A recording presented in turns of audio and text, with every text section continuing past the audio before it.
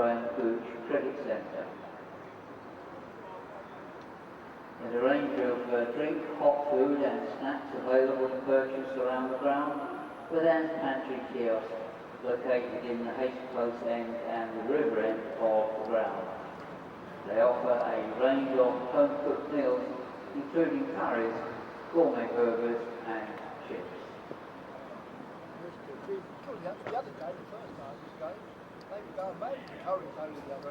If you want a little bit of shade from the sun during the day today, the Essex Cricket store does have the latest merchandise available. You can check out the replica shirts for the Championship's Vitality Glass. Fly like an eagle. Our club has always been about the people. And the impact we have. We create opportunities. We dare to dream. About what we can achieve together. We aim to entertain. And we deliver results. Our teams inspire our community. And our community inspires us.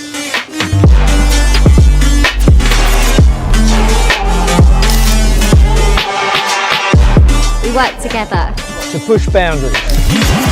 Building a better future for everyone. It's our spirit that bonds us. Our members. Our partners. Our players. Our staff. Our youth. Our community. Our county. We are Essex. We are the Eagles!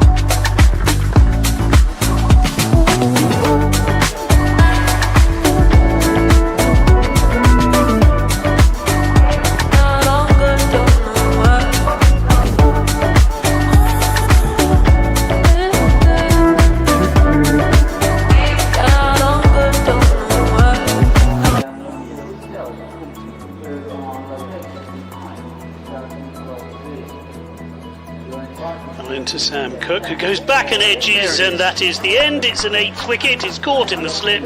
A slightly loose shot outside off stump. Oh, and there's extra bounce there. It's guided down, I think. As Porter comes in from the river end, it's driven, and he's been caught at backward point. He's driven as Stoneman is driven in the air. As Porter upright runs in now, and there's another wicket, and Cracknell's innings comes to a very early finish. Cook's in again and bowls, and this ball's flicked away down to the fine leg boundary for 4. Porter in again, and he's bowled him, he's taken his off stump out of the ground. It's a 3rd wicket for Jamie Porter. Oh, appeal for LBW, it's close, it's closer than close, it's out. round the wicket, and this is a bit of a flay, and he's connected with it, bit of width, and Holden claims 4 square of the wicket. Simon Harmer, and again just strays onto leg, and that is flicked away superbly by Simpson. Well, a traumatic beginning to the Middlesex innings. This time there's an LBW shout, and he's been given. Bowles, and it's a deliberate shot actually. I'm not going to accuse him that that's a pure edge. He's run it down to the vacant third man boundary, and Harmer is in again, reverse sweep, and that will be 4 more, as again the poor man at backward point has to go out and retrieve the ball once again in the sunshine. Sorry, yes, it seems to all the wickets. Oh, he's caught and bowled, and that is the end of Holden. I felt that one stopped in the pitch a little bit, and therefore it explains why he was looking. He wasn't looking to do what he did. The next ball is an attempted, in fact it's not an attempted, it's an excellent pull shot from Luke Holman. Bowles, and Higgins has turned it away, and it's going to go for 4. No real effort in the shot at all, just all good timing. Oh, that's an LBW shout, and I'm happy with that. That looked out to me. Everything, the shape, the ball. Well bowled, Sam Cook. Essex needed that. Oh, bowled him. Look, he hasn't really gone very far forward there. I don't know if it's kept a bit low. It looked to me if it was relatively full. He can't really keep the attack going. Perhaps we saw De Carey's, and that's swung away. away. In the air. It should be out, and is out. Palmer's first wicket. He usually is in with my maths. Oh, and that's in, and that's given. And Bamber looks slightly despondent to be given out LBW. Just has a look back at his stumps, back at the umpire, but the finger is up. He's in now, around the wicket from the river end. Bowles, and this is very nicely cut past slip, almost certainly for 4. The fieldsman is in hot but vain pursuit as it goes down to the vacant third man boundary. And that's just slightly over pitched by Ethan Bamber, and despite Toby Rowland-Jones diving and getting a hand on it, he can't stop it. Pace close end, and Cookup's not where he was aiming it, but it's gone for 4 runs down to the third man boundary. He was looking to play that much squarer. Here, a lovely shot from Nick Brown. It's as good as anything we've seen in the match so far. And this ball is guided down for 4 runs, and once it went past the lone slip, there was going to be no stopping it. It was a deliberate run down by Cook. Oh dear. Oh, and that's a lovely shot. That is just spanked. There was a bit of width outside off stump, and Nick Brown said, "Thank you very much." That's very nice. Oh, and that has just seen him caught behind. Commentators. Can't believe what's just happened. Oh.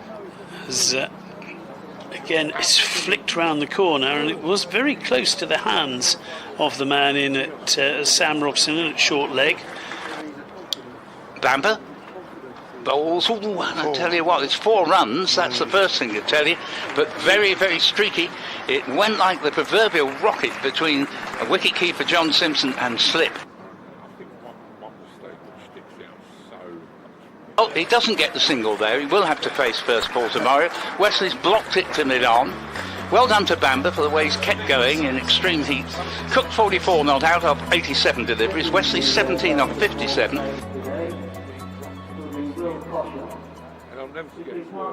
Jeremy, well, today, I think it's fair to say that Essex are somewhat on top at that point. Yeah, I'm very happy with where we're at. Still a lot of work to be done, but I think we'll be back well tomorrow and then get the ball in our hands as early as possible. For you personally, it looked like a real tail-up spell today. Was it a case of capitalising while you had the advantage? Yeah, I think, when you've got that new ball in your hand, especially on a wicket that I didn't expect to give me as much as it maybe did, you kind of you don't want to let that slip, because you don't know when your next opportunity is to get wickets. So that's probably what it was. Now, you mentioned obviously the pitch maybe didn't behave quite the way that you were going to expect it to. Was it particularly pleasing to you as a seamer when you saw a spinner do so well and you're in Essex? Yeah, I mean, it's very satisfying to get wickets on a wicket that's got them at Hampshire on a proper nipper, but to get them here where it's not as much an offer is really satisfying. And of course you took 50th first-class wicket this season today, off the top of the Division 1 wicket taker. Those kind of accolades feel very good. Yeah, it's nice. I mean, to me, it really only counts if we lift that trophy this season now. Now, everyone seems to slot into this bowling attack quite neatly. They know their role very clearly. So how crucial is it to bowl sort of in partnerships, and you've got to make it clear that it is an attack with bowling and it's not any individual? Yeah, I think it's something that, you know, I think the seamers, it kind of naturally happens, and then I think having bowled a lot over my career at the other end of the army, I kind of get an idea for the little things like, you know, maybe drop a man out last couple of balls because that guy, you might want to get him down a harm. So he ended up at Chelsea. What did you make of Umesh Yadav's debut spell in Essex? That first spell was unbelievable, wasn't it? Yeah, I think he's going to be alright. How much of an asset can he be going forward? I think he's he's got pace, he swings it, and yeah, nice guy as well. Finally, how important is it now to capitalize? No, because of the way all that. No, but I laugh. Ironically, the way they fend. Yeah, I think every session, every game is must-win. So, you know, it's important that we make sure that we capitalise on the advantage we've got in the game and try and win.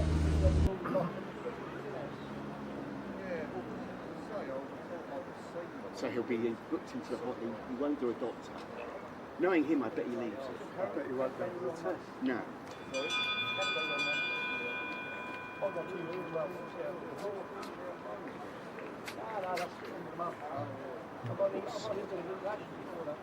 It's amazing how they fight from one. Okay, give us a shout when you're clear of that shot and I'll reframe. ECG, they gave him an ECG. Maybe they didn't realise what it was at first. Even though they would have guessed it must be to do with the heat. I remember coming here. They picked him up. Yeah, I'll tell you why I remember it. We were playing a 58 game, and it started raining in the second back, and this lot took ages to get the car. Apparently it's they're known for it. They took ages to get the car. Of course, when we came back, we were rolled out very cheap. That's what I left. Remember we won, didn't we? To this, the third day of the county championship match between Essex and Middlesex here at the county ground in Chelmsford, where Essex start the day in considerably a stronger position, 229 ahead with only one wicket down. And my name is Dick Davis. I'm surrounded by numerous doyens of the broadcasting world, including Paul Newton and Kevin Howells. But when you talk about doyens of broadcasting, they don't come any greater than Kevin Hand from BBC Essex, from BBC London, having voices in my ear. Well, apparently we're not online at the moment. We're not online. So I might go down and help out Kevin Howells while you guys sort that out. But there is no doubt perhaps we'll sort that out. In the meantime, the umpires are moving away out to the situation here at Chelmsford. Are we not on air? Essex are the only team possibly with any disruption. Essex 104 for 1 at the resumption this morning. So that means they lead by 229 runs with our support not. Are you phoning, Paul? Thank you. We had. And that is the situation as the players make their way out on my right-hand side from the pavilion. There.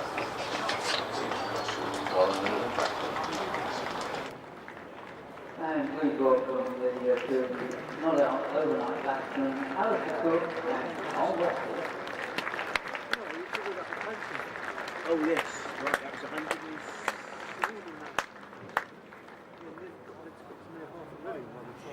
They kept announcing different figures and they went up at that time.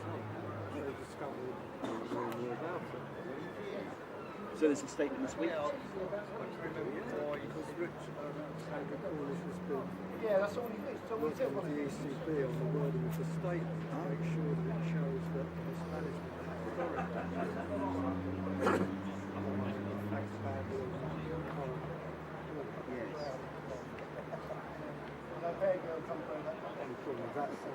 Opening bowling from the River End this morning, Josh Wickets, and to take strike, Alistair Cook.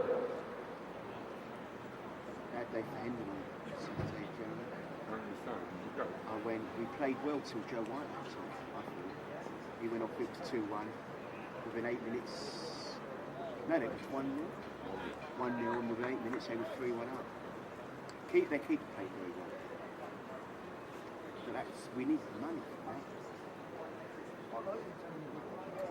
So many ramifications.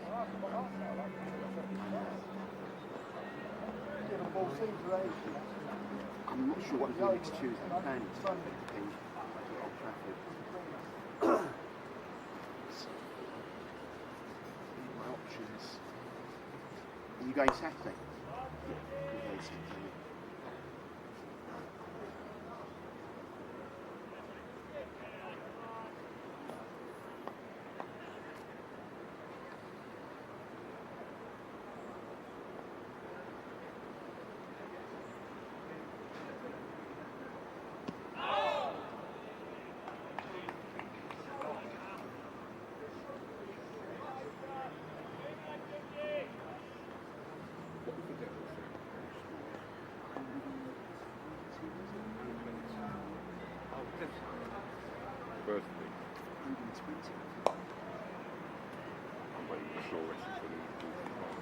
No, they both 50 odd overs.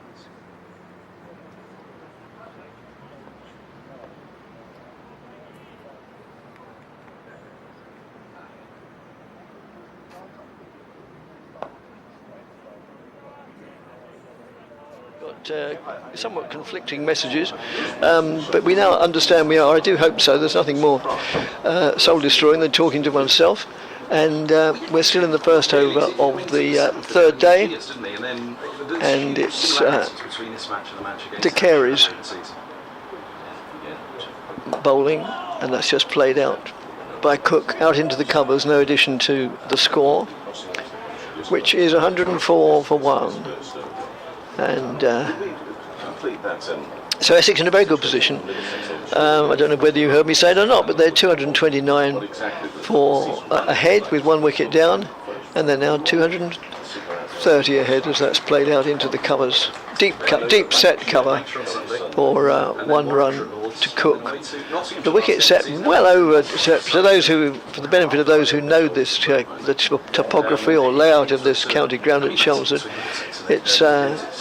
It's pitched well over to the east side of the ground, the executive apartments. So it's a pretty short boundary that side, and conversely, it's a very long boundary on the other side. In fact, it's probably no exaggeration to say it's twice as large one side as it is the other. And so that's the end of the first over, and Essex have moved on to 105 for 1. And it's going to be Toby Rowland-Jones to continue from the Hayes Close end, and I'm again joined by Kevin Hand. I'm not quite sure if you heard the prologue at the top of the show or not, but we may have been heard by some, not by others. Some and not others. Yeah, right. Okay. We won't go on to which ones were the lucky ones, but good grief, no, that would start a long debate. Yes.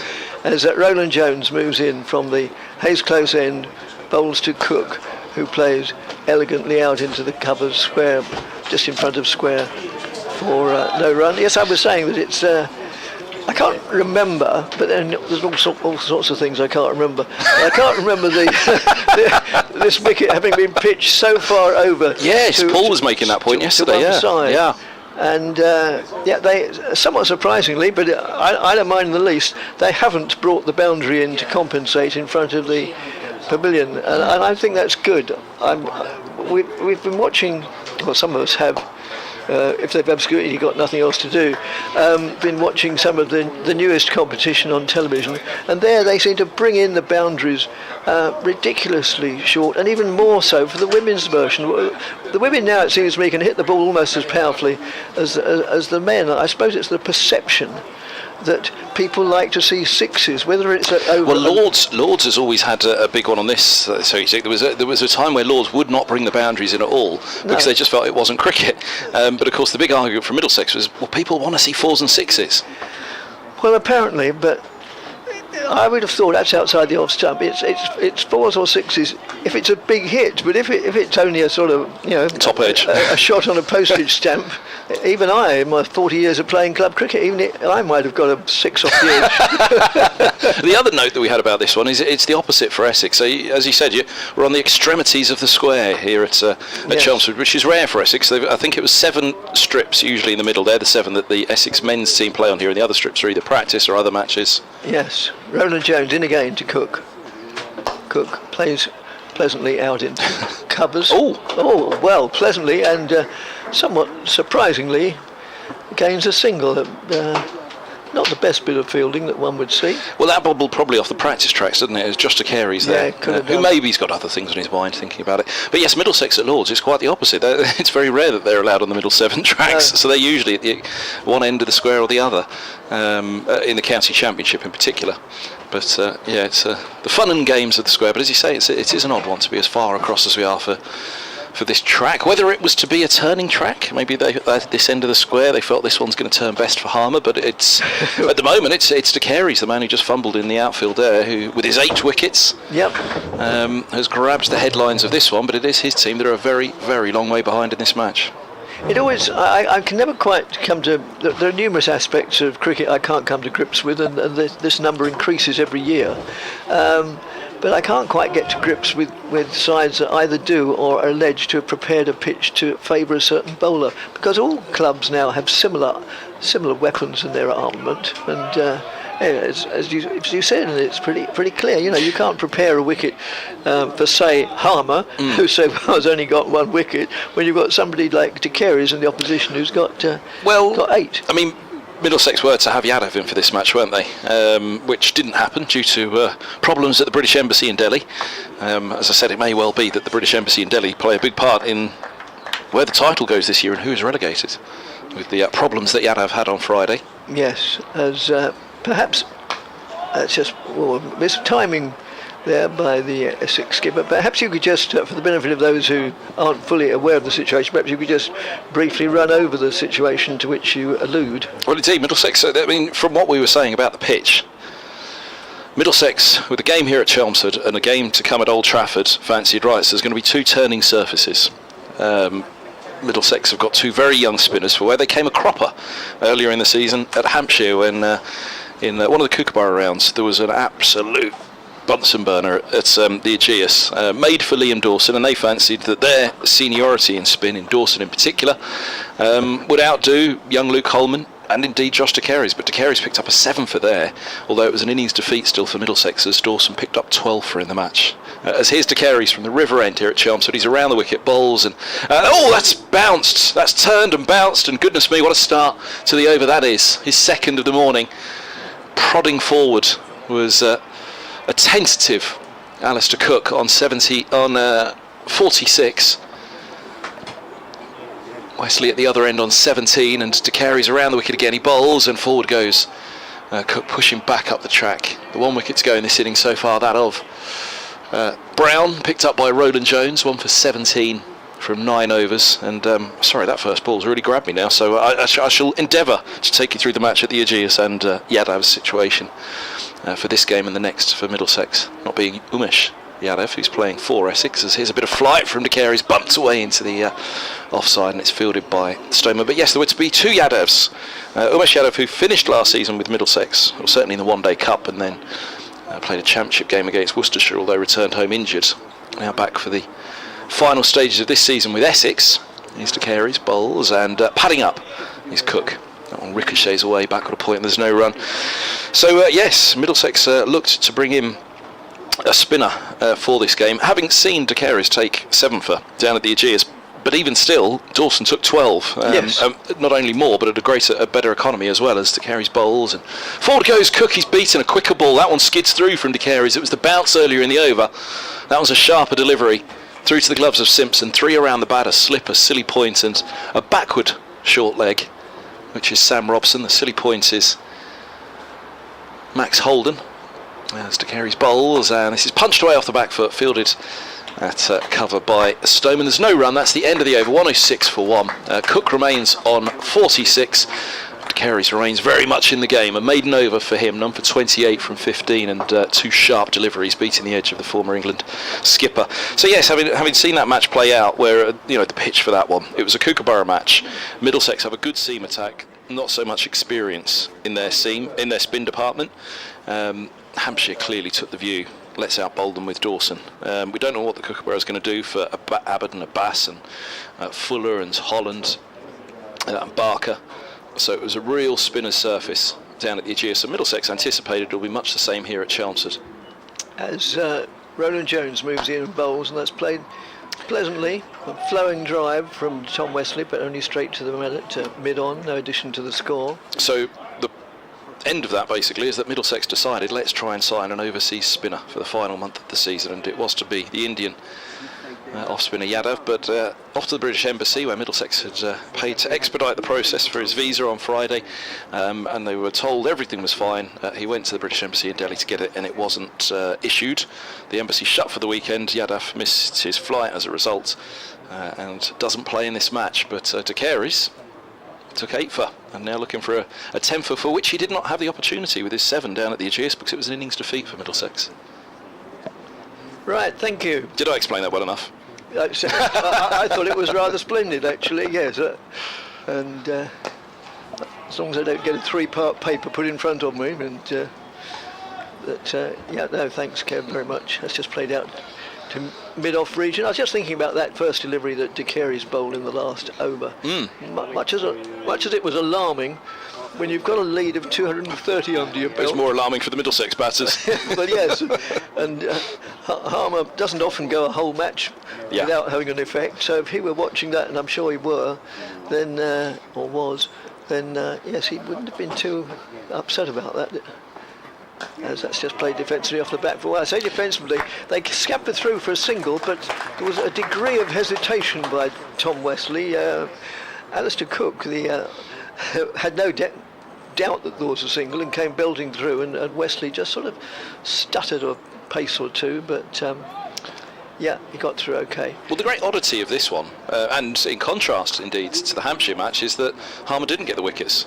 6 for Porter. I mean, he wasn't left with many really, was he? After Porter went through him, 6 for him, 3 for Cook, and Harmer picked up 1, but what damage will he do in the second innings? Whereas, as I say, in the match down at Hampshire, it was all about Dawson. Yes. As Roland Jones moves in again, bowls to Cook. Cook goes on the back foot, plays it defensively and quietly and studiously out into the offside. And we had several emails pointing out that yes, you could hear us all right from the top of the show. Oh no! Well, we didn't say anything. We obviously expressed some doubt or hesitation, but we didn't start sort of lapsing into obscenities or anything like that. So yeah, we hope. We hope. I'm not one to do that anyway, really. Well, no, I've tried to rile you many times over the years, but failed endlessly. Work, does it? No. As Roland Jones moves in again and bowls a flowing drive there from Cook, the like of which he's played countless times in his career, but this time just picks up a single down to deep backward point. Actually, it's quite difficult to rile any of you Essex boys, isn't it? As much as you're described as the Essex Mafia in this, it's quite difficult to get at any of your gang, isn't it? Paul, you couldn't get a bad word out of Paul. Well, I think the point is most of us are, we daren't, we're too old. Could be the last thing we ever do. Speak for yourself, says Mr. Newton. He's got his mascots out, Mr. Newton. He's ready to go. No. The other version of Colchester Zoo, that's pushed out in the offside. The alternative Colchester Zoo for a single is Paul's array of mascots, of stuffed toys and mascots. And well, Ethan Bamber saw this because when we were here for the T20, commentating together, Paul had his mascots out watching the game, and Ethan Bamber, the Middlesex players were all sat in the seats in front of us because it was designated as the Middlesex player zone. And Ethan Bamber was delighted, and he wanted to know where the Middlesex mascots were and why we haven't got any. So yeah. Well, it's up to you, Kevin. Well, it is. I've tried to get Kevin House to be the Middlesex mascot, but he's not having it. No, that surprises me. I wouldn't like to see Kevin House stuffed, though, to be fair. Oh, good Lord, no.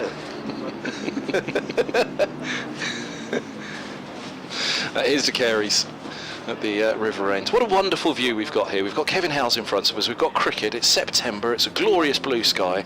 What better view in world cricket? Actually, I did take a picture. I meant to tweet it, but then we had our technical issue, so I had to run to the front of the box. It was a run, but yeah. A quick single. Yes, it was a quick single at the front of the box. Yeah. It was nearly a run out, to be fair. And, here's De Careys. A leg slip and a short leg. He's bowling to the right-handed Wesley, who's forward and back up the track. It was the Wesley wicket indeed in that first innings that grabbed the attention there, much as those couple of deliveries from De Careys grabbed the attention in his previous over to Cook. There was the ball that turned sharply from outside off, left alone by Wesley, and just nipped the top of the off stump. He's in now, bowls, and Wesley sweeps hard. There's a cry of catch. It's in the air for a while, but nowhere near Luke Holman, who fields it out at deep square. It was well short of him in the end. Nobody at square leg. Indeed, not even an umpire at square leg. He's across at point. Who is remind ourselves of our umpires for this game. It's Russell Warren, who is at point. Ian Blackwell at the non-striker's end. Jason Swift, former Sussex assistant coach to Jason Gillespie, is here as the match referee. Good to see Swifty as ever. Here's De Careys. In now, he bowls and takes the pace off that one. It's driven by Cook out to Holman, and a single more. 111 for one. But yes, of the 8 for in the first innings, Dick, it was the ball to Wesley, really. It was miles outside off, and you'd never, ever would have thought you'd have been bowled. Harmer would have been mightily pleased with that. Turned back, took the top of off, and even, as you watch it on the replay, because he thrust the pad forward, it was almost hard to believe. How on earth, as it went past the pad, still, you'd have thought that's never going to hit the top of off stump, and then all of a sudden the bail pops up, and back went Wesley. He's on strike now on 20, as De Careys is over the wicket, bowls, and he looks to pad up outside of the off stump, and it ricochets up, it ramps up the pad, the body of Wesley, and goes through to leg slip, so there's a bit of turn and bounce on that one again. Certainly was. Looked a bit ungainly, but it was safe enough. And as you quite rightly pointed out, Dick, that for everything that happens now for De Careys, the Middlesex batters will be thinking, a sweep from Wesley out to deep backward square, and a single is taken. 112. Oh, they're thinking two, and yes, back they come. We were talking about a sharp single. Cook doesn't particularly like those, does he? That was a comfortable single. Well done, Holman, who put the pressure on Cook to get back at the non-striker's end, and he had to race through, and indeed Cook raises a hand to his colleague Wesley as if to apologise and say, yeah, there was two there, and I should have run the first one quicker. Wesley moves to 22, Essex 113 for one, the lead 238, and De Careys is in. He bowls, and a bit of flight on this, smothered into the onside by Wesley. There is no run. BBC Radio 5 Sports Extra here at Chelmsford with Paul Newton, Kevin Howes, myself, Kevin Hand, and Dick Davis. And a glorious day yet again. Cook's 50. And, the sun. Obviously, it's not even 11 o'clock yet, which is not even 10 o'clock by the sun. Not at its highest or brightest or most powerful, but yeah, everything either promises or threatens, depending on where you look upon it, either promises or threatens another very hot day later on. And it's Toby Roland Jones even, and bowls from the Hayes close end. I've done that many times, Dick, don't worry. Toby, Roby, what's his name again? Jones, come in, Jones. Roland Jones. It's good to see him going with such consistency in terms of his injury at the moment. Of course, that great rise to the England Test side in 2017, the 5-for against South Africa. Had Amler as his bunny for a little while, didn't he? Both indeed in the Test arena and Middlesex and Surrey matches. Roland Jones from the Hayes close end again to Cook, and Cook again plays out into the covers, but no addition to the score. But much like the opening match of the season, indeed, you've got the contrast here, really, haven't you? Roland Jones, wonderful to see him still charging in and fit, but Poulter and Cook, the pretenders, really. Much talk about whether one or both even can challenge for England honours. Yes, well, they seem to be challenging each other at the moment, just as you think that, Poulter's going off the boil a little. Then he plays Middlesex. Well, yes. As next delivery is allowed to go by outside the off stump. into the gauntlets of the Middlesex wicket-keeper. Worth reminding listeners, I guess, of that game, start of the season at Lords. Middlesex were 4 for 4, and the 4 runs were from 2 no balls. So there was 4 ducks in a row on the scoreboard at Lords, and then 2 noughts to continue. So 6 noughts in a row with the not-out pair of Holden and Simpson yet to get off the mark. It was quite the scene, and that was Porter flying through them then as well. Yes, I was there for that game, I recall, as that's nudged down towards third man, and they go through for an easily taken single. The applause brings up Cook's 50 runs. Oh no, the 50 partnership, I beg your pardon, he's not much short of his 50 though. 50 partnership, yeah, thanks Kev for pointing that out. It took me by surprise as well. I was thinking, what have we missed? I looked up, and it's on our small little monitor at the top here, isn't it? Yes. Where we have which is very welcome to aid us with the scoreboard, which is out of sight. And the next delivery whipped off his toes, a typical Tom Wesley shot, just out for a single though, down to the mid-wicket boundary. Fielding in just about the only part of the ground that is in shade at the moment, the shade of the community stand, which publicises the merits of a local public school only a few miles up the road from Chelmsford. It was felt in that game at the start of the season that Middlesex's return to Division 1, having been relegated in 2017. As the next delivery from Roland Jones to former England skipper is met with a defensive bat, as thousands of deliveries have been preceding it. And it's the end of the over. And Essex are 115 for 1, which represents a lead of 140 with 9 wickets in hand.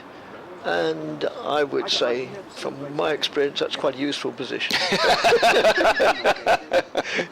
Well, it's a double to be had, isn't it, over Middlesex? And that game at the start of the season, Roland Jones and Mercer were the opening pair for Middlesex in that one, against Cook and Porter. And as I say, Middlesex has returned to Division 1 for the first time since 2017, when they were relegated as champions at that point.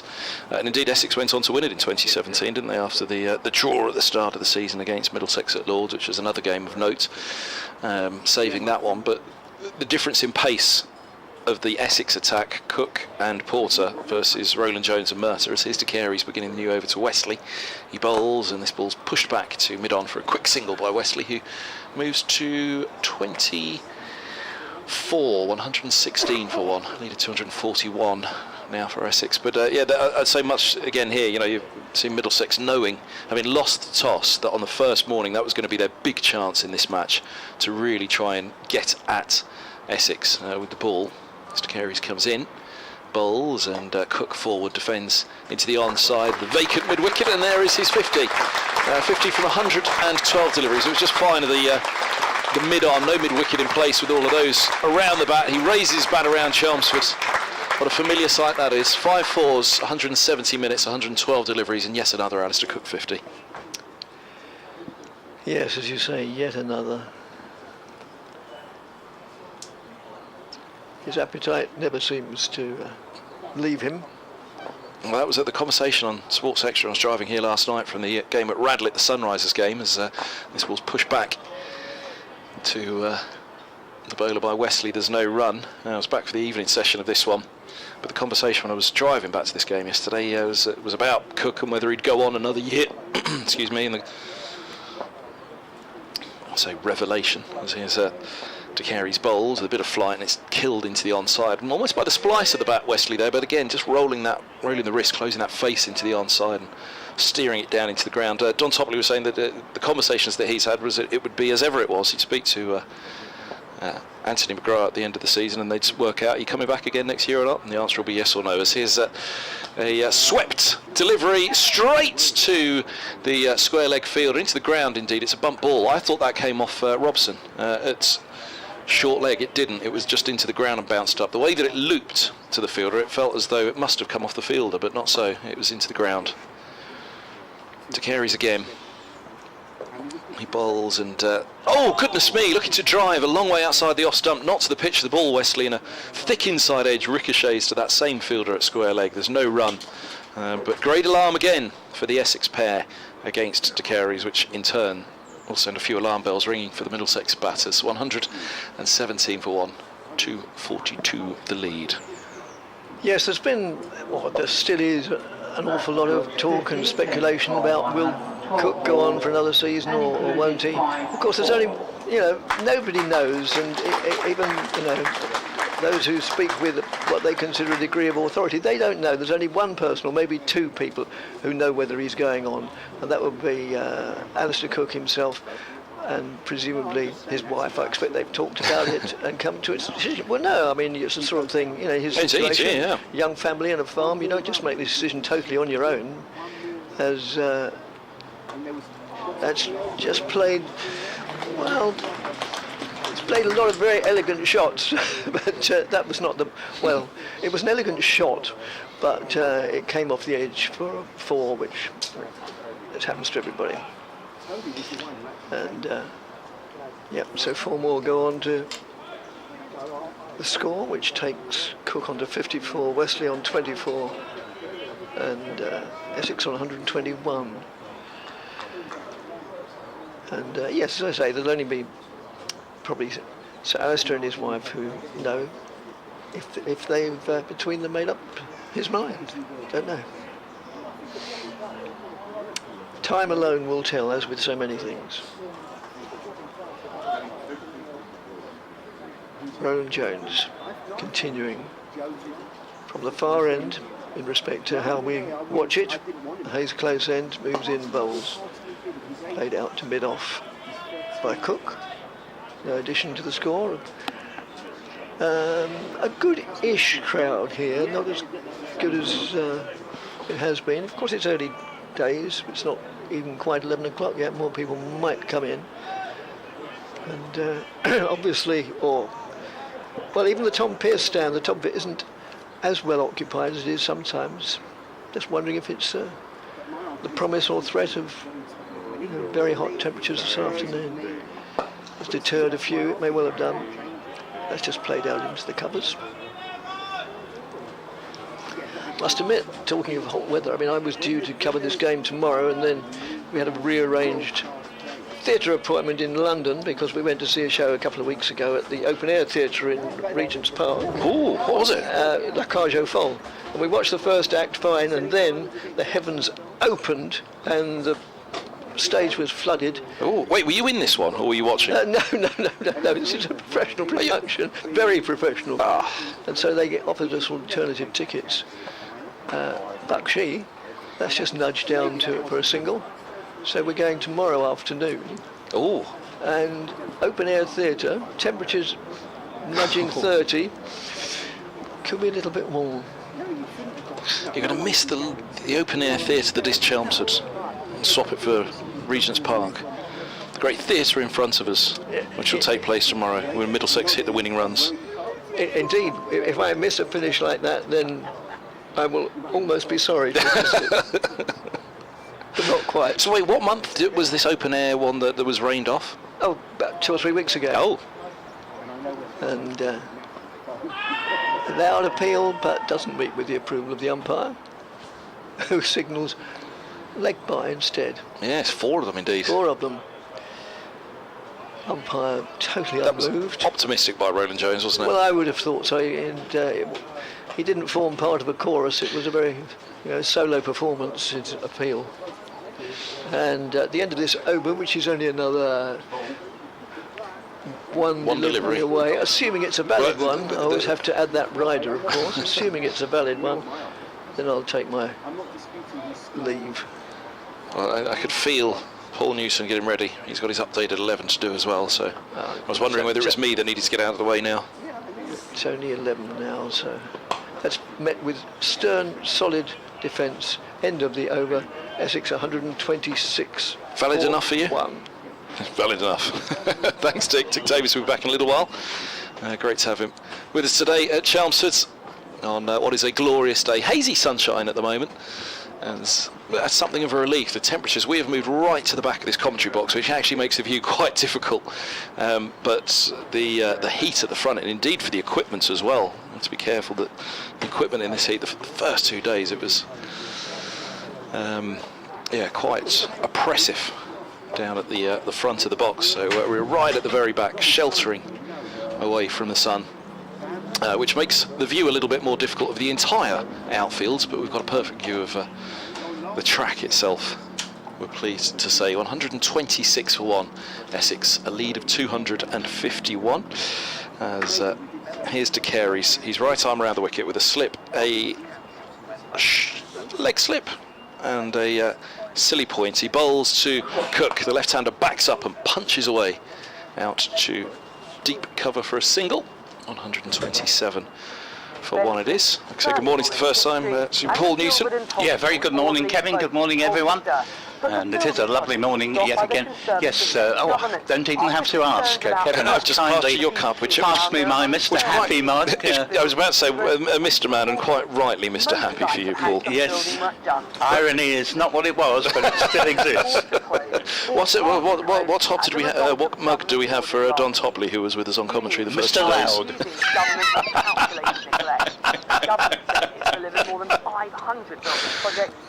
You've been storing that one up. There was no hesitation there at all, was there? We're trying to have special volume control fitted to it. Morning, Toppers. Tuned in as I'm sure he will be. He's in Bristol. He's in Bristol today. At this very moment, he's delivering a lecture.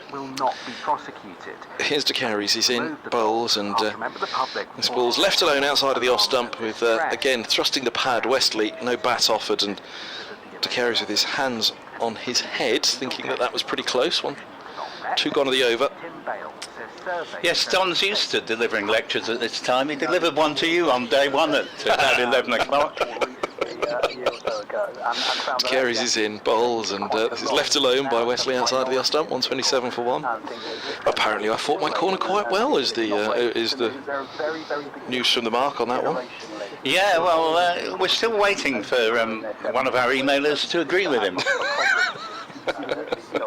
De Carey's bowls, and this is swept by Wesley, and out to deep mid-wicket it goes, and deep square won't get around to it. He's swept it well, he's timed it well. Umpire Blackwell signals the boundary. Luke Holman out there not able to get around on this occasion. 2 balls to come of the over. Essex onto 131 for 1. It's a little bit out there for De Carey's again, isn't there? And it seems as though Wesley in particular has decided the best way to play him is positively. Yes, no, absolutely right. Again, bowling very well, and a little bit of help for De Carey's this morning.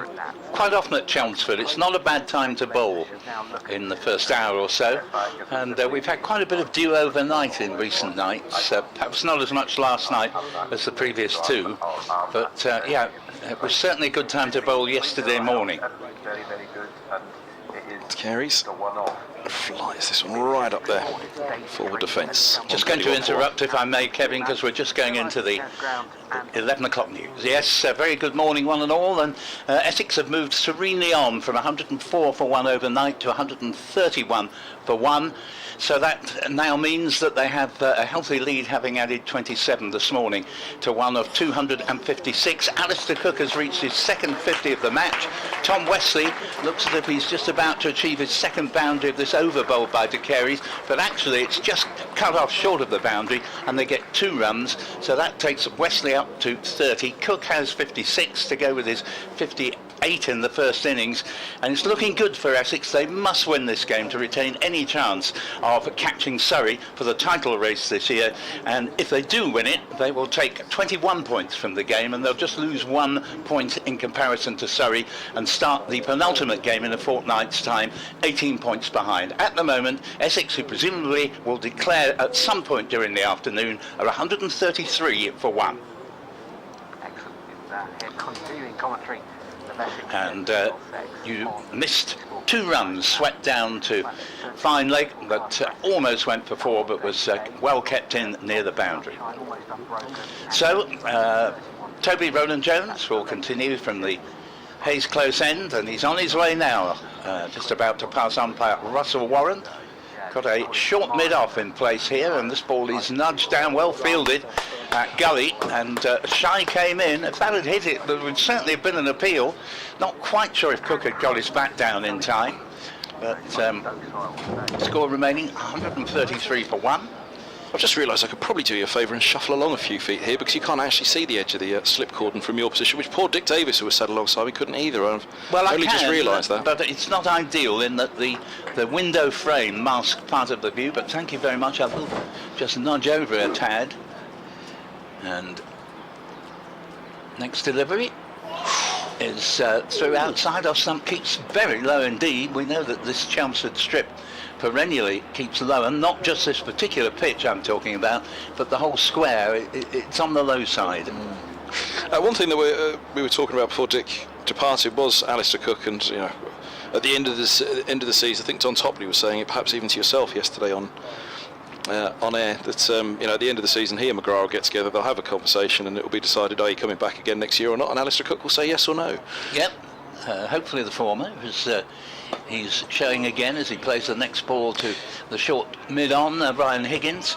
But as one of your knowledgeable emailers quite rightly said, it would be quite nice to know now, because if this is to be his last, the Essex fans would rather like to give him a send-off in the final home game of the season still to come. Yes, he may have become slightly allergic to send-offs. If you remember, it was 5 minutes at the Oval on his retirement from Test cricket, and he got a bit embarrassed in the end, and kept, signalling to the crowd to shut up.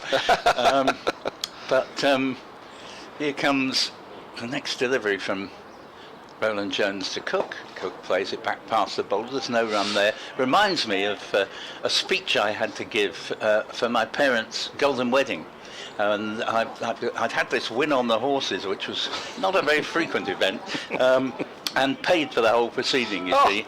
And in giving the speech, I came up with 20 virtues that I thought my mother had, and was all prepared, you see, for this speech with the 20 virtues. I got to number 4, and she said, "That's enough now." And I said, but, and she said, "No, shut up." This next ball's played through the covers, and they just get a single. Very short boundary away to our left, as we keep pointing out. That ball would have travelled no further than about 45 yards to reach a man, only 5 yards up from the boundary. But for anyone thinking of coming today, do come along and make your way to the public side of the ground, opposite the pavilion, because you get a great view from there with this pitch that close. It actually makes you feel that you're out there with the players. And we're going to have one of the great events of the day here, as Matthew very kindly delivers our luncheon vouchers. And thanks to Anne's Pantry, an innovation here from about 5 or 6 years ago. It's a terrific value, and we thoroughly enjoy the largesse from Essex County Cricket Club and Anne's Pantry. Here's the next ball, which Wesley turns off his hip, picks up a single to backward square leg, and score to 135 for 1. Wesley 31, Cook 57, add 125 all the time, and you get the overall lead of, in fact it's 259 now. I have a horrible feeling that's what I said it was when I was updating the 11 o'clock news, but there again, you can't have everything in this life. Well, we struggled to manage the food the other day, didn't we, after the cheese and biscuits from Toppers? Yeah. I mean, we did manage to in the end, but we struggled. Yes, I think we manfully got through it. I think probably he's out to do Anne's Pantry out of a job. It was incredible, the amount of stuff that he brought on day one, which included gratuitous cups of tea which he paid for, and explained himself by saying he didn't actually want the fag of making the cups of tea in the which are free next door. Yes, exactly. Now, is there actually an Anne? I mean, this is just this is the food outlet here, isn't it? I say one of the. It's the only food outlet. It really is Anne's Pantry. I assume it's. Is there actually an Anne? Does Anne exist? It could well do. I noticed to my sadness today, I always get a curry, but the curry house directly opposite me as I speak is shut. Oh dear. On later days of a championship match, it does tend to... Oh, so it's only burgers from Anne's Pantry today then? I'm afraid it is. Not my favourite food, burgers. people heard me say yesterday, I bemoan the fact that as I drive for away games up and down the country, the good old days when there was a little chef and you could have a proper sit-down meal. Well, there still is the odd one here or there. It was a great surprise when you drive past it and see one. So odd that I haven't seen one in about 8 years. Ah, well, they're still out there. Have a look. Have a look, they're still out there. I don't know if you still get the free lollipop if you finish your food, though. I think maybe you still see them, but they you know, shut down. They're shut down, yeah. I think that's. I don't think they exist anymore. Kevin House will know. A Little Chef. Is there still a Little Chef anywhere in the country open? He's not seen one? No. Here's De Carey's bowls, and this is padded up by Wesley outside the off stump. There's no. If anybody would know, it'd be Kev, to be fair. I mean, the mileage that man does through the summer. Maple syrup pancakes. And if there's anyone else who'd know, 'tis I. But clearly, the next person in line, 'tis not you. De Carey's bowls. Nice fly. Oh, now that's gone through to the keeper. Attempted sweep from Wesley. How did it get through to the keeper is the question on everybody's lips out there. An inquisitive inquiry. Can you have an inquisitive inquiry? I feel like I'm going to be scolded by you there. An inquisitive No, not at all. No, that's very fine alliteration. From De Carey's back to the umpire, a very quick shake of the head from Blackwell.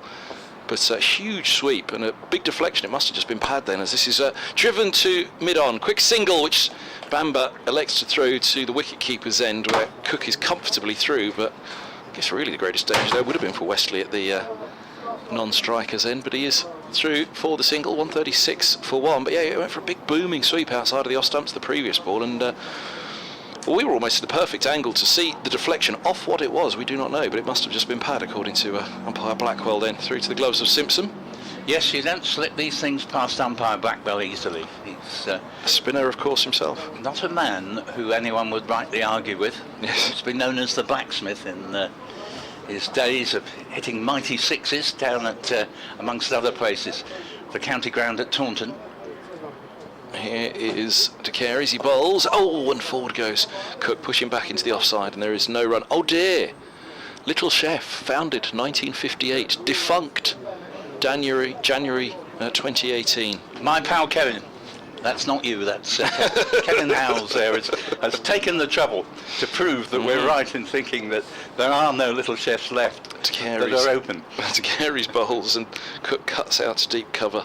A single take on 137 for one. No more free lollipops then. Well, such is my dislike of burgers that I'm almost tempted to break into one of the defunct Little Chefs and see if there's still remnants of some bacon, egg and chips, which I love devoutly, and might be able to heat up. De Carey's to Wesley. Will undoubtedly continue this positive approach to him. He bowls and kicked away wide outside the off stump. I mean, that's pretty much it, isn't it? It's a sweep or a kick from him at the moment. Wesley to De Carey's.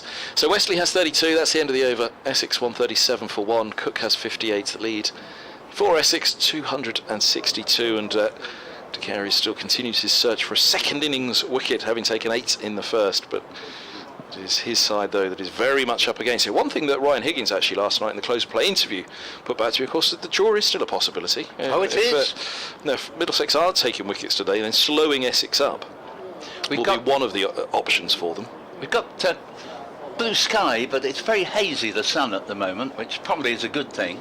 And I think the reason why there is a relatively sparse gathering to our right in the Tom Pearce stand is that a lot of people are down below taking advantage of the shade provided by the upper tier of the Tom Pearce stand. So I think there will be a good crowd in. I saw them queuing up half an hour ago.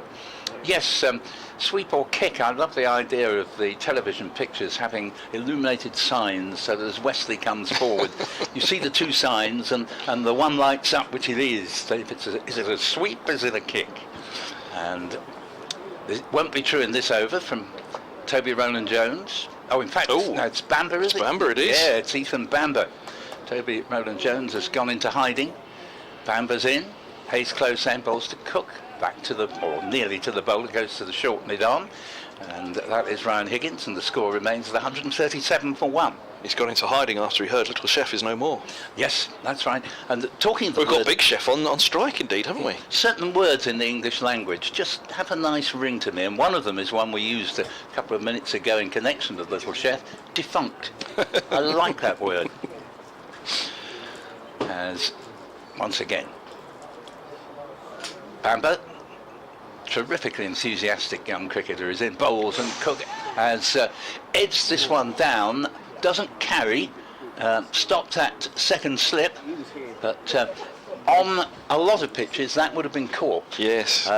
But it is one of the depressing things at Chelmsford. A lot of the time, a bowler who works very hard for his money gets the edge, everything feels right, but it bounces just in front of the slips, and well, you can say they could stand up a bit further, but there is a limit to how close you can get, as Bamber's in bowls to Cook, and this goes through him like a dose of salt. Well bowled, sir. Cook, interestingly, is on the score he was out for in the first innings, 58, and it may yet be that he's out for the same score again. Certainly he's come close to being out in this Bamber over. Cracknell's taken a big step forward now. As you say, he's a wide second slip, isn't he? Yeah. Trouble is, it's all about shutting the stable door after the horse has bolted. We saw Essex do the same thing. Catch went through where second slip would have been but wasn't, and Critchley arrived one ball too late, as this ball is played by Cook a few yards into the offside. Emails to BBC Essex Cricket at gmail.com. I don't think Dick covered the couple that we've had so far today. Stop me if you know that he's mentioned it. Email from David Phipps. Thank you, by the way, to those who emailed in just to confirm you were hearing us loud and clear early on. That's always reassuring. But David Phipps says, on the subject discussed with Don Topley on Monday, Ray, too much slogfest, have to break in because Bamber's in and bowls to Cook. Cook an extravagant drive here, and that ball is running down, having taken, I think, no, in fact it's a bye. He drove at it rather extravagantly, missed. Keeper John Simpson couldn't take it cleanly, and they get one bye, 138 for one. Got through quickly there by Wesley, wasn't he? Yeah. Yes, on the subject discussed with Don Tipley on Don. I don't know why that's so funny, but it is. A Freudian slip. My apologies, Don Topley, not Don Tipley. And already we've got Bamber preparing to come in and bowl again. We're in the 49th over, by the way. Lead by 125 plus 138 means Essex are 263 to the good. 9 wickets in hand as Bamber bowls to Wesley, and Wesley just drops a dead bat on this, runs it down to Luke Holman at a backward point. There's no run. So once again, David Phipps' email on the subject discussed with Don Topley on Monday. Way too much slogfest. I have to say I agree entirely with Kevin Ham's views and reckon he won the debate hands down. Get it? Hands down. Great minds think alike, he says question mark. We have good commentary, chaps. Please keep up the good work. Kind regards, David. Why, thank you. Why, thank you, David. Kevin Howes in particular appreciated your pun there. David Phipps, thank you very much for your email. There's nothing we like more than ingenious puns in the studio here. I did say, though, it was a bit of a sword fight with an unarmed man, wasn't it? And Toppers came at me the other day. I did feel a little guilty. Our main thrust was that England have obviously got this tri-series against New Zealand at the moment, which on the back of the Blast and then the 100 and then a tri-city T20 series with the 50 over World Cup coming up, it felt slightly overkill on the shortest format to have then an international tri-series. Yes, I think the England T20 team played as though it was slightly over the top last night. Here's to Carey's. He is right arm around the wicket from the river end. Bowls, and on the back foot, Cook punches to backward point, giving himself a little bit of room. Angled away, around comes Cracknell, there's no run, 138 for one. You're listening to commentary on Essex v Middlesex, ball by ball. I'm Paul Newton, with me Kevin Hand, and Dick Davis will be joining us again in about a quarter of an hour's time. It's Carey's bowls, and Cook's beaten. Goodness me, that's a great ball again from to Carey's, isn't it? Just a bit of flight on that, and through to the keeper it passes. Bit of bounce as well. Bowled beautifully in this match. Still looking for a wicket in this innings, but it looks as if it's imminent, and 8 for 106 in the first have been one of the very best figures recorded by a bowler from the away team that has happened in a long time here at the county ground. 2 slips in place to Carey's bowls, and Cook defends to Stoneman at cover. So slip usually is Higgins for the spinner. I'm just trying to see it. Yeah, it must be Higgins. And Robson, who was the leg slip, is now second slip. So here's Carey's leaving alone outside of the off stump. He's Cook through to the keeper. Max Holdham was in around the bat as well with the helmet on. Still on the 58 score, Cook marked his dismissal in the first innings. Carey's bowls, and it's a full toss, swept away by Cook down to deep backward square leg. It'll be a single. He's on to 59, 139 for one. Yes, we were mentioning Big Chef Cook, but of course there is a little chef out there. Yes, head chef he's called. Head chef. Yeah, and the other one is Little Chef Sam Cook. Well, there's another little chef out there for Middlesex as well, which is Max Holdham, because he's modelled his whole game on head chef Sir Alistair Cook. Yeah. He said we must have a different epithet for him. He can't be head or little. He's junior chef. Here's Carey's bowls, and good one. Westley up on his toes, eases away into the onside. There's no run. 139 for one it is at the end of the over. I like junior. I also like apprentice chef. Still learning from the master. 139 for one. Although indeed he's mastered the white ball this year, hasn't he? Holden, he had an outstanding T20 campaign for Middlesex. Scored a century indeed against Essex at Lords. Was it not Essex that he scored the century? I think you're right. And in a defeat as well, which was painful for him. A century in defeat in a T20 is a real rarity. And correct me if I'm wrong, was that the game where it was abandoned after about 16 overs? Because, no, perhaps that was a different one. Don't think so. There was one game that got curtailed by rain late in the match. Ooh. And Essex won on DLS. Was that the reverse one here, maybe? No, it wasn't here. It was definitely at Lords. The forecast was dreadful, and I didn't think we were going to get any play at all. I wasn't there for the game as Bamber comes in, bowls to Cook. Cook drives without timing, fielded at short extra cover, and there is no run. That is Max Holdham there. I shall have to look it up now and see which Middlesex game. Maybe, let's have a look.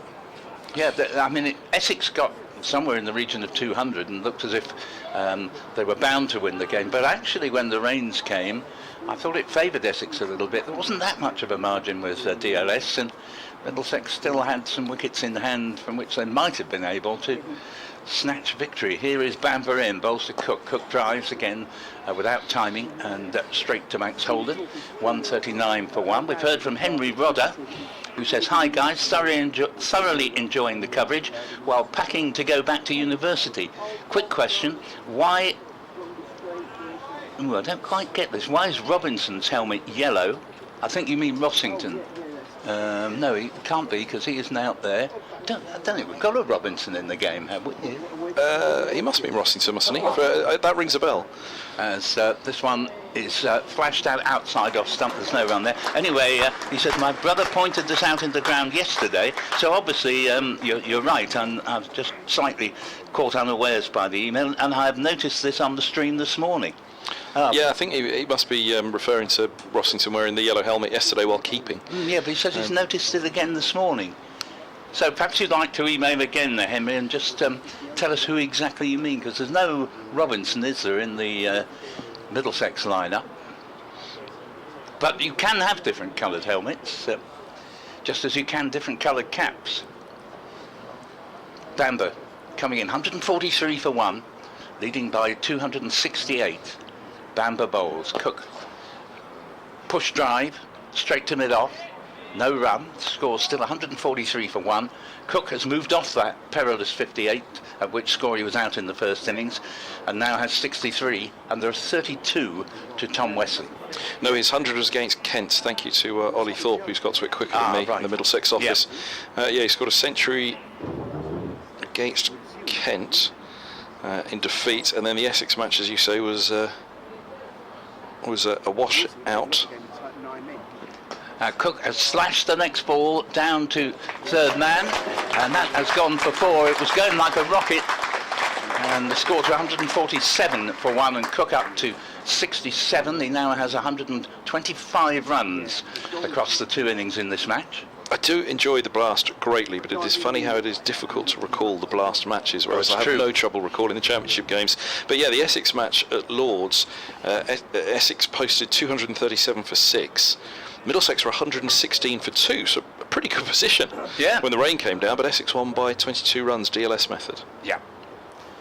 Here is the next ball, and Cook has turned it into the onside, 1 run of certainty, and they're going to amble back for a second, so easily can they take it. Cook to 69, 149 for 1, and Essex really accelerating in the last couple of overs, with Cook in particular. He's got nearly all the runs that have come for a very good reason. He's faced nearly all the balls in the last couple of overs. He has 69, Wesley has 32, so they've got 100 runs between them in this Essex second innings. The overall lead now is 274. Oh yes, Pepper and Sams went at it, didn't they? Pepper 64 and Sams 67, but I think Sam's strike rate, I'm going to have a look now, I think it was something quite extraordinary. 279 was his strike rate for 67. 24 deliveries for his 67, 2 fours and 8 sixes. Sorry, who was that? Sams in oh in yeah, that that's right. Yes, I mean, he, funnily enough, Pepper had a strike rate of a mere 188. Yes, funnily enough, Dan Sams had a very good tournament for Essex, but particularly with the bat, even though it's really for his bowling that Essex signed him. But he's a tremendous hitter of the cricket ball, and once he gets going, bear in mind he got 45 in the final, and Essex had already lost the game when he suddenly launched a last-ditch, almost tirade you could call it, against the Somerset bowlers, but it was an absolutely brilliant catch that caused his dismissal. It's Carey's bowls. Padding up outside the off stump is Wesley, and that one's away, and there's no run. There is a result in the county championship. Thank you once again, Ollie Thorpe, who is listening in the Middlesex office. Luke Wells with a career best 5 for 25 as Lancashire have beaten Northamptonshire by an innings and 26 runs at Wantage Road. Middlesex off to Old Trafford at the weekend as this is swept by Wesley after Carey's fine of the square leg, deep backward square leg coming around to a long leg position to collect, and Essex move to 150 unless I'm ahead of the scoreboard. There we go, 150 for 1 in their second innings. Email from Jeffrey Wood, emailing us at essexcricket@gmail.com, bbcessexcricket@gmail.com. Jeffrey says, I was at the ground on Monday and enjoyed the battle between Kevin and Don over the commentary. I likened it to Star Wars, where Kevin was Luke Skywalker fighting for good over evil, and Don was Darth Vader, with Kevin coming out on top, exclamation mark. Thank you very much for that, Jeffrey. I like that analogy for so many reasons, Jeffrey. Yeah. Yes, we will refer to Don as Darth, I think, in future. Darth Topley. Darth Tipley. De Carey's is around the wicket, he bowls, and Cook sweeps out to deep backward square, 151 for 1. He likes what he knows, and he knows what he likes, our toppers. Now,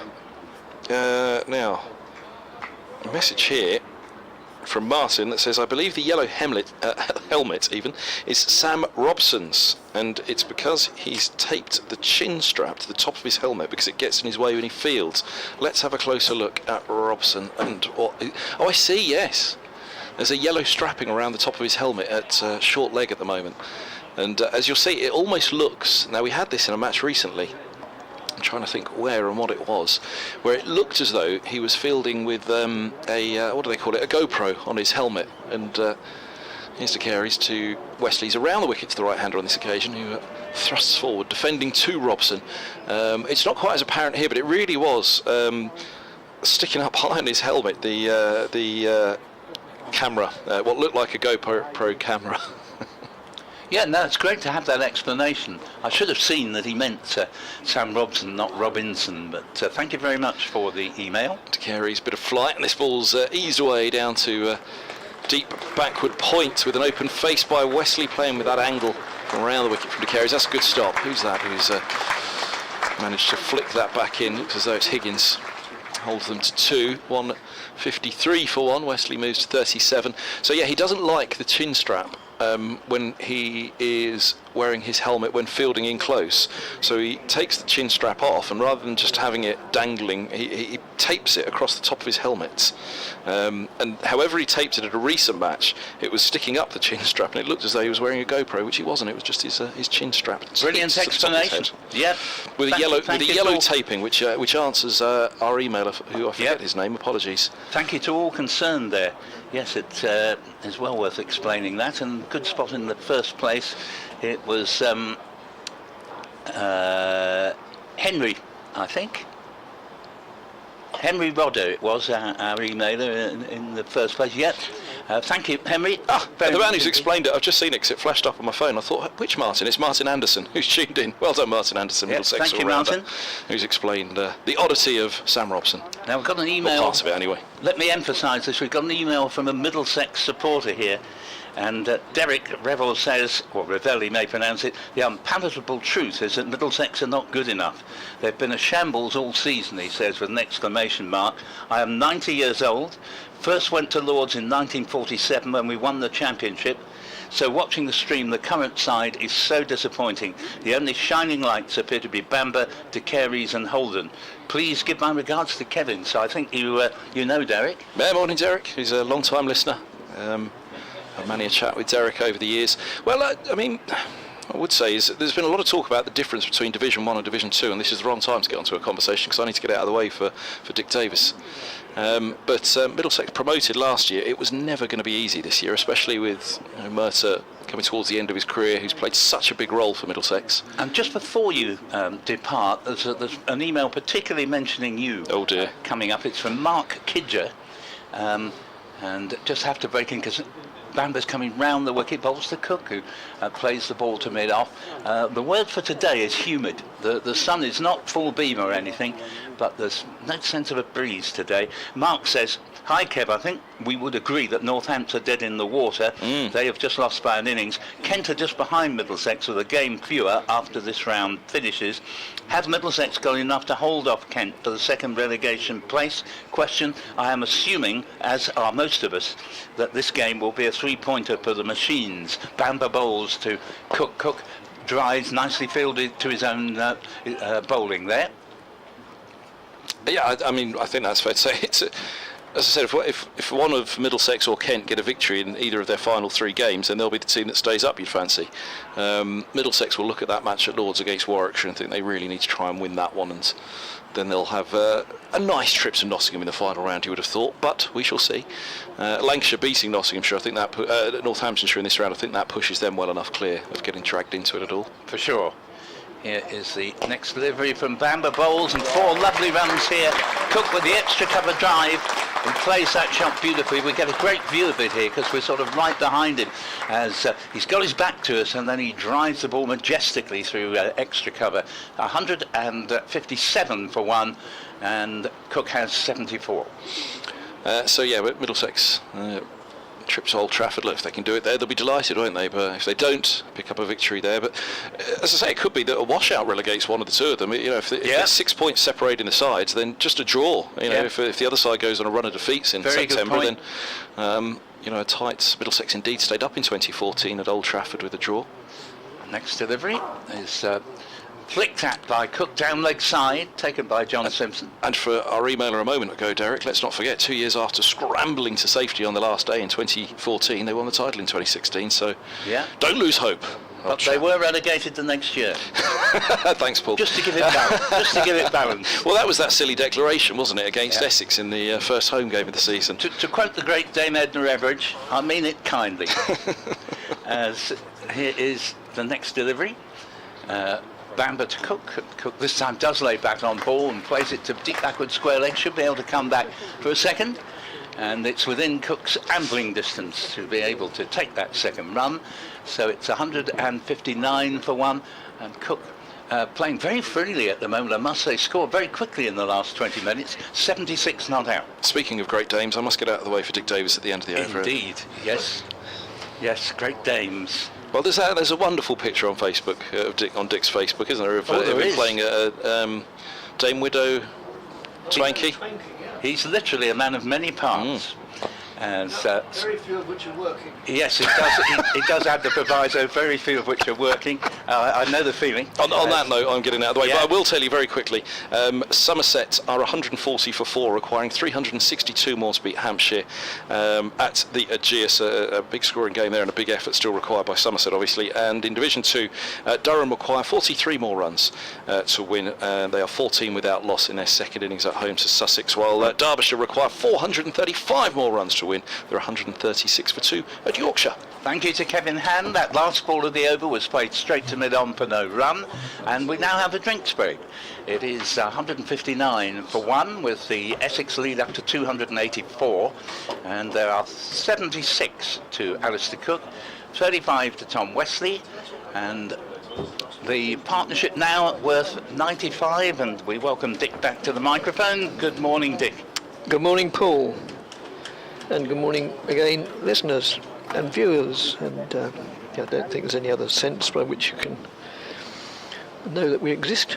I think I might, because this break will go on for 2 or 3 minutes, rattle through a few more of the many emails we've had. Henry Rodder just follows up his very good question about why Sam Robson has a yellow strapping to his helmet, and he says, yes, apologies, I meant Robson, not Robinson, fielding at silly mid-on to the spinner. Thanks, Henry. Carl Fuller says, another great championship season for Essex. He says, hi, thank you for your excellent commentary as ever. It helps make the working day pass that bit quicker. I just wanted to say that whatever happens this season, it has been another great one for Essex in the county championship. We continue to defy the odds as a non-test hosting county and continue to outperform those test hosting counties in Division 1 who no doubt have bigger budgets to work with. Since 2017, Essex have been consistently good in this format of the game. It is just a shame that Surrey can snap up whoever they want and are becoming the Manchester City of cricket. Dan Lawrence will be a big miss once he leaves us. Thanks, Carl. Excellent points, Carl from Clacton-on-Sea. But I would just like to endorse your comment there. I think it has been a terrific season for Essex, even though it is on the cards that they're only going to finish second. But I'll tell you what, there are plenty of other sides, 8 of them to be precise, who would love to have finished second to Surrey this season, but they're going to be somewhere between 3rd and 10th. And that's the measure of Essex's achievement. Essex won the first game, didn't win any of the next 5 during what I think we have to consider the failed experiment of going with 5 bowlers and 5 batsmen rather than 6 batsmen and 4 bowlers. Ever since they reverted to the well-tried and trusted formula, it looks as if they're going to have made it 6 on the bounce here, 6 wins, and it may be 8 wins by the end of the season, Dick, if they win their last 2 games. I would just like to say well done to all concerned. Indeed, yes. Obviously, I'd endorse that. No, I think they've had a superb season. Realistically, yep, better than, well, yeah, just about the best they could have hoped for, because, you know, Surrey, for reasons which we know, to my mind, Surrey are the best side. Okay, they've got lots of money and they can, you know, literally buy in the talent, but you know, the result is there for all to see. And yeah, Surrey are in a position that every one of the other 17 clubs would love to be in, I'm sure. Yeah, Brit for me from Kevin Mansell. While Paul Newton was burbling on about Rossington's cap colour, he called no run when Cook had hit a 4. Can we have commentary on the play as well as scintillating conversation? Yes, mea culpa there, Kevin. I do apologise, and to all and sundry. It is a little bit difficult at times when Dick or myself or whoever are reading out emails. We want your emails, but it isn't always easy to do 2 jobs well at once, and there I failed. But Essex, of course, not forgetting, they were runners-up in the T20 as well, so to have a season where you're runners-up in 2 of the only 3 competitions makes it a very good one. Well done to Anthony McGrath, who's in his 6th season with the club. And to a certain extent, or maybe even a large extent, I'm a voice in the wilderness, but I often am. I think they gained, the club as a whole, gained a lot of information, and the players individually, from the 50 over competition as well. Yep, Luke Coleman into the attack. Over to you, Dick. Right arm, excuse me, over the wicket, bowls, and just worked away just forward of square on the onside. They go through for a single.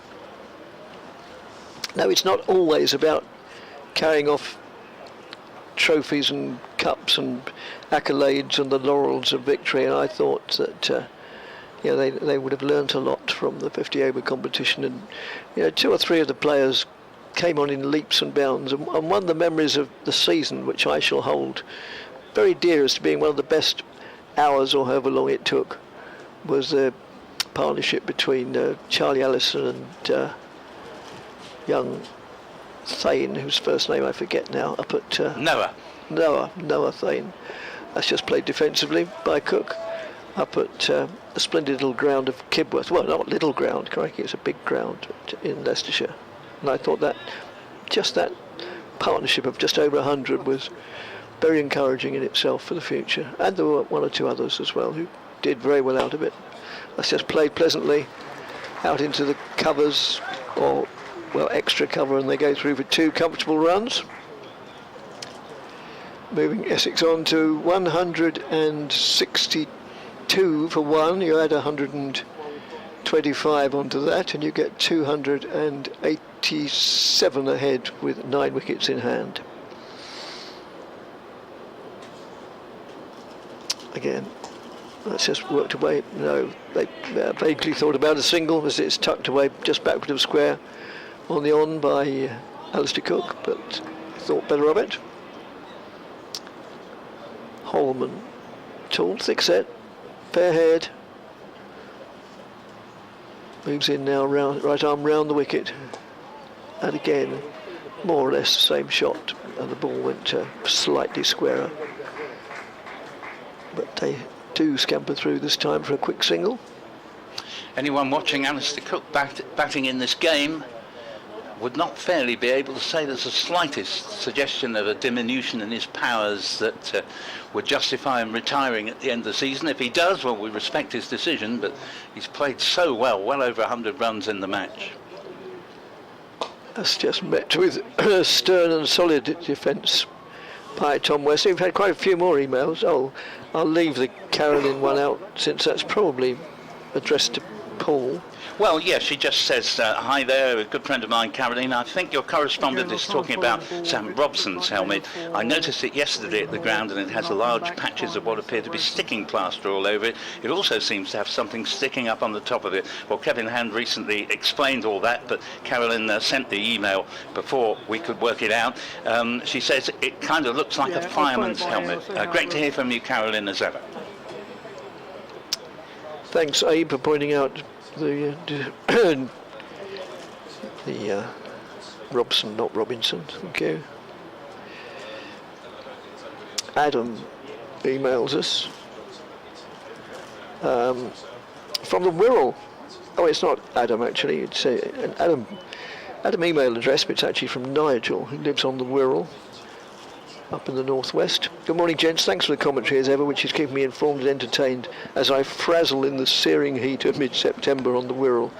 When things are quiet, you may care to take, as we say up here at Butchers, at this link for some memories. I think there was some talk about Little Chef.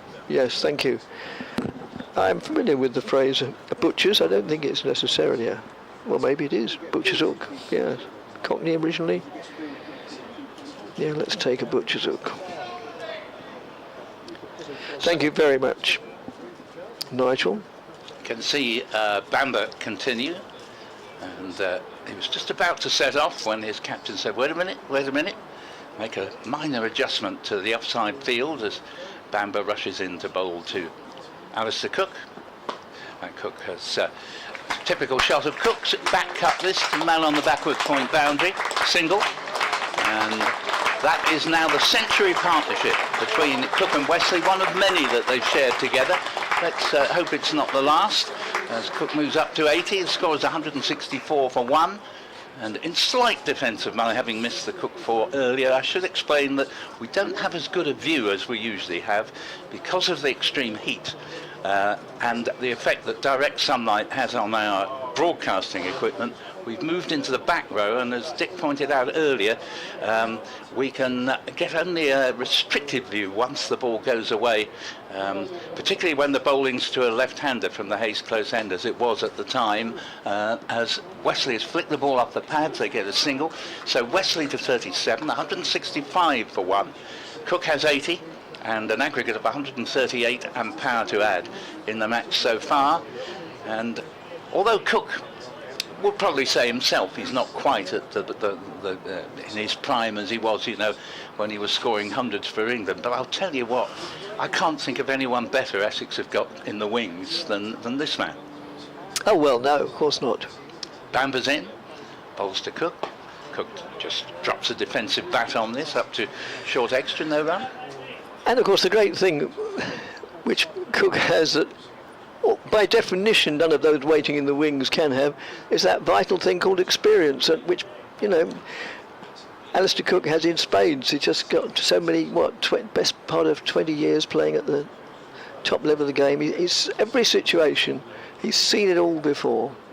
As I once forgetfully or memorably for the wrong reason said in a commentary years ago, you can't teach experience. Experience only comes with experience, I suppose. Yeah, just lifetime's practice. Practice, that could have been a word. Here is Bamber in and bowls to Cook. Cook drives without timing, goes into the covers, there's no run. There is an interesting point to be made here, 165 for 1. If we're talking red ball cricket, there is a polar difference between Cook and many of today's youngsters, and that is Cook hardly ever knowingly hits the ball off the ground. And so many of the youngsters who come through today repeatedly hit the ball off the ground. Now, it's no good sort of saying no one should ever hit the ball off the ground or everyone should be like Alistair Cook as he drops a dead bat on the next ball out into the covers, 165 for 1. But if you are going to be a successful red ball player, you don't want to hit the ball too often in the air, because you're exposing yourself to a way of being out that you're better off avoiding. I agree, but we're given to understand that the way that the youngsters learn the game now, when they first pick up a bat, they're told just see how far you can slog it. Well, mate. yes, that's the problem, isn't it? And of course the emergence of 20-over competitions merely exonerates anything they might do, as this ball is played. It just beats the stooping mid-wicket, but it's backed up by mid-on coming round and there's no run. The over ends 165 for 1 with 80 to Cook, 37 to Wesley, overall lead of 293. Just wanted to thank Abe, who was among those who pointed out that Henry Rodder, our earlier caller, meant Robson, not Robinson. Yes, there you are. You've been thanked twice because I thanked you. Oh, sorry, I beg your That's all right, madam. Heather points out, yes, that there was obviously some discussion about Cook and Cook, little chef and big chef. Of course, she points out the term is sous chef. Yes, sort of an under chef. Yes, nice one. It is a very good one. It's a great level of hierarchy in the top kitchens, isn't there? Not to mention bullying, allegedly.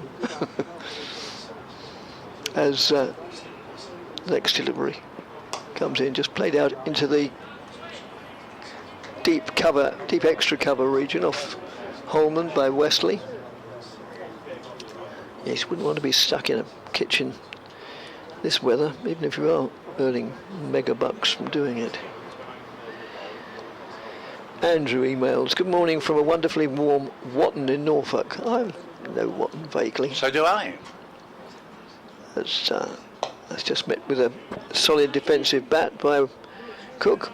Where I'm watching the stream and listening to your commentary, with Surrey winning inside 2 days, Essex will need Surrey to slip up in their final 2 games, home to Northampton and against Hampshire. On the other than bad weather, hard to believe given the Indian summer this week. It's just whipped away on the onside for a single. Well, I mean, we still. You say hard to believe the Indian summer, but we're given to understand that this Indian summer is ending at the weekend, and then, well, we all know you can have 4 seasons in 1 day, let alone 4 seasons in 1 month. Do we see Surrey slipping up in either game? In a word, no. That's just pushed out in the offside.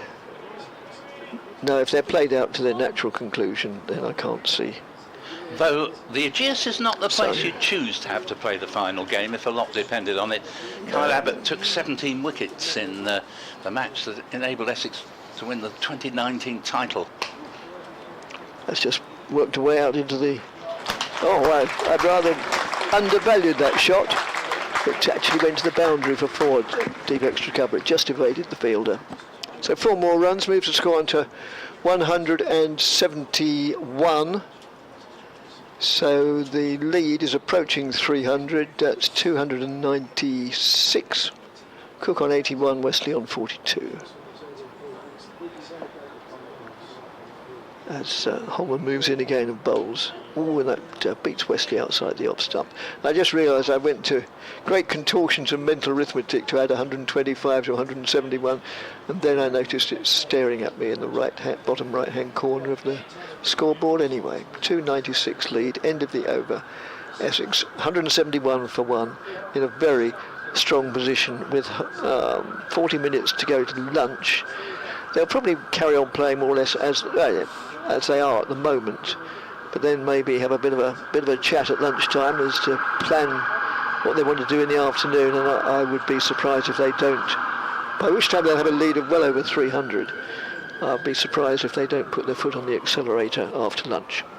Well, I think Cook already has, actually. He's moved along very quickly, having got his 50 to... Even more then. Yeah, 81 to him, 42 to Wesley, and the partnership now with 107 overall lead, as you say, 296, and Bamber, as enthusiastic as ever, comes in from the Hayes close end. Lovely shot from Cook, and that's going down to the backward point boundary, but not over it, because fieldsman from out of my view suddenly springs into it and prevents it going before just a single. Cook to 82, 172 for 1. We've heard from one of our regulars, Michael Alexander, who says, back from Morrison's at Palmer's Green. Looking forward to some time with my mates before the next duties ensue. Shame to have missed the first hour, but I can always go back. Thank you, Michael. Other supermarkets available? 1 to 25 shot has just come in. I thought to myself as I read that out, Dick is about to say other supermarkets are available. That's a lovely shot from Tom Wesley. 4 runs, even though it's going 80 yards out to the very long boundary on this occasion. On the pavilion side of the ground, the lovely back foot force through the covers. And Wesley to 46, that's by some way his shot of the morning, as the score goes to 176 for 1. Yep. It's all in the small print of the contract. Yes, indeed. And the lead up now to over 300. The aeroplane, I hope, isn't in as much trouble as it sounds. Not that I'm an expert in aeronautical audiology, if there is such an experience. Bamber bowls to Wesley. This time he clips the ball beautifully. This will only be a single because there's a man on the mid-wicket boundary. And that takes the score to 177 for 1. Wesley has 47. Steve Plampin says, regarding Josh de Carey's, having watched this guy bowl both innings, he must be on the plane to India, surely. Leach is at best a stock club bowler who will not win any game at the top level. Surely it's time for a youngster to be given his chance. Well, I would like to see him given the chance, I have to say. Well, he certainly looks impressive, and his figures are there to back it up. Even if he's not taking wickets, he's pretty good at keeping a lid on the run scoring. Yes. Bamber's in bowls to Cook off the pad. Should be a leg by here.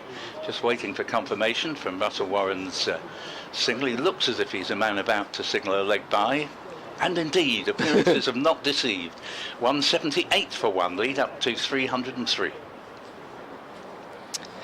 Clive emails, T, what are the rules for when T can be, oh no, can be brought forward when Middlesex have bowled out? It was a beautiful day, no threat of rain.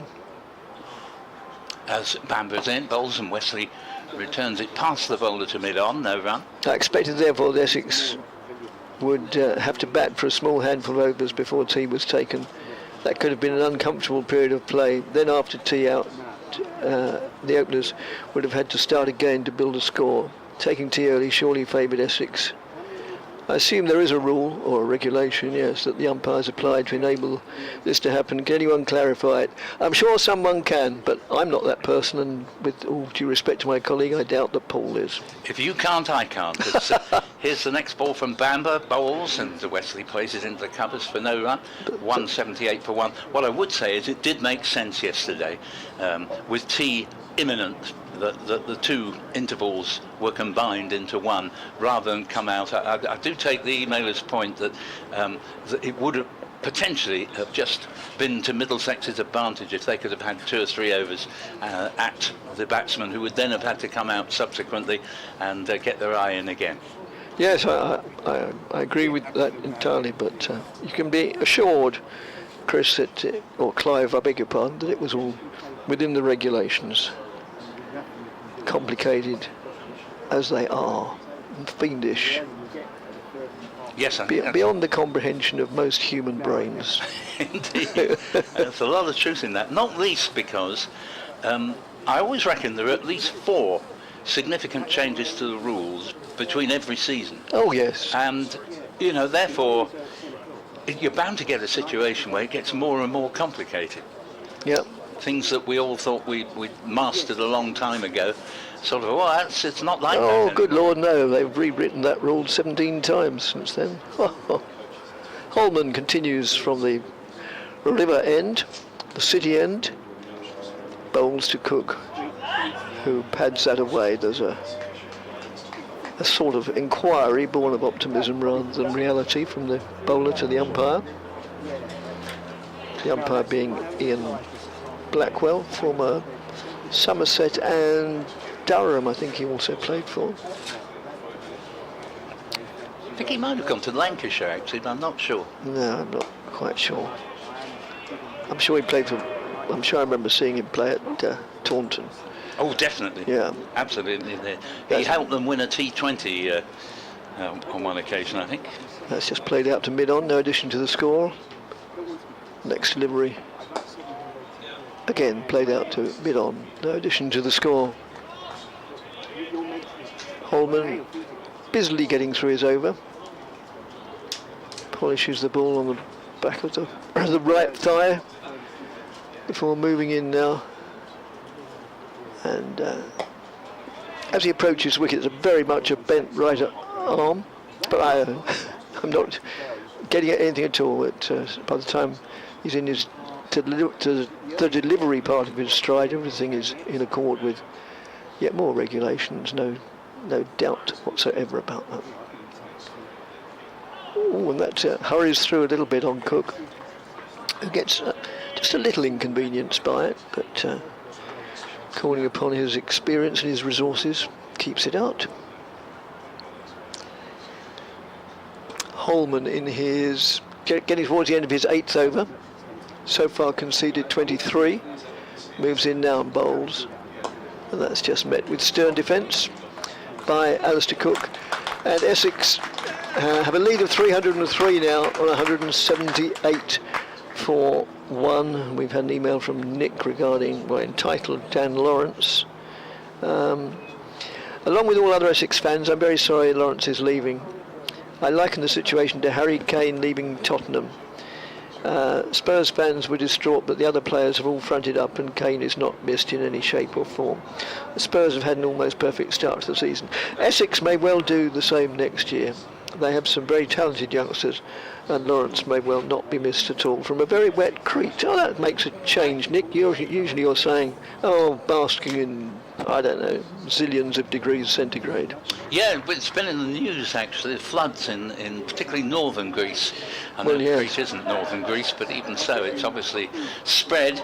And probably no joke in many places, such as the torrential nature of the rain. Oh, yes, some dreadful pictures on the telly. Wesley advances to Bamber, but can only play it to the short mid-wicket. No run, 178 for 1. A good maiden from Luke Holman the previous over.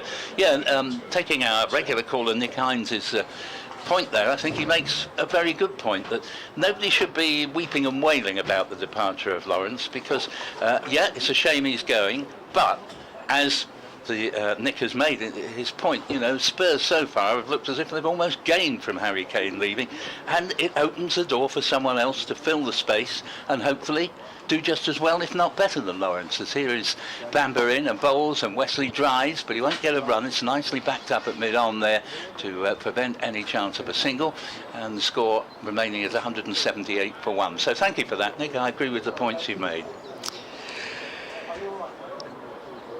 I wasn't in a position to comment on the first bit because I know nothing about Premiership football at all. But it's an easy moral, you know, that I think you can make too much of one player. Oh, good God, yes. Yes, the principle I agree with entirely. Yeah, I knew you would, you know, because Spurs suddenly looked far more of a team than they did when Kane was playing, to my eye. Out LBW, this one keeps low. Wesley had stepped across his stumps, and although there was just a slight suspicion that it was a little bit leggy, but Wesley looks as if he's perfectly prepared to go without complaint, because he was caught right back on his stumps. And there we have the first wicket of the morning, ending a partnership of 114. And Bamber deserves a wicket for the effort he puts in. And Wesley falls 3 short of a 50, but the captain has nonetheless had a very good season for Essex with 3 fine hundreds and a lot of other good scores. And this would be one of them, really. 178 for 1. The lead is still 303. Cook has 82. At the end of this over, I will be bringing back Kevin Hand to join Dick Davis. Applause for Tom Wesley for his good innings there, but well, we note all the time, Dick, it keeps low at Chelmsford, and that was a classic case in point. Yes, indeed. Give us an opportunity to address Ben's email. Thanks for the commentary as well as the live stream. Yes, it's a good opportunity. I always like to thank the camera crews, the camera operators, and on a day like this where they're out in the hot sunshine, it can't be much fun. So yeah, warmest thanks and congratulations to all those who are manning the cameras and of course the backstage people as well, ensconced on the opposite sides of the grounds. Here, yeah, and, very well remembered. Oh, on the subject of chin straps, anyone who watched the England T20 yesterday may have noticed that Rehan Ahmed's chin strap was dangling loose about an inch below his chin. I must admit that finer point did rather escape me, but others more observant probably did notice it. Can you think of any reason why he wouldn't tighten it up, and if there's any advantage in not doing so? No, I can't, but yeah, you'd have to ask. Young Rehan, very promising young spin bowler, and he always seems such an amiable, affable, cheerful. They'll soon knock that out of him. And he's very unconventional, you know. Yes. So he would be the sort of person who'd have a dangling chin strap. But I always like a bit of individuality in players as they come through. Yes. Years ago, when I listened to the radio with my parents, there used to be a Colonel chin strap. No idea. Yes, vaguely rings a bell. And that ball is played to mid-off from the bowling of Bamber, with Essex now 178 for 2 and a lead of 303. Cook, don't want to talk him out, but he wouldn't be Alistair Cook if he didn't at the back of his mind have the thought, well, if I have a little bit of luck and play my cards right, there could be another 100 in the offing here. He still needs another 18 as Bamber's in and bowls to Dan Lawrence. And Lawrence has played this ball to short extra. So that email that we had about Dan Lawrence was rather well timed. Yes, lo and behold, the man appears. So thanks, Ben, for your email. Yes, I'm most impressed with Brown Arkwood. As I say, I like the cut of his jib, as Henry Blofeld used to say, or maybe still does. And yeah, I like the way he goes about his cricket. He seems to enjoy it and have fun, which of course you do at first, because you're just turning a hobby into a career. Yes, he's had a very swift ascendancy to international ranks, and as you say, anything but overwhelmed by the situation. He looks thoroughly to be enjoying it. Yes. Here's the next delivery from Bamber to Lawrence, gets off the mark with just an easy single worked into the onside. 179 for 2. Can't help but think or fear that one of the bigger counties is going to come knocking on his door and brandishing a chequebook. Well, chequebook's a bit out of date, but you know what I mean. Yeah, we have a missing Kevin Hand, but I will stay here until he arrives. He's gone AWOL. They must at least get jankers for that. Yes, I think so. I mean, you and I are extremely clement men, but even so, you know, if the offence warrants it, there has to be an appropriate punishment. Well, yes, of course it does. Even if only as a deterrent. Well, only as a deterrent. I mean, punishment is no good unless it deters you from doing it again. Mustn't confuse punishment with revenge. But incidentally, while we go into the deeper recesses of the judiciary. We've got a hold up here because one of the Middlesex fieldsmen, don't blame him actually, he's having a change of shirt because... well, it's Holman. Well, it's Jack Davis actually. Oh, is it? Oh, he's coming on to bowl, yeah. Number 17. Beg your pardon. Yeah. Oh no, I'm wrong as well. I thought it was a 17 on his back. It's a 12. So it is Sam Robson who bowled a little bit yesterday. Don't expect to see Jack Davis give him the ball. Yeah, Sam Robson coming into the attack. And he had very reasonably, obviously sweating out there. The sun isn't full beam, but it's very, very humid today. Yes, it is indeed.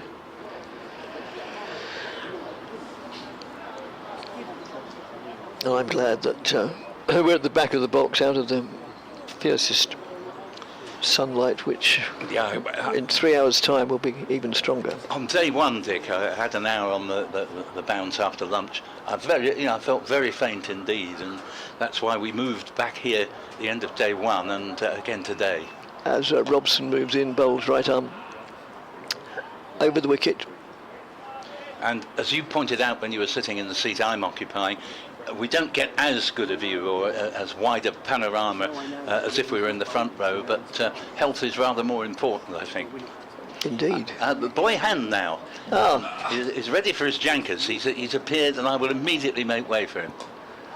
That's pulled away into the mid-wicket area. Well, no, it's not, just behind square on the onside.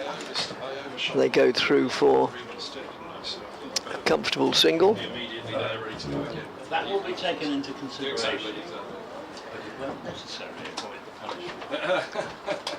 Paul just remonstrating as only he can with the miscreant Kevin, that is Kevin Hand. well, I was late getting off the mic, wasn't I, for your stint? You know, I overstayed my welcome somewhat. So I thought I better not be sat there immediately ready to go. Nobody likes a commentator like that, do they? When they stay on too long on their stint, and then 2 minutes before theirs is meant to start, they... He thinks he does protest. Yes, tell it to the judge that is Paul Newton. Oh dear, I'm in trouble. Right, so it's Robson to continue. Round the wicket now to the left-handed Cook. Bowls now. Cook attempts to pull it away on the leg side, but fails to make contact. And it's well stopped by wicketkeeper Simpson. Didn't take it entirely cleanly, but he did well to get everything behind it, really, or get enough behind it. That's short of a length. Ooh, and Cook, well, from this position, looked as if it could have rolled onto his stumps, but he didn't seem that alarmed. Not that you can imagine Alistair Cook getting alarmed by anything, really. He may have thought, oh dear me. As goes forward to that. Played out on the onside, no addition to the score of 180 for 2, and leader 305, with only 8 wickets in hand now. As with 1 delivery to go, only 1 conceded off Robson's over, which has now been augmented to the tune of 1 more as it's pulled away out to deep mid-wicket, and Alistair Cook will retain the strike. What was there any agreement between yourself and Paul on how many runs Essex would like to be ahead by mid-afternoon and declare? 450 maybe? 500? Would they go even? Well, we didn't. We thought more of time rather than, and the very phrase agreement between Dick Davis and Paul Newton, the 2 words don't live in the same acreage, really. How many years have you 2 worked together now? How many years? Yeah. 27. Goodness me. Goodness me. I was 18 when I started, now look at me. It's the effect he has. Kevin Howes was still in shorts. I always put a twinkle in my... if only. God, yes, pull the other one. 27. Well, the great and the good were here yesterday, weren't they? Kevin Howes, sports extra, and pulled it all the way back to club call days, cricket call days. In Paul's case, yes, not mine. Guy Swindles, who BBC Radio London legend, and look at him now. He's up there. He's taking on great heights as well as a cricket commentator, and replacing me occasionally as Middlesex. Here's Holman around the wicket, he bowls, and this is clipped to mid-wicket by Cook on 83 and no run, 181 for 2. Yes, I mean, although I've been doing this for 27 years, I'm actually one of the new kids on the block because both Paul and our colleague Nick Gledhill have been doing it longer. This ball from Holman around the wicket beats the edge of Cook back and across through to the keeper, and there's no run. Really? Nick? He must have started in shorts then. Goodness me. Probably. I don't think he's ever worn shorts in his life. That's probably merciful, to be fair. As here's a attempted sweep by Cook, but it thumps onto the pads wide outside the off stump. Holman around the wicket too and falls away into the onside. Paul saying that he doesn't think Nick Gledhill's ever worn shorts in his life. I'm not going to see him these 4 days. Nick, he's not with us, is he? No. Here's Holman once more from the Hayes close end. He bowls. He's dabbed away into the offside by Cook. No run. No, busy time in his day job at this time of year, the peak of the season. Ah.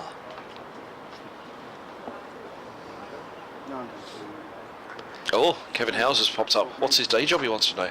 The great masses of flights this year, coordinated and controlled by Mr. Gledhill. They all stay up there thanks to Nick. His attempted sweep by Cook through to the gloves of Simpson. A quicker ball from Holman around the wicket to the left-hander, and there's no run. Isn't that right? Close enough. He doesn't work in air traffic control, but just the very name air traffic control, I cannot think of a more stressful job in the world than air traffic control. It must be. Here's Holman bowls, and this ball's driven away by Cook through the covers. There's a sweeper out there, just a single, 182 for 2. Although at the rate that Nick Gledhill does a rosa for this commentary box, he'd be a fine man for air traffic control, wouldn't he? The Rota King. I think over 182 yeah, for 2. I mean, you need to be meticulous, I've thought. You can't switch off, can you? You know. I mean, I've had jobs in my career, well, what previously could be called laughably a career, but where, you get back from a late lunch and I think, I'll just soft pedal for the first half hour. You can't do that if you're in air traffic control, can you? We'd hope not. Yes, I'll just take it easy, I think. Work my way back into the afternoon. So it's Robson to continue from this. Nick Gledhill would have loved this match, though, wouldn't he? All the ramifications of it all. Just yes. 6 points clear of Kent now. He could tell you for sure whether Middlesex are going up or down. Robson, or staying up or going down. And Cook plays on, goes on the back foot, and was it a catch? Was it? I beg your pardon. And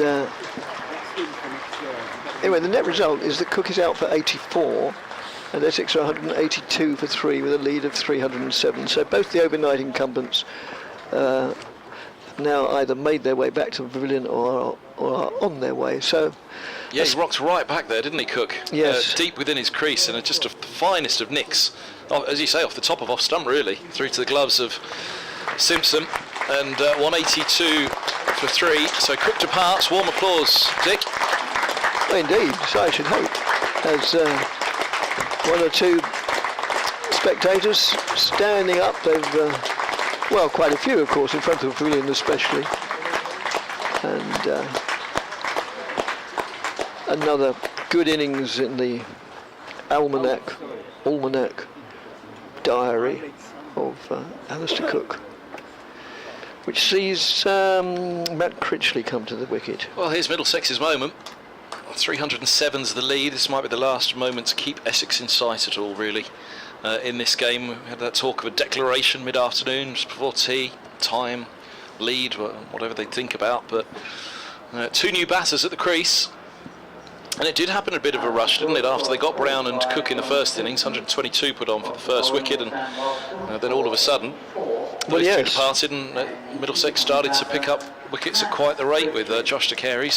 But well done, Sam Robson, removing his old England partner, Alistair Cook. Yes, of course, I'd forgotten that. Part-time spin of Robson, and just a little bit about, Cook got himself into a bad position as played, I think, didn't he? On the back foot, backed up onto the stumps, and yes, that's right. But Robson had there was a long while that it went by where Robson was the most successful opener with Alistair Cook since Andrew Strauss. Really? But he never got the recall, did he? 2014, those tests.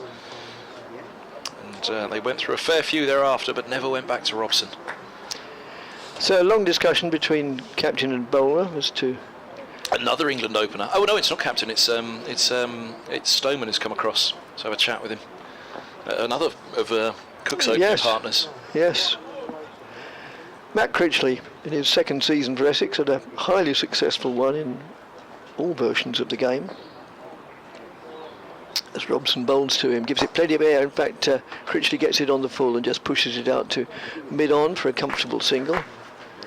Well, I say comfortable, it was really, yes. Although Critchley had to run quite hard, but he was always going to make his ground. So it's a nice delivery to get for your opening. Put the slow full toss just outside or on the leg stump. If he'd been at the stumps for longer or in a different version of the game, he may have tried to dispatch it for 6 rather than just push it for a single. And that is cracked away for 4 runs down to deep mid-wicket by Lawrence, taking him on to 6 and Essex on to 187 for 3.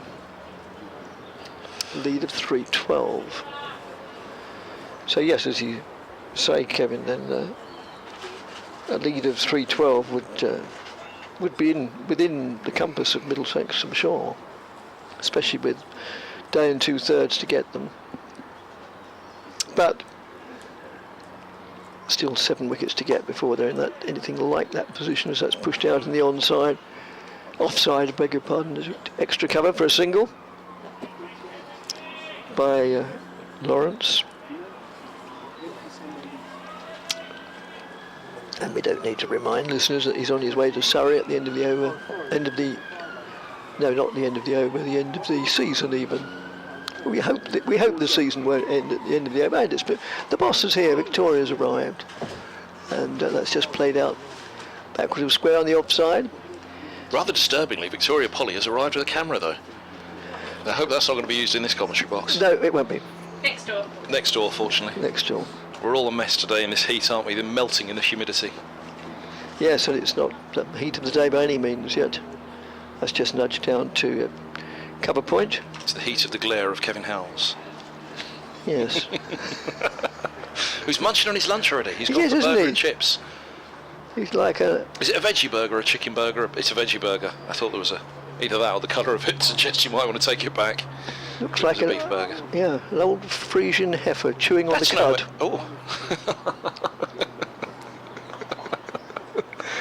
I say Frisian because it's black and white, his hat. He's got a black and white hat on here. Yeah. Supporting New Zealand clearly in the tri-series that just finished. Ah, yes. Glory seeker, you see. So 189 for 3, a lead of 314, and 2 relatively new batsmen. The crease only faced 10 deliveries between them. Yeah, over to Luke Holman. So Robson 2 overs, no maidens, 1 for 9. Holman 9 overs, 2 maidens, none for 24. Yeah, this is the way, isn't it? In cricket, you kind of get through a nice little economy of 2.7 from your 9 overs as the leg spinner, the part-time leg spinner Robson comes on and picks up Cook. Yes. Just seen Luke Holman's dad sit down away to our right-hand side. They're in a bright orange shirt. Well, not that bright actually, but an orange shirt nonetheless. Almost a mustardy orange, in fact. And so here's oh yes, I've seen it. There you go. I've got there with the right description of that colour in the end. As here's a length ball from Holman. Forward goes Critchley. It's a quicker one, that from Holman, and beat the inside edge. He's just made the signal as though it was the googly, that one, just sliding on down the leg side anyway. Yes, definitely mustard yellow, that one. Here's Holman again, just short of a length and rocking back. Critchley drops the single wide of the mid-on. Ethan Bamber coming around. Critchley moves to 3. BBC Radio 5 Sports Extra, live here at Chelmsford in the County Championship, a game of great importance at both ends of the table. Essex looking to keep pace with Surrey and, well, keep the championship title race alive, really. Anything other than a victory in this one, and it would be quite the effort to overturn Surrey from here. Middlesex, meantime, looking to avoid an immediate return to Division 2 with Essex, Kent, my apologies, in contention to catch Middlesex. They'll be if Middlesex were to lose this game, they'll be just 6 points clear, both with 3 to play. Kent's second bottom. As here is Holman, drops this one short. This is worked through square leg and a single taken by Lawrence. Moves to 8-1-9-1 for 3. Kevin Howells, the master of ceremonies, will be taking you through the lunch interval in a wee while. Paul Newton alongside myself, myself, Kevin Hand, indeed, and Dick Davis. You do know your own name, do you? You had one job, says Kevin Howells, to get your name right. It's not easy, I know. It is hot up here today, I must say. Mind you, I've just made myself a cup of tea, which perhaps wasn't the most advisable thing to do in this heat. As in comes Holman, he bowls, and this is driven away by Critchley only as far as cover, no run. Yeah, I was at Radlett yesterday for the Sunrisers game against Western Storm. Big victory for Sunrisers in that. And in a commentary tent for that one, but the heat was just as bad as it was here, even with the breeze coming through, as there's a lot of flight on this, driven away out to deep cover for a single. 192 for 3. Nice of the Sunrisers to oblige though, and to wrap victory up early to get me back for the evening session here. Let's get the pineapple slices that Paul Newton brought with him for our delight, and they were great, I tell you, when I arrived yesterday to see those on the desk. Greatly received. Here's Holman bowls, and forward goes Lawrence, pushing away into the offside. 8 to his name. Mistakenly ducked my head into the press box in my stint off to make myself a cup of tea, and the first question is, come on in, how many can Middlesex chase? 317 is the lead currently, as that Holman over ends. 192 for 3, Lawrence 8, Critchley 4, and well, Middlesex will be just desperately trying to end this, won't they? But anything over 400 is going to be surely out of sight. And again, time-wise, 4.5 sessions. Essex were probably thinking somewhere around 450 pull out, maybe 500 if things are going very well in 3.5 sessions for Middlesex to try and survive. And as Ryan Higgins said last night, of course, there is the possibility of the draw. So, well, yes. But I think if they've got 3.5 sessions to try and bat, then well, if there's 400 on the board to chase, but that's only, what, 83 runs to play with now, and 7 wickets standing for Essex in their second innings.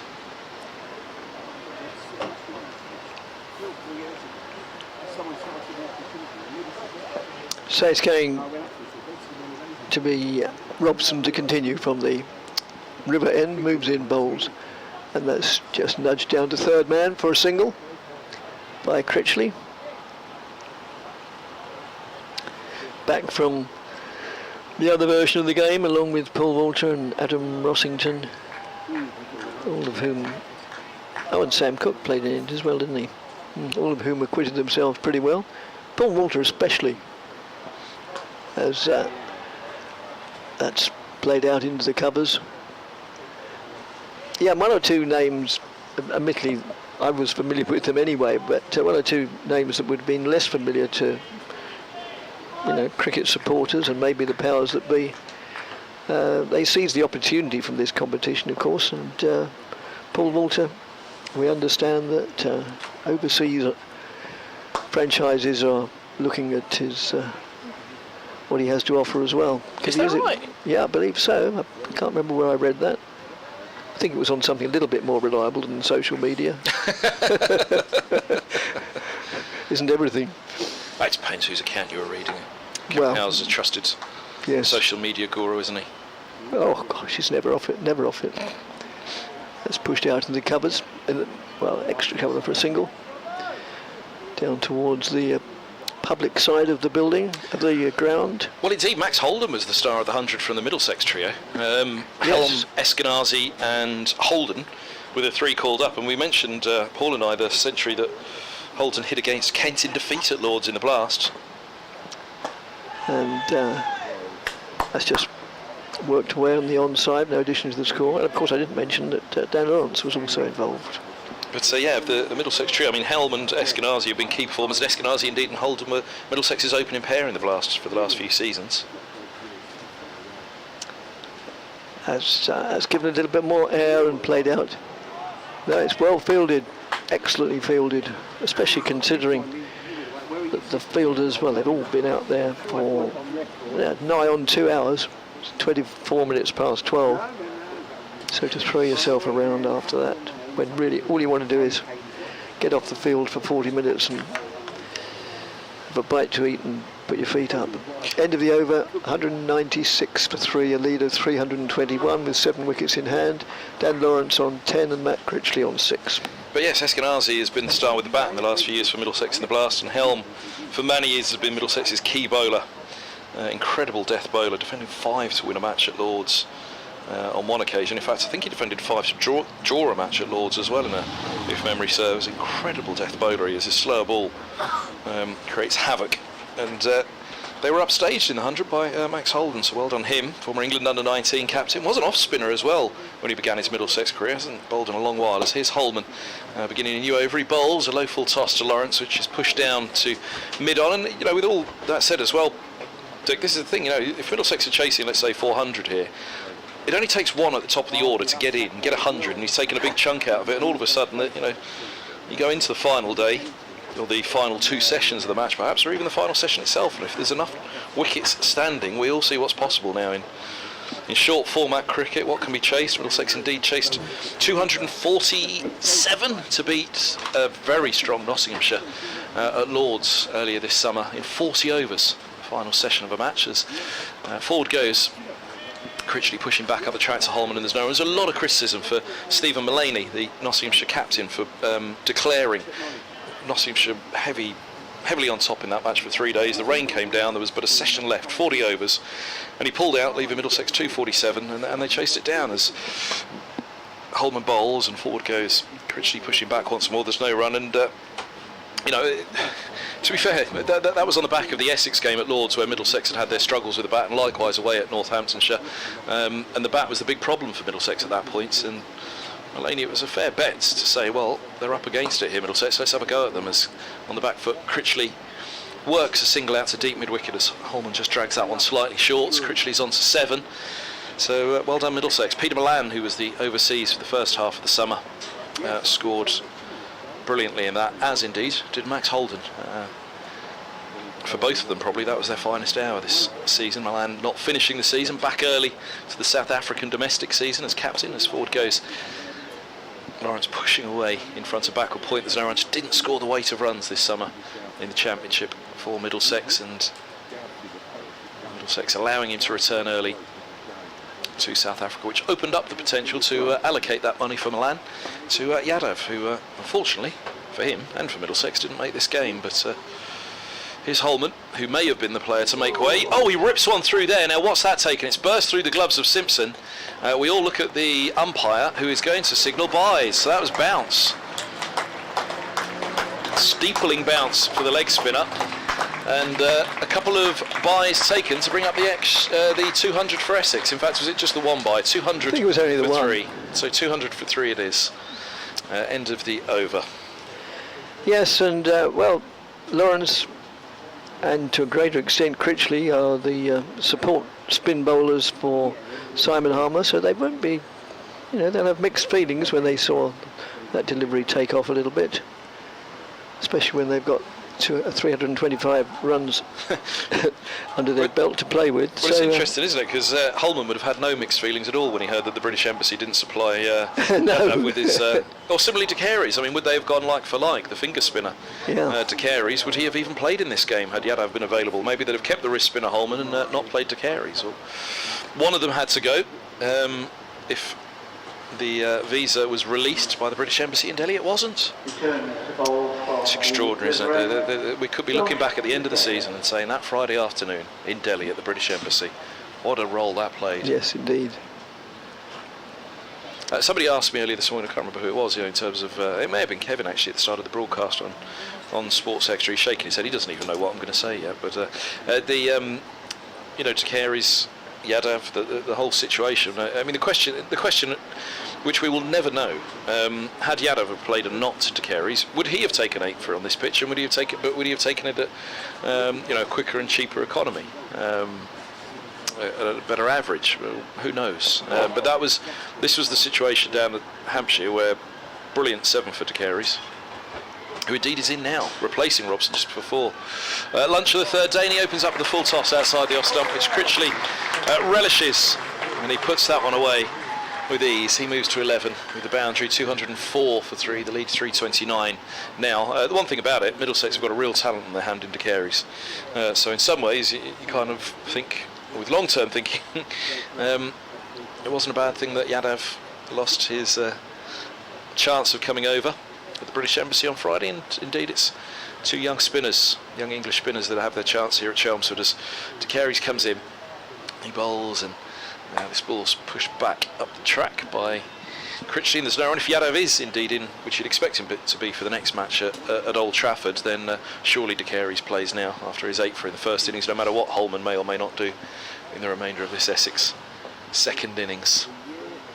De Carey's 8 for it, you can't drop him after that. He's in now, bowls, and this ball's driven away wide of mid-off for a single by Critchley. He moves to 12, level with Lawrence, who comes back onto stride, 205 for 3. Had a nice... oh, sorry, Dick, you go ahead. Well, a very quick one, because we've had a few, but thanks, Cole, for your email pointing me in the direction of a bit of YouTube from Jack Train, who played Colonel's chin strap. Thank you. Oh, is this the Sam Robson chin strap on his head? Yeah. I said that used to be a chap on radio called Colonel Chinstrap. Here's De Carey's, he bowls, and this is a reverse sweep along the floor to the slip fielder Higgins. There's no run. We had a great line about a chin strap many years ago, actually. Yeah. There was an emailer who was a scientist at a base camp out deep in the snow somewhere, studying chin strap penguins. And funnily enough, you know, he kind of read it and he thought, is he pulling our leg or is he really? And a week or so later, I was listening to Test Match Special, and he'd emailed them as well. And the same thing. They told him, yeah, I'm listening from base camp, studying chin strap penguins. As down the track comes Lawrence, and the single is pushed down to crack the long on, and the single taken, which was quite nice. It was when we received it at the time. At that point, we then realised we'd received an email, and this is going back many a moon now to the early noughties. We'd received an email from every continent, indeed, at that point then, which was quite nice as De Carey's bowls, and on the back foot Critchley waits and it turns into the onside and there's no run. David Townsend, our erstwhile colleague, who will be doing day 1 at Lancashire in a few days at Old Trafford, he said, I wonder why they have chin straps, these penguins, Kev, and then answering his own question, as DT so often does, said, I guess it makes it easier to pick up a penguin. Lunch here at Chelmsford, 206 for 3. Enough of chin straps from us. Essex is morning again, Dick, and yeah, Middlesex, well, as I say, things will have to happen very quickly after lunch if they are to get back into this game. The lead's already 331. Yeah, with Lawrence not out 13, Critchley not out 12. Quickly, the batsmen out today. Alistair Cook for 84 and Tom Wesley for 47, and they put on 114 between them. So thanks very much for listening. Do join us again in about 40 minutes time when the same group will take you through the afternoon proceedings in what is probably going to be a very, very warm afternoon. Thanks, enjoy your lunch. Indeed, thank you very much.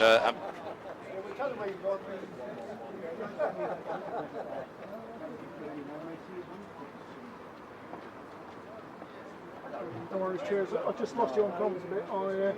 In my desperation to get the lunch now, so I changed channels again. Not hearing you for the last 30 seconds.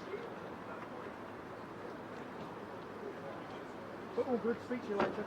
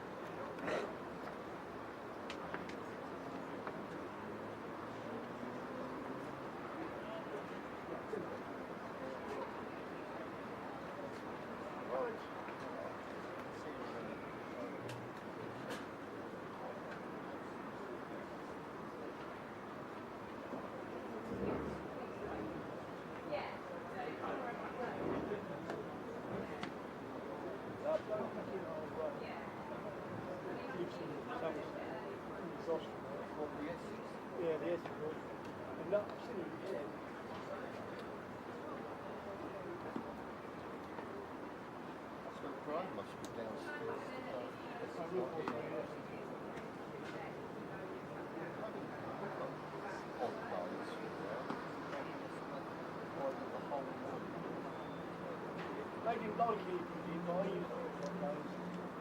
Maybe for football, really.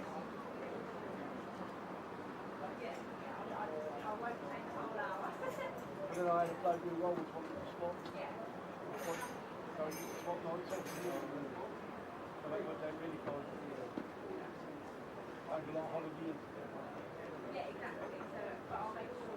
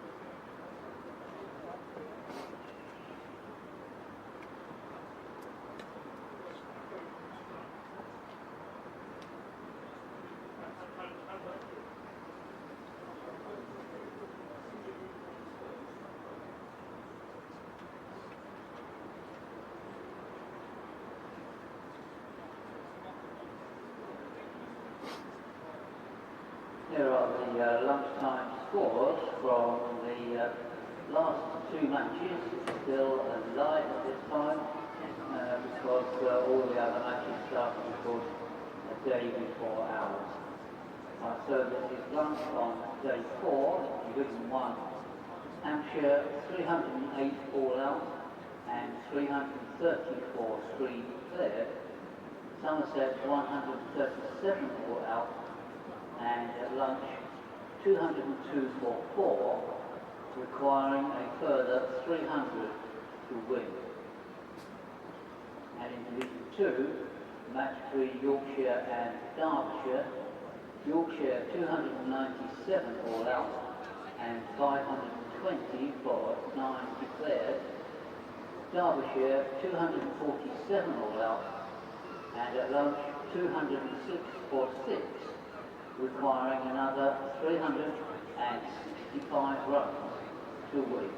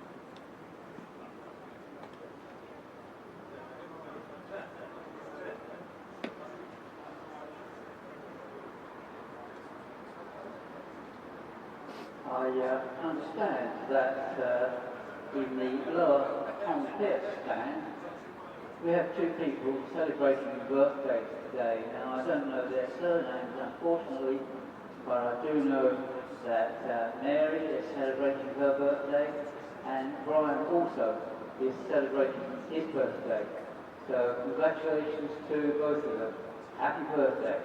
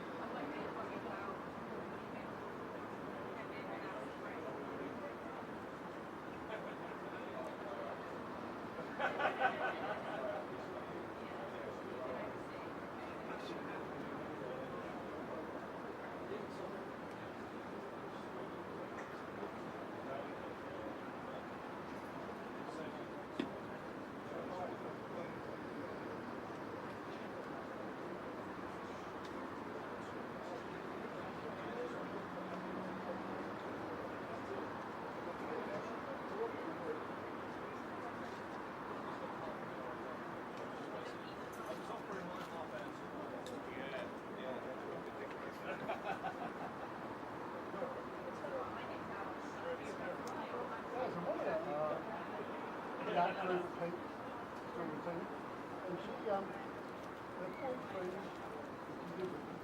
it's worked for rail track. This is where rail track are going, and they actually, Tony went to take turns. Oh, yes. Some of them don't allow you to take all your own in the summer, do they? No, they really, you see, something was proud of it. Sorry, you never do children. So basically, like in time when the school holidays were, you train easily with people. Yeah. She obviously wanted to go away. Yeah. When the kids were at school, she was going.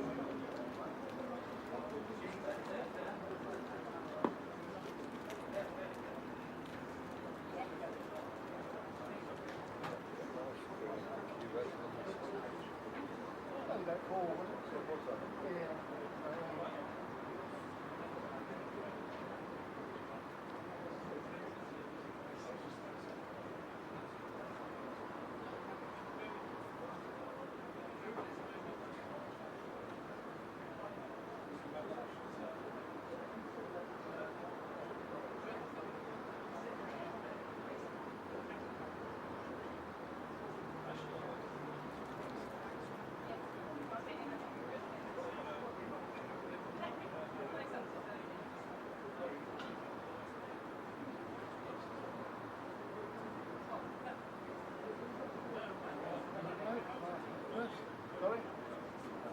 said he wanted to know who was up there. Yeah, I know. I'm not there. You know, we sort of down this, down, down there.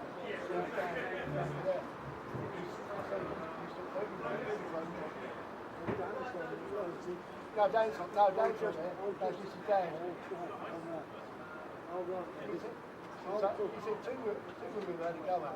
Shut up. God, yeah. Don't do no good, can he? I mean, there's no harm in him, but, you know, he does get a bit, doesn't he?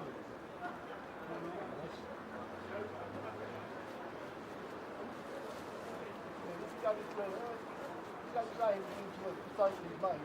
He'll make it again and again and again. Yeah. You don't understand, he says to play.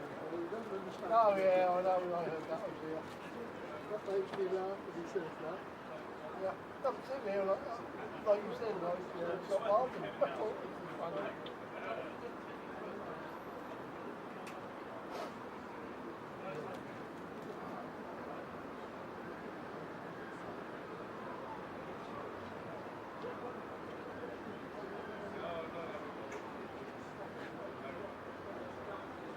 You're very used to not certain block except September.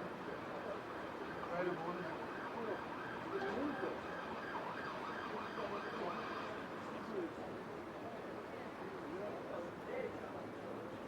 I'm not complaining. So next week you'll probably be killing it there.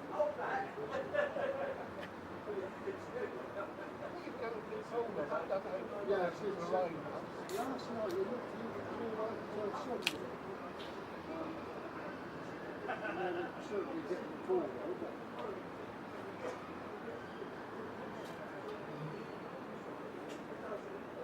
I've got my, well, I haven't made any plans on it, sort of weather. I'm thinking of going down to Canterbury for 2 days. On Sunday? Well, not Sunday, yeah? No, it'll be Monday, Tuesday. Yeah, it'll be Monday, Tuesday. Because I inquired it, Health and Safety, I said, I want a train that's going to get me to Canterbury on Sunday about 9 o'clock, so he gets us people. Well, we can't do that, can't get there till 10. I mean, Crane's a long way from the station, so... Yeah, that's worse, you'll never make it for that. No, totally, the other end of town. Well, there is a station, but I don't think there's many trains going to the other one, is there? No, what I normally do is come into the main one, Canterbury West, go right through the shopping centre, and at the bottom there's a bus station. And there's always a bus that goes up Dover Road or Old Dover Road. Oh, right, yeah. Old Dover Road is right in front of the ground. The other one's just the other road, you just walk down the side road, yeah. Yeah, I like Canterbury. I've always found that I would normally stay either in the Premier or the Travel Lodge and just walk up the hill. That was Canterbury where I saw you last year, wasn't it? Oh, it was fresh, yeah. Yeah, King Cross, long to do for that. Yeah, it's been this year already. Must be an Essex. We went maybe we must have. Yeah, I certainly think the factory this year. Fine, this will be a little bit Bristol, so probably right. It's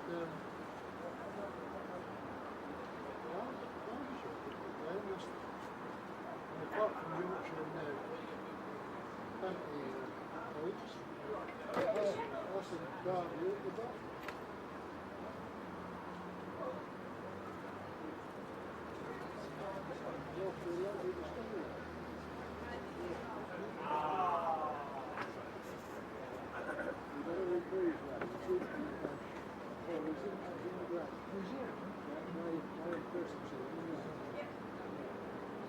Not heard it tonight. Probably very well. I just downstairs, sitting here and two people told me to shut up in there. That was most of the day. That's good. I'm very proud of that speech. I'm just inferred as to what how we do it for time.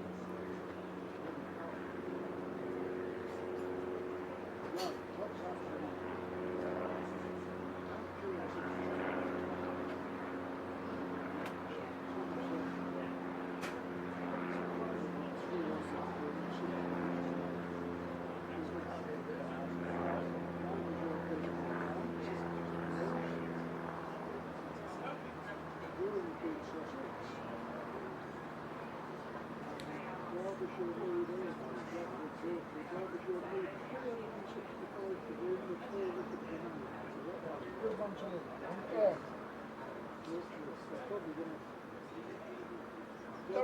Durham still well top of the table.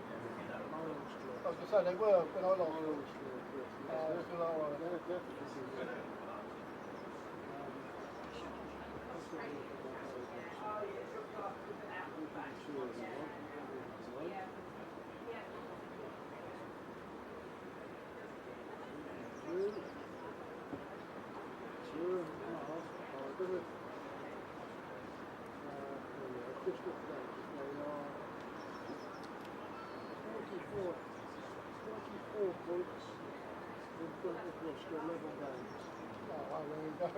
Through the play, so they'll jump on.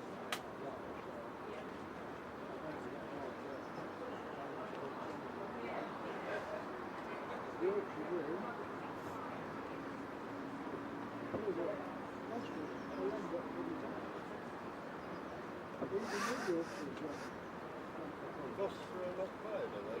They got beat yesterday. Oh, yeah, it goes over that one.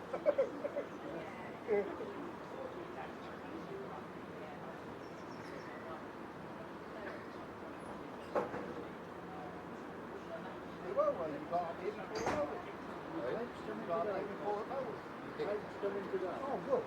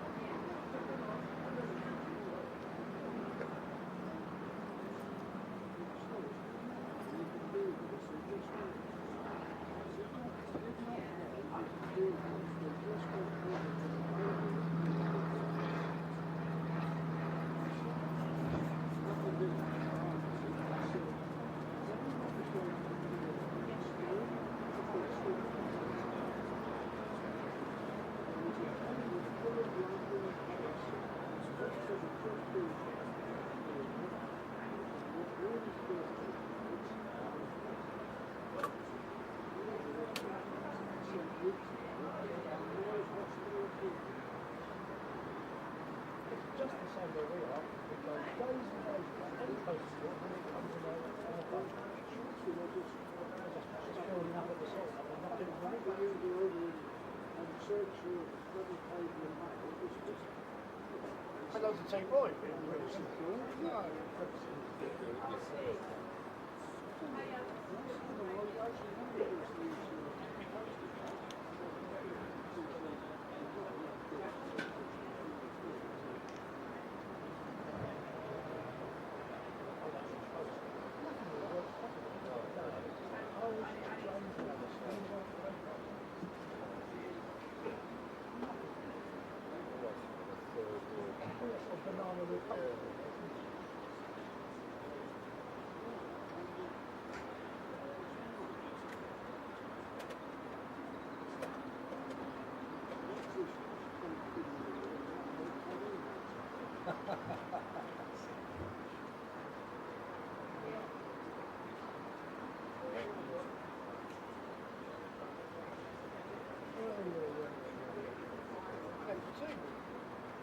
They won't get declared out.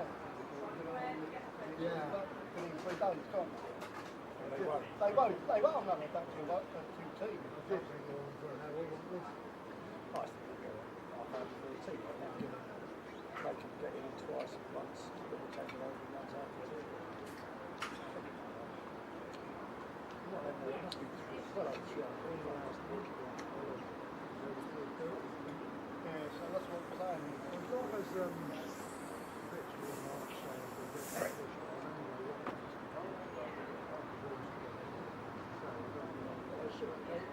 they're still there to they should be full on force in function.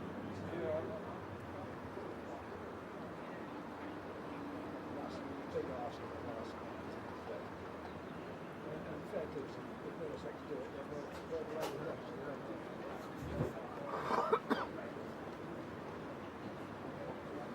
Yeah, so yeah, oh yes, he wants to forward to everyone, yeah. Just make sure everyone's on his feet. He was on his way up here. He was just looking. You two managed to make a quick run, but they were able to walk downstairs at times. So. The last time I went, I went down the first game. Yeah, so. That's a tricky move. Oh, he's a hard man.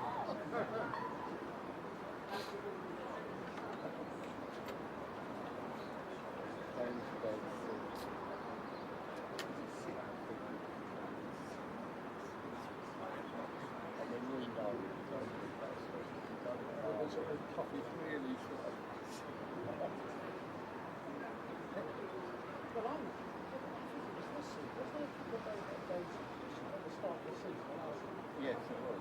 And some of this one's from I said, I've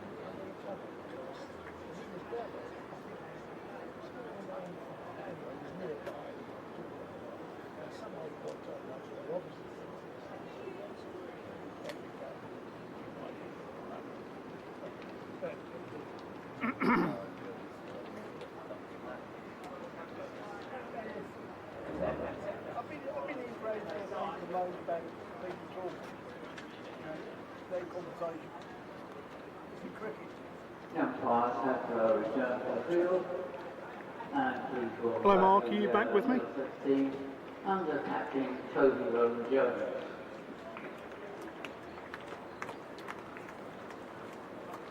Have you never scored properly? Yeah. I mean, I'm so used to it. Here's the option of Wesley,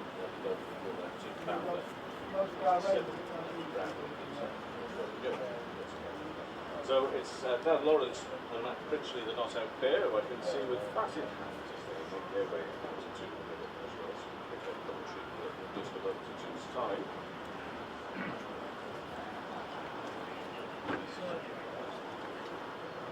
And welcome back, everyone, to commentary on Essex v Middlesex, as the former try their darndest to make it 6 wins in a row and guarantee they'll still be 18 points behind Surrey after the current round of matches, and the latter, i.e. Middlesex, fighting to stay in Division 1. If Essex win this game, Middlesex would only take 3 points from the match and would then be 6 points ahead of Kent with the same number of games played, Kent being the side currently in the higher of the 2 relegation spots. If on the other hand Middlesex could get a draw out of the game, they would have 8 points and move that much further in front, and they'd take 8 points in total from the game and be 11 points clear of Kent. So Kevin Hand has just joined myself, Paul Newton. 331 is the current state of Essex's lead. 2 wickets went down, those of the veterans Cook and Wesley, who put on 114 for the second wicket. Cook looked, to all eyes really, as if he was going to ratchet up another 100, but I thought he just began to look a bit tired, Kevin. Just before he was out, he had 1 or 2 flirts with De Carey's and survived. Might have been Holman actually by that stage, and in the end Robson did dismiss him. Yeah, it was an unlikely bowler to remove Cook, but Robson it was. Here is Middlesex's other wrist spinner, their main wrist spinner, Luke Holman, who is right arm over the wicket with a slip in place. He bowls and forward goes the right-handed Lawrence, driving down to long on. A single is taken. I'm looking up at our scoreboard to see to just see the state of play, but it's telling us all about new cars and burrito serving companies. You fan of a burrito, Paul? Yeah, not to worry. 207 for 3. This ball's pushed away into the offside by Critchley, and no run again. Yes, it's one of the many irritations that one encounters in the course of doing the job, but I guess everybody else would say the same in their line of work. Here goes Holman bowls, and this is driven down to long off. And there's no. Oh, we're being sold. There's one run, sorry, I should say. We're being sold scaffolding services now. Well, there we are. I wouldn't build your hopes up on that, but even so.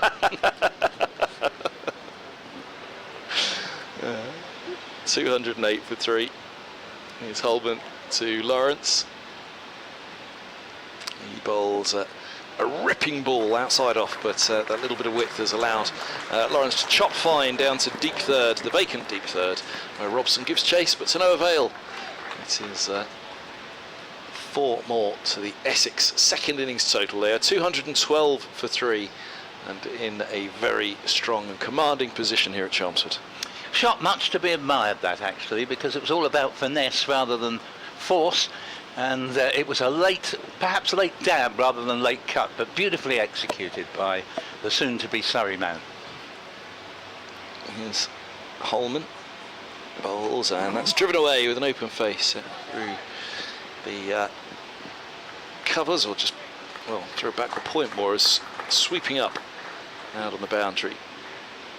A single 2 is taken now. Just trying to work out who that is on the boundary. I think it's Stephen Eskenazi. As 12th man. I was wondering why I was struggling to work out who the young whippersnapper was on the boundary. It's Eskenazi who was dropped for this match, with Cracknell giving his go. Holman bowls, and this is full and driven back to the onside, no run again.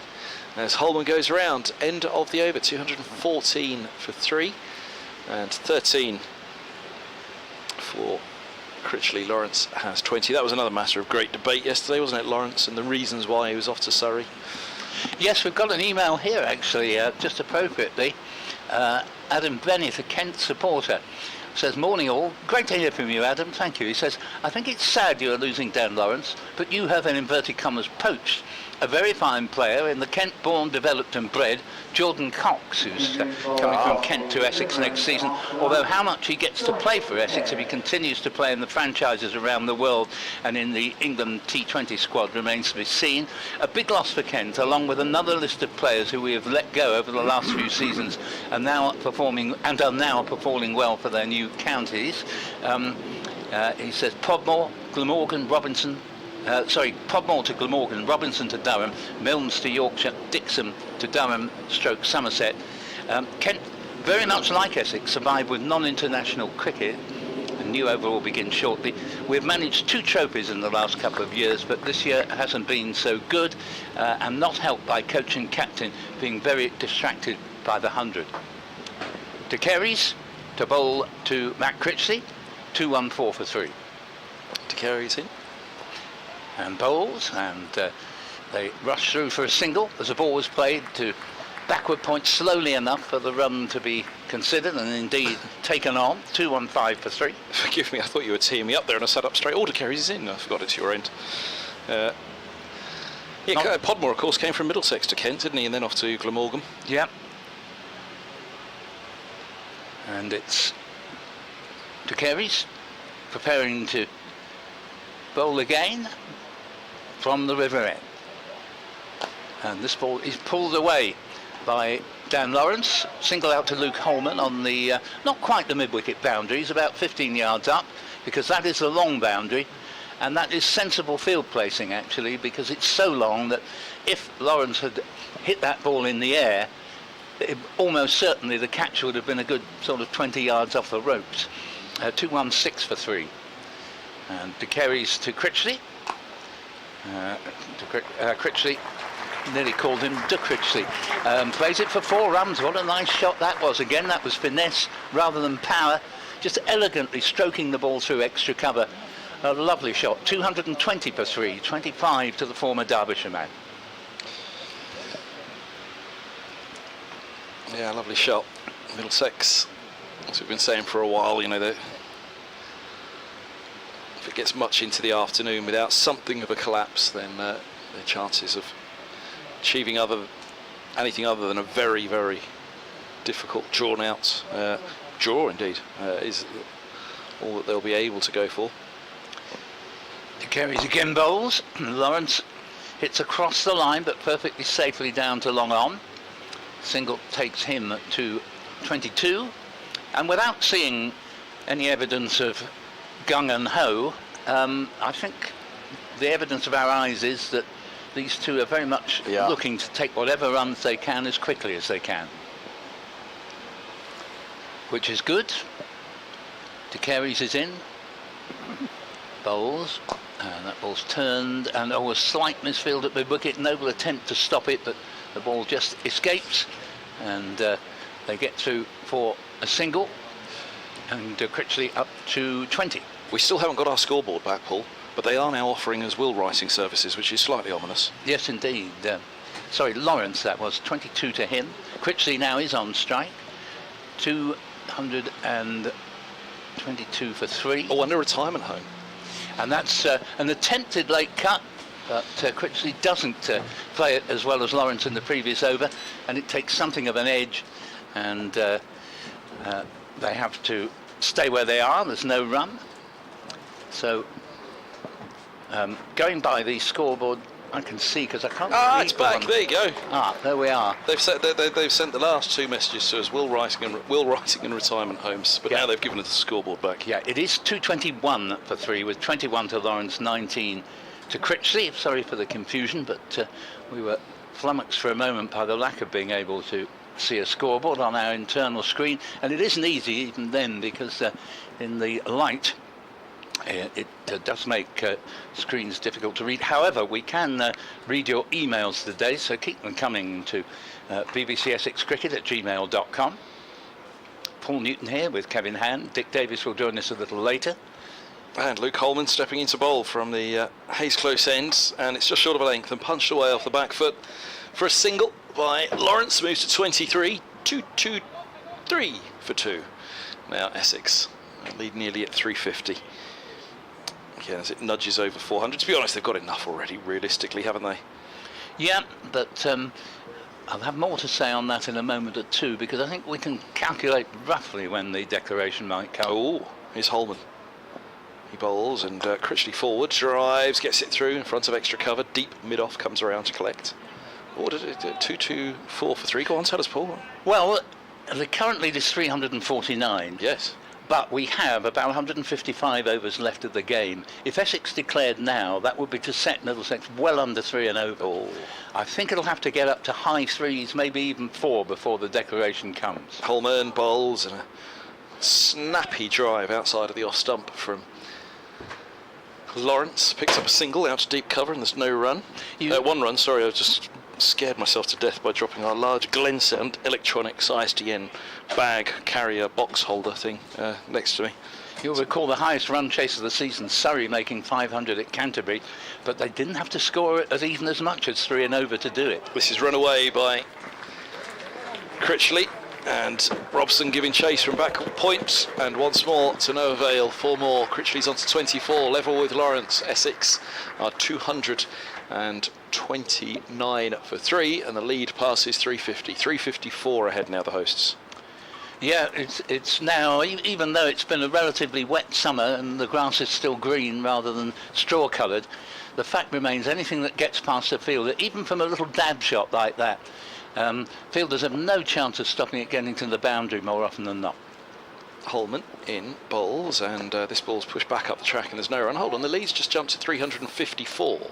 It was 349 before that delivery, so how have they got 5 runs for that? Either that or the scoreboard is behind, so it was already 350. Yeah, maybe. Although we didn't hear any applause specifically for it. Here's Holman bowls, and this ball's pushed back to the bowler, and no run. 229 for 3. It's the end of the 69th over of the Essex second innings, and yes, the scoreboard sticks to its line. It's 354 the lead now, so 24 apiece for these two. We have an email for lingerie fans. Kevin Mansell says, why is Davis, and I think he meant Robson rather than Davis, why is Davis wearing a black bra? If you remember, when he was coming on to bowl, he took his shirt off.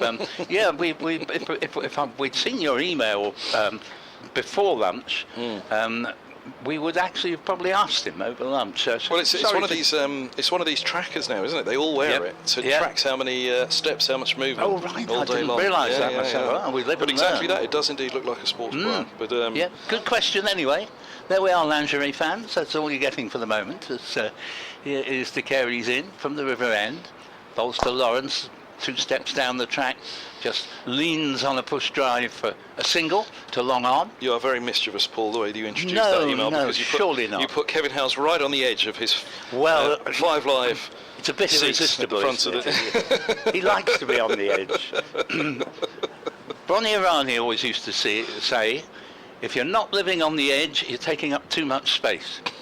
And this ball is reverse swept for 4. A nice shot from Matt Critchley, who overtakes Lawrence, I think for the first time. Moves up to 28 place 24, and they score to 234 for 3.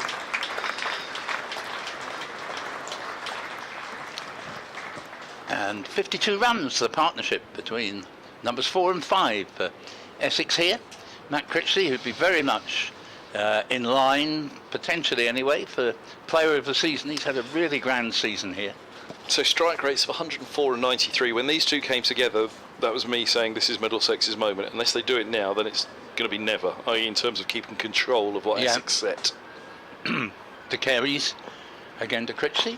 Plays it off the back foot, and in the end, not the most elegant looking bit of football you'd ever see, but De Carey's does at least achieve his main aim of conceding a run if he hadn't got his boot in the way. De Carey's bowls, and this is met on the full by Lawrence, and a single to Critchley, I should say there, and 235 for 3.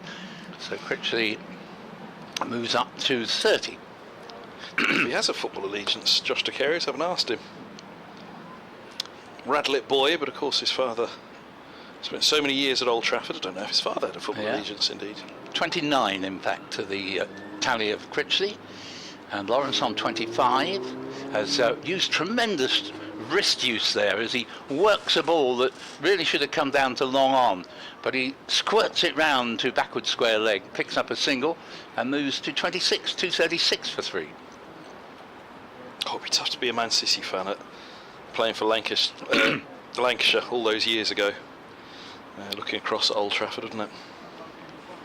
De Carey's again, bowls to Critchley, single to long on, 237 for 3. Now Critchley does have 30, and there are 26 to Lawrence, and runs coming quite quickly after lunch as Essex now lead by 362.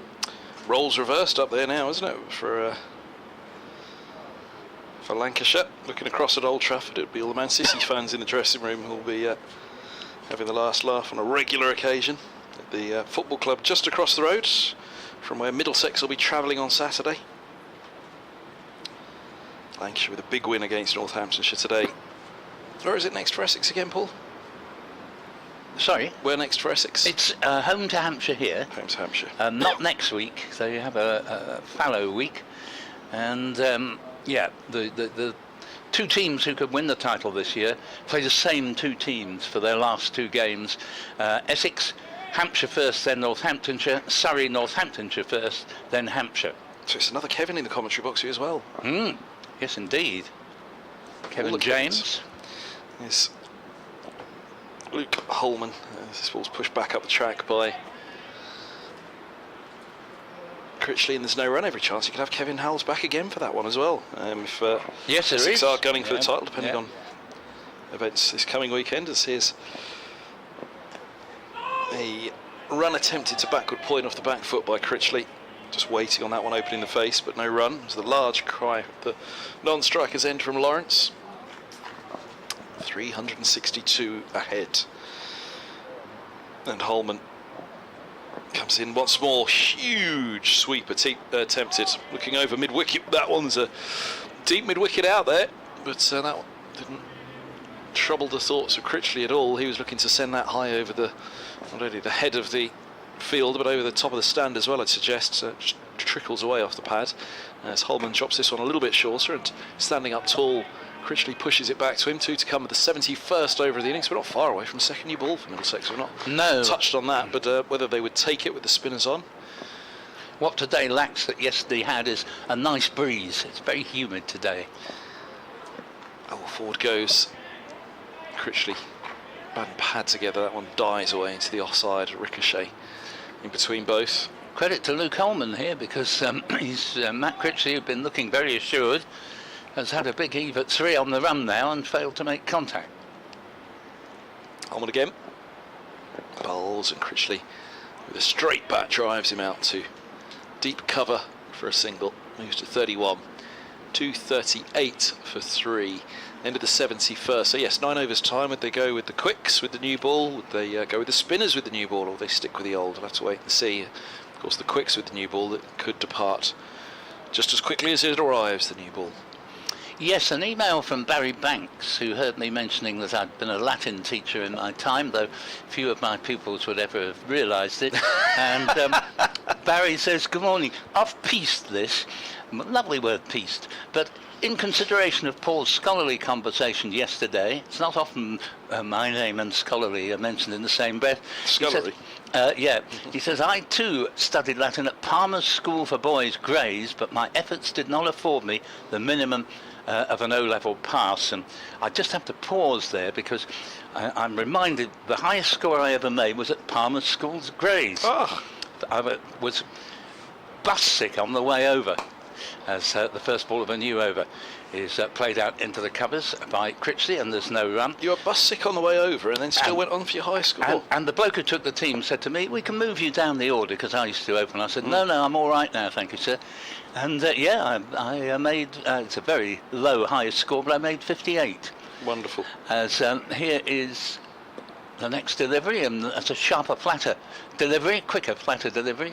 Gone through for a single as Critchley squirts it down to long leg, moves up to 32, score to 239 for 3, a lead of 364. Coming back to the email from Barry, we'll just come back to you, Barry, after this next delivery.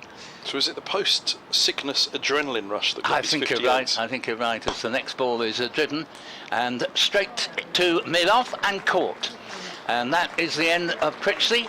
He went on the drive. Normally he keeps it all along the ground, but whether it just stuck slightly in the pitch, I don't know, but it was the easiest of catches, so much so that you wondered if you could believe your eyes. But it's gone to Sam Robson, and Essex at 239 for 4.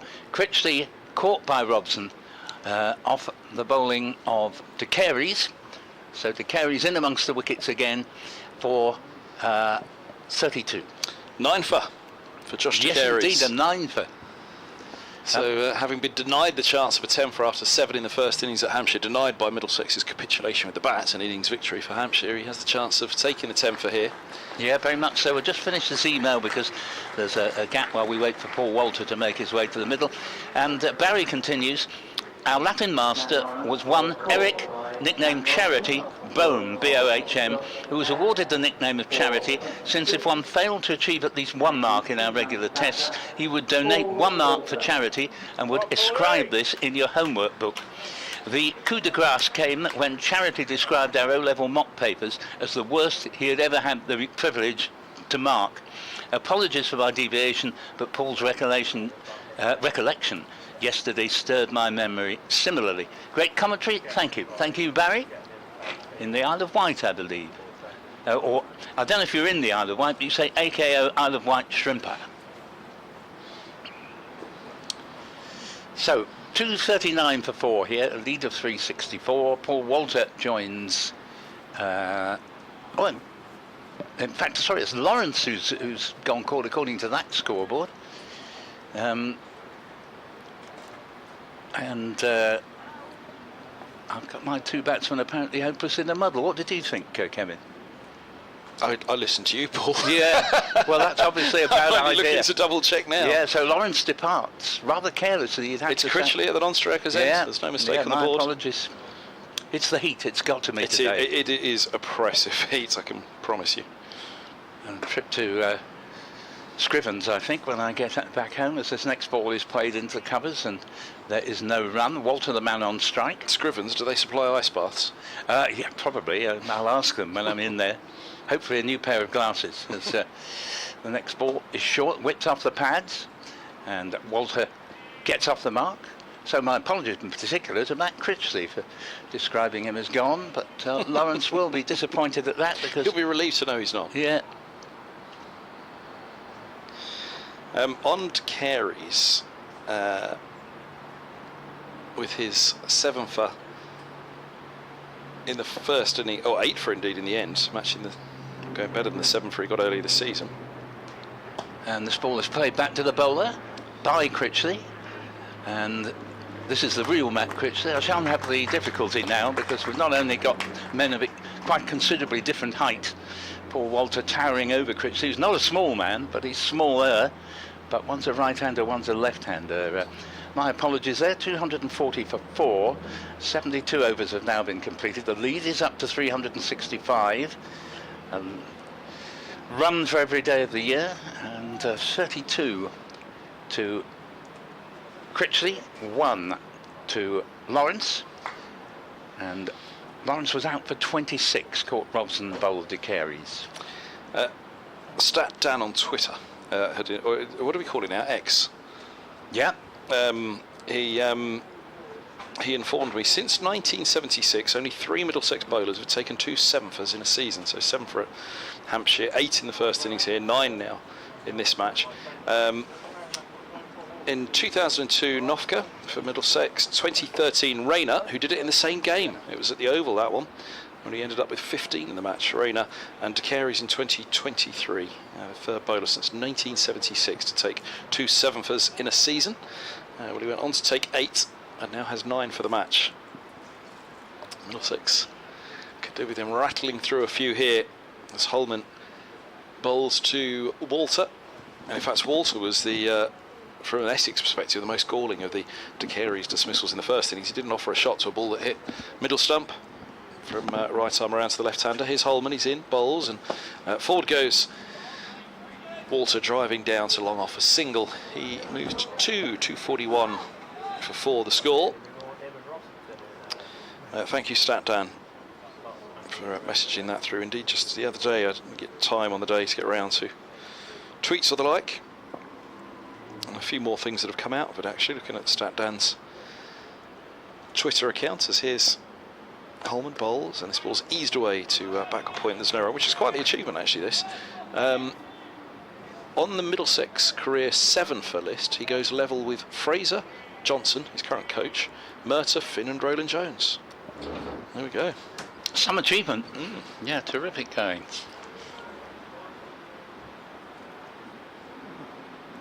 Holman from the Hayes close end, leg spinner bowls. It's tickled around the corner, a little paddle from Critchley. Looks for 2, back they come. Quickly run by Critchley. Lawrence not running to the danger end, so it's more leisurely as he headed back up to the non-strikers end. Critchley moves to 34. 243 for 4 Essex. Lead of 368.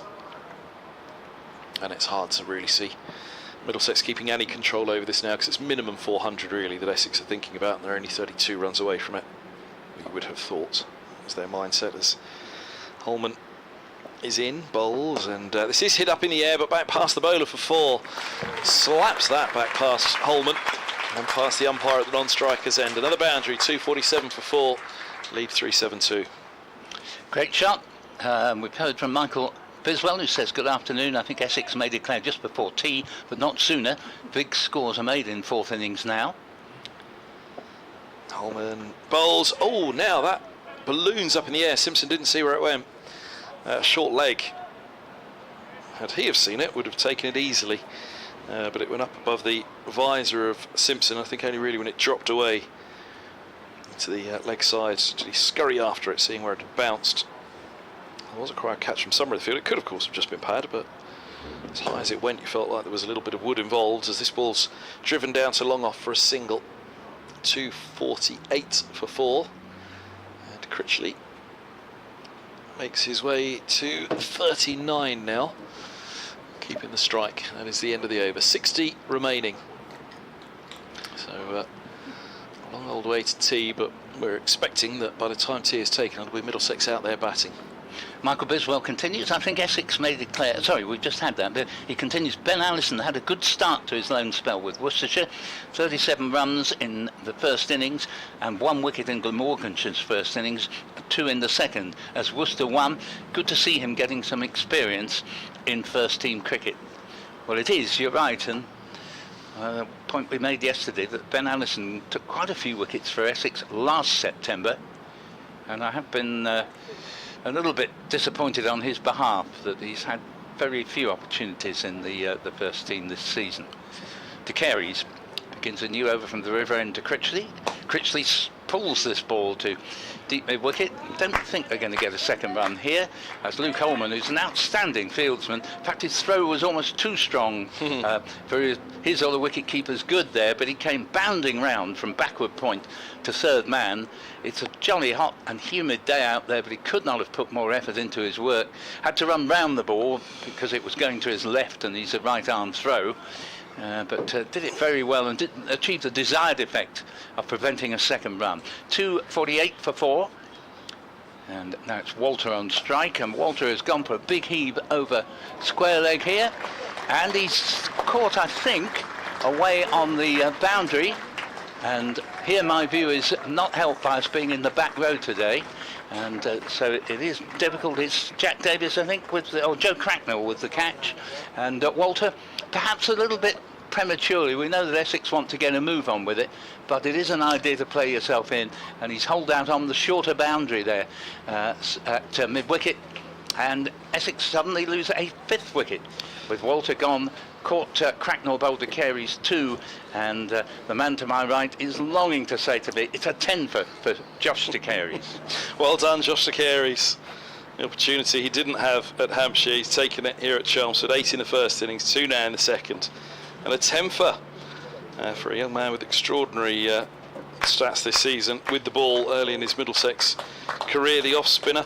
You were right first time, it was Jack Davis, my apologies. Joe Cracknell was not the fielder sweeping up out there, it was Jack Davis who took it in the deep, which we could not see, and eventually we emerged. I did think it was Cracknell, so sorry Paul. Not at all. I've done you totally there. Adam Rossington, former Middlesex man, comes out to bat at number 7 now for Essex, a player who too can give it a bit of a tap. I mean, for Essex, they're going to get to wherever they want to get to here. Middlesex, it's too late now to claw anything back, really, isn't it? It's just how quickly will they get there? How many overs will they leave themselves? Even if they were bowled out now, they'd still be more than 400 ahead. Essex aren't going to clatter through these final 5, you wouldn't have thought, in no time whatsoever. But De Carey's has his 10-fer, and as Rossington comes out to bat, they'll hope that between De Carey's and Holman, a couple of Essex batters might sky a couple, with Critchley still there as well, 2 right-handers, so the leg spinner will be interested in that for sure, Holman. Got a chat with Stoneman, who's across having a natter with De Carey's at the moment. Roland Jones is out there, isn't there? Because Dick Davis quite rightly earlier said Stoneman going across to have a chat. He's done that a few times, actually. I noticed that yesterday as this next ball is just played out defensively by Rossington, Adam Rossington, Essex's new batsman. 2:49 for 5. Kevin Marshall gives me a ticking off and says it's very embarrassing when the commentator gets the batsman dismissed wrong, as De Carey's is in bowls, a reverse sweep here, but without making contact with the ball, and the score remaining at 2:49 for 5. Ironically, I couldn't be reading your email out if I weren't trying to do 2 jobs at once, Sir Kevin, would be partly my defence, because we are in a situation with a lot of emails to get through as this next ball is played to backward square leg. But I take your point, you're absolutely right. And although the irony being, if we'd have been sat at the front of the box, you wouldn't be able to read the emails at all. No, that's right. So, yes, that is an irony. It is with great difficulty, the viewing position at the back of the box, but we're having to do it because of the blazing sun coming through at the front. De Carey's tosses this up and beats Rossington all ends up, but also unfortunately for Middlesex beats John Simpson as well. They get back for two what I think are going to be signalled as in fact they're leg by, so let the wicket-keeper off there. 251 for 5, and I suspect with the lack of applause, oh no, we are now getting a round of applause for the 250. Lead 376. It's extraordinary heat to be working in, and the heat's about to be cranked up for you, Paul, because I'm to be replaced by Dick Davis. Not halved, yes. You take your point. As Simon Whiteside emails and says, thanks for your commentary, very enjoyable. And for your information, Colonel Chinstrap, that we were mentioning before, was a character from The Goons, played by Jack Tain, T-A-I-N, who was also in Itmar. It's that man again. The declaration would be late, but nil desperandum. Great stuff, Simon. Thank you very much. Dick about to join me. Luke Holman will continue from the Hayes close end. 251 for 5. And Holman comes in.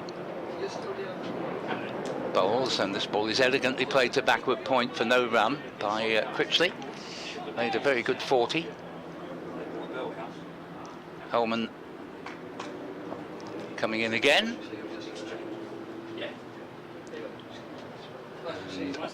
Bowls to Critchley. Critchley tries to lap this one round.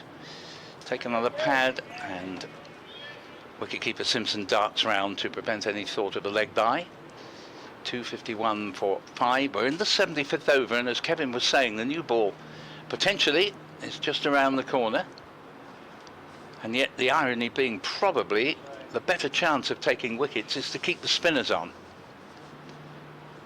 Critchley resurveys the field, leans over his bat, and now faces Luke Holman, leg break bowler from the Hayes close end, single to long on. 252 for 5, 41 to Critchley. Welcome back to Dick. Thank you, Paul. Good afternoon to you and to listeners, and viewers, and emailers. Unsurprisingly, it's even warmer than it was last time I was on air. It is, and this in spite of the fact we haven't got full beam sun. It's very hazy, but it's so humid.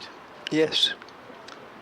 Yesterday's breeze, as I say, a thing of the past, as this ball is a very pleasant shot from Rossington, played out to deep extra cover for a single, and a score to 253 for 5. Rossington off the mark thereby. Yes, I made what turned out to be a mistake of going for a walk around the city for half an hour at lunchtime, which in this weather. Holman bowls, and Critchley has belted this ball back past the bowler. Terrific attempt to stop it, rushing round from long on to behind the bowler's arm from Ethan Bamber, who plays with such enthusiasm, but it's gone for 4, and Critchley moves up to 45, 257 for 5.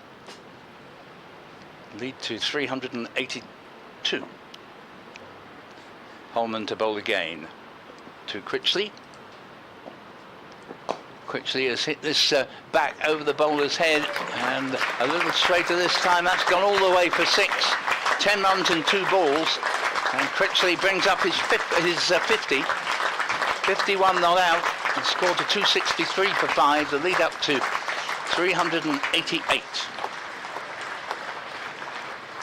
And that marks the end of the over, and it would appear we may have a delay while they try and find the ball.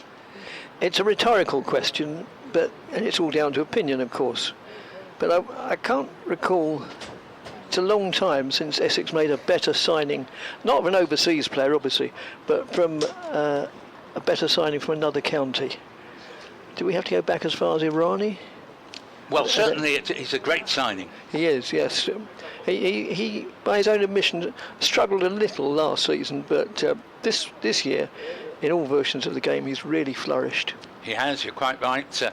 Red ball, white ball, batting, but not just batting, bowling. He's had a very good season with his leg spinners, often taking a wicket as soon as he comes on. And he's no mean fieldsman either, so Essex have got themselves a very good cricketer.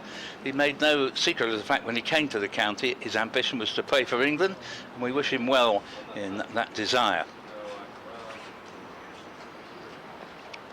That's just nudged, or maybe that flatters it a little bit. Went down to third man for 4 runs. Anyway, off the edge of, well, to my mind, off the edge of Rossington's bat. Yeah, it was a reverse sweep. Well, that was it. I must admit, I had one eye on the emails. I sympathise, and the problem. It is difficult actually when we can't see as well as usual today in this position. We're delighted to have all the emails we've had and do keep them coming, but have to hold my hand up while I've been trying to do that. I've made a couple of misidentifications.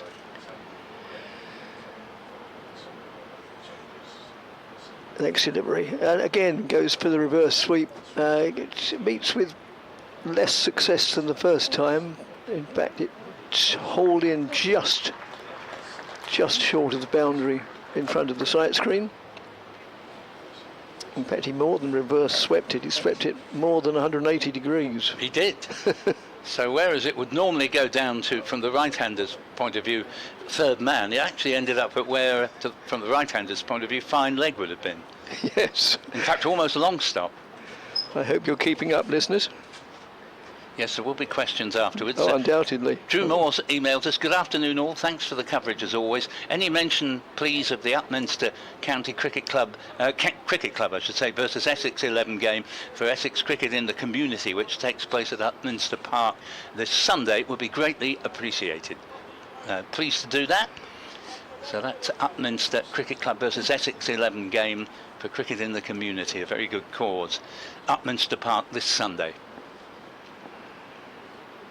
Oh yes, the very word Upminster reminds me of something that I want to bring up at an appropriate juncture. It's about club cricket in the county and therefore probably in the country. There's no reason to think Essex is particularly different from anywhere else. Dot ball there, it just goes through to the keeper.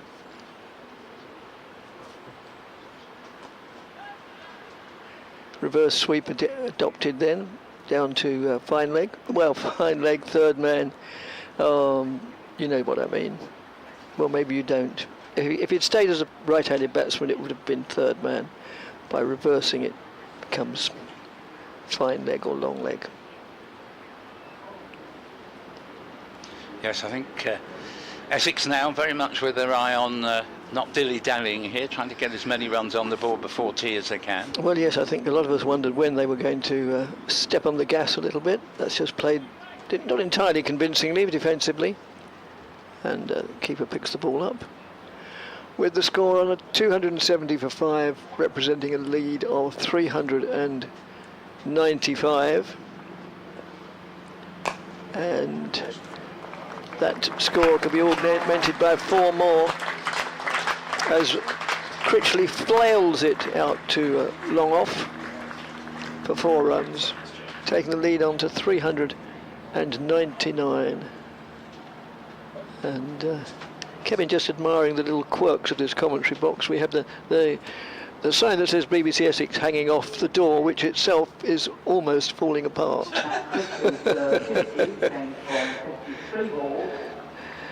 And just announcing the details of Critchley's 50. Yes, it's not like any other commentary box, this one, I don't think. It has a personality all of its own. But you wonder what infestation is growing in that door. In fact, it's probably better not to. Yes, we a couple of days ago, the post-tea session was enlightened by Kevin Hand spotting a spider killing a wasp in one of the little nooks and crannies of our window. Right. And we watched this remorseless display from the spider, named Jasper, by the way, killing the wasp. We weren't able to establish his name because it was being killed. But so what are we going to put on its grave? Anyway, he killed the wasp, but at the end of the day, I had to shut the window. And the next day, curiously, there was no sign of either the spider or the wasp. Theoretically, my shutting the window should have paid to both of them for once and for all. But Jasper is a cunning devil, you know. I think I suspect he crawled out of the place alive. Good for him. Good for him. Yeah. I like spiders. You wouldn't like that one. Well, I thought he was a rather nice chap, actually. Is a change in the bowling as Higgins comes into the attack, and this ball is hit out to deep extra cover, and they come back for 2 runs. Didn't quite have the legs to make the boundary. 276 for 5, and I think the reason for that little smattering of applause is that Essex now lead by over 400. 401. They do indeed, yes. Yeah, 10 to Adam Rossington. Long email from Jerry Woolstenholme, who says, good mate of mine, talking to me, he says, delighted to hear of your Latin teaching. I too studied Latin at Baines Grammar School in Poulton, and I thought I would use it when I applied for the civil service job, for a job in the HM Treasury. Here is Higgins in bowls, and an enormous yahoo from Rossington fails to locate the ball, nicely taken by the upstanding John Simpson. I duly sat the exam, and with Latin being one of the optional subjects, and having studied it, I thought that would be a good choice. The paper was in 3 sections: grammar, no problem, balloon, balloon, balloon, belay, etc. Translation English to Latin, not too bad, and then Latin into English. There the problem arose. The text was De Bello Gallico by Julius Caesar, and I rushed through the first sentence. Higgins in again, bowls. This time Rossington does locate the ball. It doesn't come out of the middle of his bat, but is nicely fielded by Luke Holman at deep backward point. 277 for 5, Rossington to 11. Continuing his email, Omnia Gala in tres partes divisa es. All Gaul is divided into 3 parts, he says, and I thought this was easy. This is good stuff, folks. This is where you can improve your scholarship. Unfortunately, I struggled much more with the remainder of the passage, so just picked out the words I knew and worked round them. Higgins is in, bowls, and this ball is stopped into the offside by Critchley for a single that takes him to 56, 278 for 5. He says, I left the examination centre thinking that was that. Failed. To my surprise, I passed, and can only think that I must have done well in the other papers, because I feel sure the examiners would have wondered where I got my Caesar tail from. Great to listen to your commentary. Great to listen to your commentary, and please give my best wishes to Dick Davis. Thank you for the great entertainment and chat, Jerry Woolston. Well, I'm sitting right beside Paul, Jerry, and next ball is pulled round. We'll bring you back in, Dick, but they take a single there. 279 for 5. And I remember one of the most pleasant weeks of the season was spending 4 days in your company at Blackpool. I don't think I ever mentioned it then, but I too entered the civil service via taking Latin and ancient Greek at A level, and I used them to get into the civil service. Fat lot of good did me. Higgins bowls. Critchley single to long off. Moves to 57, 280 for 5. A lead now 405. Actually, that's rather unfair to say a fat lot of good did me. Probably, yeah, I enjoyed my years as a civil servant, and every time I was watching last night, Yes Minister, and I just think it's par excellence, probably second to none. Yeah, I know we all have our favourites, but and those were in the days it was written by people of classical scholarship, and in those days a lot more people knew a little bit about classics and so on, and some of the references were just incredibly clever. Yes. I'm afraid I don't think scriptwriters are around now who have, the depth of knowledge to write such brilliantly clever scripts. I don't know. I'm a great Rowan Atkinson fan, but I suppose he's yesterday's man as well. Exactly. Isn't he? You see, he was doing Blackadder in the 80s, which is precisely when Yes Minister was in its prime. I couldn't agree with you more about Rowan Atkinson. I was watching him last night. There's no cricket, obviously, otherwise we would describe it. I was watching him last night, something that was dished up on one of the other channels. The Thin Blue Line. Yes. I said to my wife, Rowan Atkinson was brilliant, not only at writing stuff, but performing every form of humour. And the Thin Blue Line, where he plays this very straight-laced police officer in charge of the police station, and the interplay with the sort of Jack the Lad leader of the CID. Yeah, I loved him playing Maigret in a very yes, serious there role. Again, it was very serious role. Right, enough of Sam Robson into the attack. Enough of such things, because we've got cricket.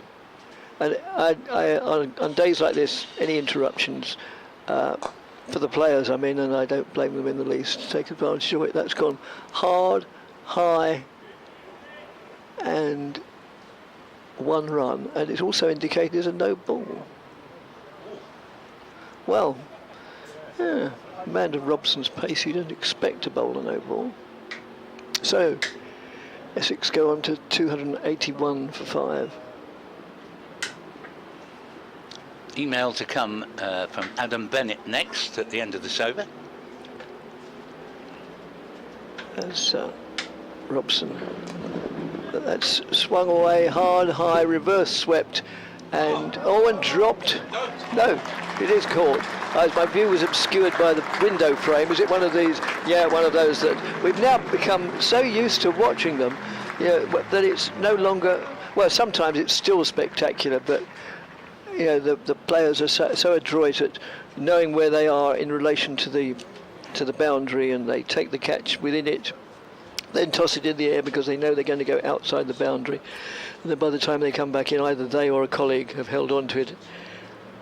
Again, there was one yesterday in the One Day International, I can't remember who took it, and as I say, they become so sort of not exactly every day, but I think the first time we saw that sort of thing was absolutely amazing. Yeah, it was Finn Allen yesterday who caught it right on the boundary. That's right. Saw that he was going to step over it, just cleverly looped the ball very calmly in the air. Oh, very. And then brought his foot back from over the wrong side of the boundary and calm as anything you could see, just pocketed it again, nonchalantly I think is the word. Took the catch. So 283 for 6. We'll just ask Kevin if he got the name of the catcher there. Davies. Jack Davies again. Second catch to him. Well done. Just while we have a break for the new batsman to come to the middle, Adam says thank you for your great commentary throughout the season. As a home worker, the cricket and the commentary really helped to keep me amused throughout the days. I had a question regarding the Essex Stadium. Pre-COVID, I remember there was a lot of talk at Essex about the ground and the improvements they were hoping to make. I'm sure there was even a model of what they were hoping the improved ground would look like. Since COVID then, I haven't heard anything at all. Has the club shelved the plans to improve or increase the stadium? Well, like you, I haven't heard anything in a long, long time now, so I think you're right. I think it's been sort of politely dropped. I think so. Yes, it's been put into mothballs. And I mean, there was talk of them moving from here. Well, there's so much going for this ground. Most of all, okay, it's in need of a bit of tender loving care, obviously, as that's pulled out to deep mid wicket for a single by Harmer. Yes, it's definitely in need of a bit of rejuvenation. Brackets, aren't we all? But its location it's just brilliant. And a lot of people come to matches not by car; they come by bus or train. Yeah, no, you're right, and it's also great that the city centre is just round the corner. Well, yes, 3-minute walk. Yes, literally. And another reverse paddle helps the ball down to backward point, somewhat paradoxically. Another single goes on to the score. Yes, what you don't expect to see really is a reverse sweep that ends up being caught on the mid-wicket boundary, but no. Rossington's a strong man, but not quite strong enough to get it for 6. And Harmer pushes forward there, and it's been the outside edge, goes through to the keeper. So Essex have lost, 6 wickets, so yeah, it's they can afford to lose them at this stage with a lead of more than 400. Another reverse. I didn't see where that went. It went on the reverse towards from the way he played it left-handed, long leg. Yeah. Again, it's been a reverse sweep paddle applied to virtually every delivery of that over. That one was not to any great effect. Yeah, none of them have played it that well, actually. No, to be neither. Honest. 285 for 6, leading by 410. 59 to Critchley, 1 to Harmer. The thing I always notice about Harmer, until he reaches double figures, he's a man who's not a great starter and often gets out in single figures. Once he gets into them, he's usually very, very good indeed. But yeah, the lead up over 400. However, it is interesting to note that with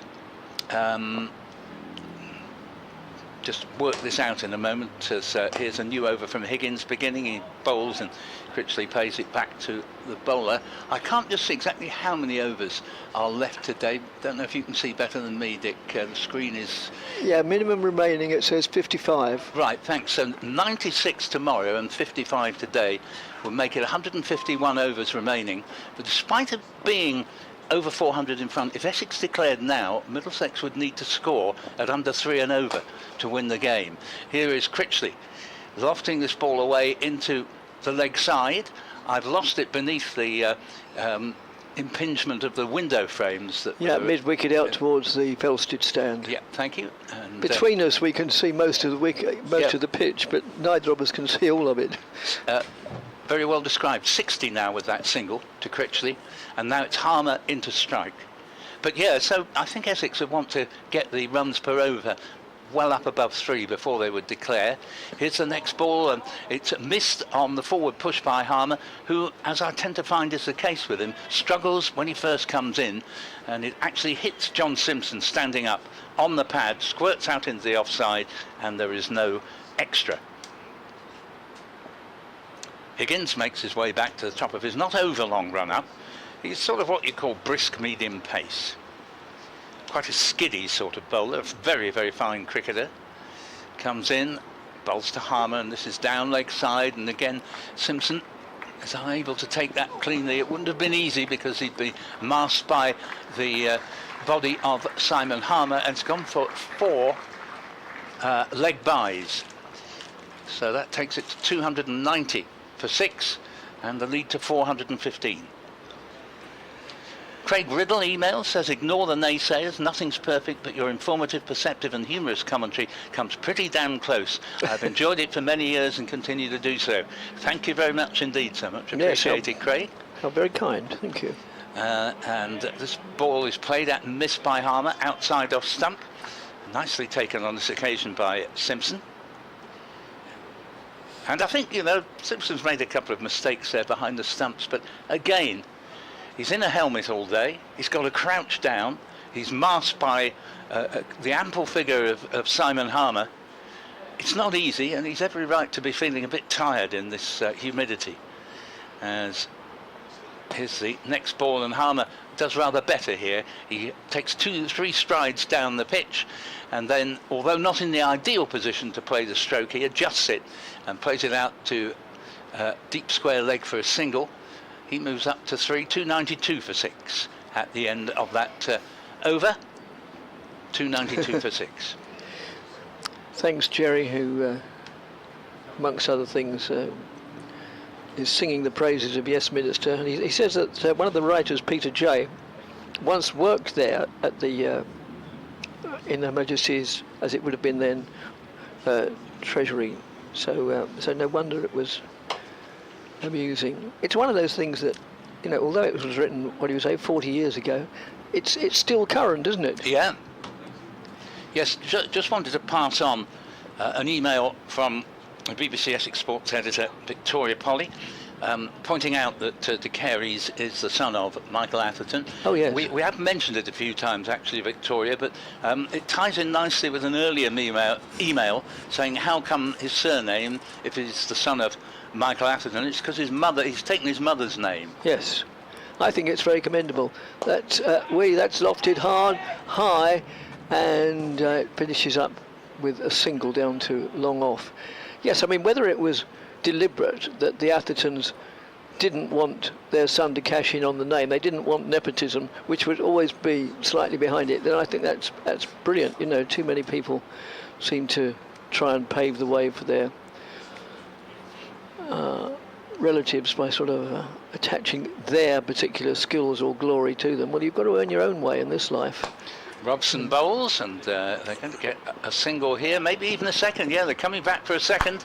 Throw comes in, but by that time the batsmen are safely home. 294 for 6. And there is a second reason, I think. So there's the angle that you've mentioned about cashing in on a famous father's name. There is also the angle When you think of, sadly, the late Graham Cowdrey, Yes. he said the worst mistake I made. Here's the next ball. Oh, sorry. okay. And I think it should have been you. Yes, carry on. Played down inevitably with the reverse stroke down to fine leg or third man, depending which way you look at it. Down towards, what do they call it, retirement corner. Indeed. Graham Cowdrey used to say that he should have left Kent because he forever paid for everybody expecting it to be as good as his dad. Yes, I think it's highly commendable. That's 4 runs down to third man, very fine third man, almost long stop.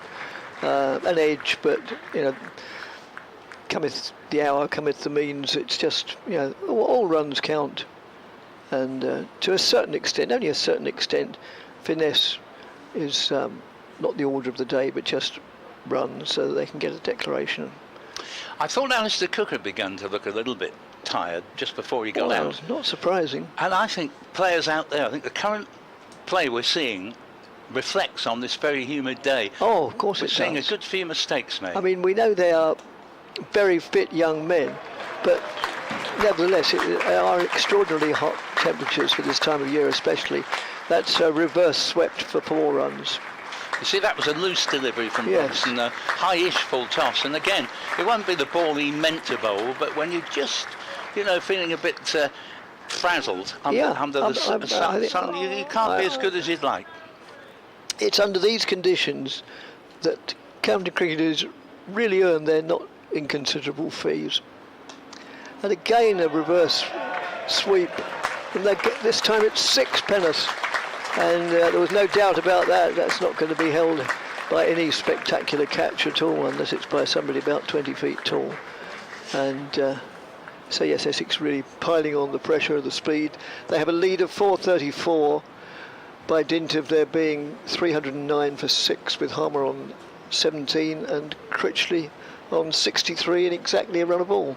And Harmer earns the right to say to Adam Rossington when he makes it back to the pavilion, did you notice that reverse swept 6 that I got that you were trying to apply, but you were out to? That's how you do it. Yes.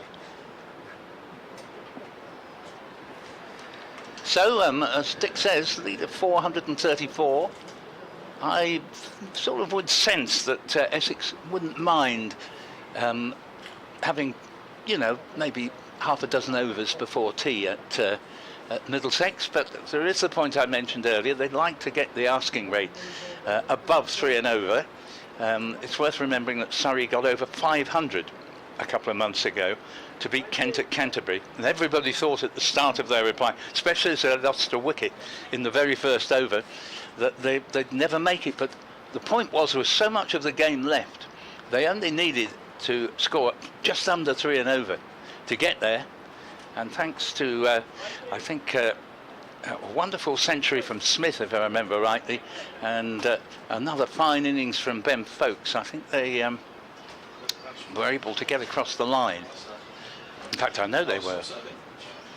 An email from Brian. We've gone down inevitably several cul-de-sacs of conversation. This is entitled Kaiser Adsum Jam Forte, which is, believe it or not, Latin. And Higgins is in. The beginning new of analysis gone up into the heavens. It should be caught. It won't be easy. No, in fact, it's put down. And the fieldsman coming off the mid-wicket boundary just couldn't make enough ground. It's Max Holden. He made a valiant attempt, but he found in the end he was having to dive forward to try and take it. And I think he could have got there, but he fatally just hesitated on his approach. And it meant he didn't get close enough to get under the ball properly. So a bit of a let-off there, and they get a single, and Harmer moves to 18, 310 for 6. Higgins is in. Bowls an enormous swish from Matt Critchley. Yes, I think the declaration is due. Oh, in fact, he's out. Yeah, I was just wondering. Critchley didn't show any signs of going, but he is making his way off now. Caught there, and I don't think it is a declaration, is it? No, it doesn't look like it. 311 for 7. And Critchley departs for a fine 65, having a bit of a yahoo at that. A bit. All of one. Yes, you correct me correctly. Yeah, the full Monty of the yahoo. So yes, Stumps, Simpson, bowled Higgins, it says. So, well, exactly what the doctor ordered that innings, I thought, under the circumstances. The runner ball,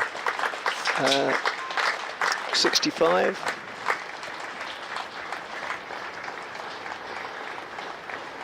Higgins getting the breakthrough there. Oh yes, I didn't refer to, yes, Brian's email Kaiser Adsum Yam Forte.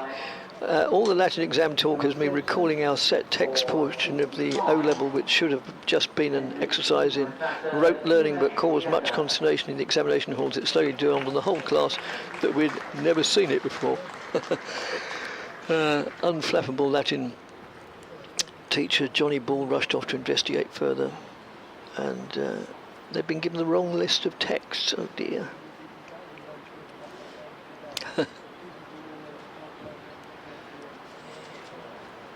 Yeah, thanks, Brian, very much indeed. Happy days, he says. Well, yes, they were. Yes, he does just finish off. Oh, yes, I'm glad you... Yeah, I was wondering about the time. Not much consolation to those of us sitting the paper who had to try to fathom how Hannibal and his elephants made their way through the Alps, splitting boulders by lavish pouring of vinegar and assorted other incomprehensible escapades. Yes, indeed, great story, Hannibal and his elephants, crossing the Alps, but crucially, failing to take Rome. And Umesh Yadav has made his way out now and faces this ball. He has an enormous yahoo at this, and it's flown off an upper edge down to the boundary, very straight over where first slip would have been.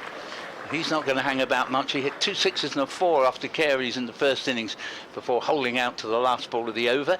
Equally, I don't think he's going to last long. 3-1-5 for 7 in the 81st over. Well, he doesn't really need to under these circumstances, does he? No. No, he bowled a few overs on his debut for Essex, didn't actually take a wicket. Porter and Cook did 90% of that particular job. 9 wickets between them. Higgins on his way again. There's a man on the boundary, almost directly behind the bowler. And here's another big yahoo that comes off the pad and goes into the offside. For well, is he signalling? Not sure what the umpire's signalling there. Maybe a bye. He's looking at the pavilion. Which is not where the scorers are. No. No. Players come to a bit of a standstill. They're both there. Everybody seems to be looking at the pavilion. Yes, almost if they're asking, has the captain declared? Physio. Oh, physio coming on. Oh, right.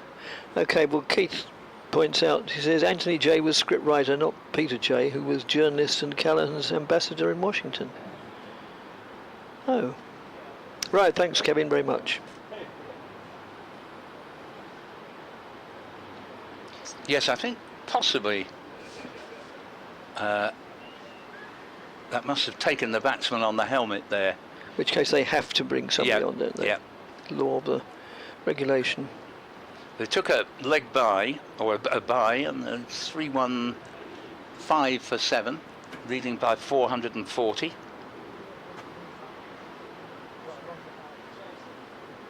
It appears that the helmet has not been damaged, and he's now being subjected to the routine questions.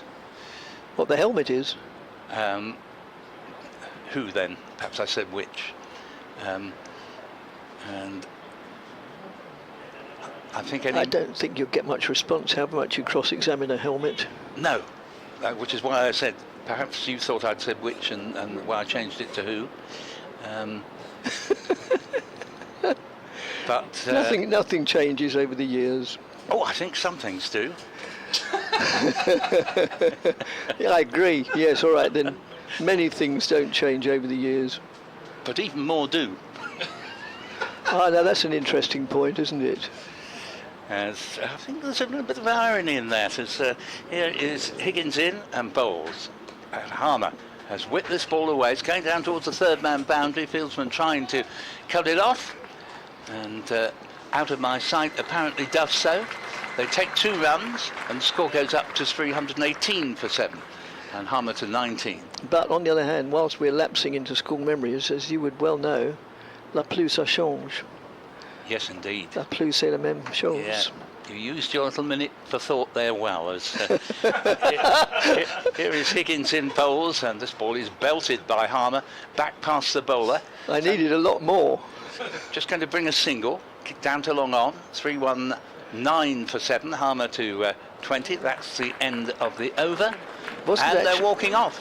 It wasn't actually I needed all that time. It was the only opportunity I had to get a word in. Yeah, well, again, you've used another little break to your advantage. But there are those who say, oh no, we see through you, Dick, we see through you. Declaration, 319 for 7, so 445, I think, is what Middlesex have been set.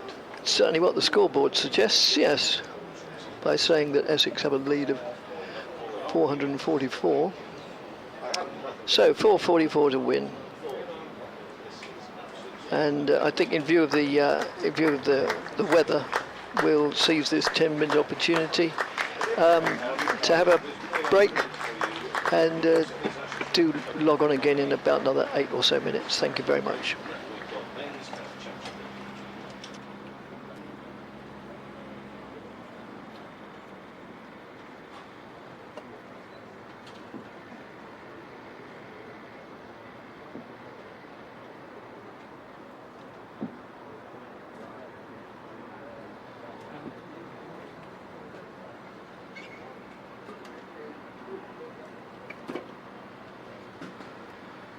So declaration then on 319 for 7, which gives us a lead of 444.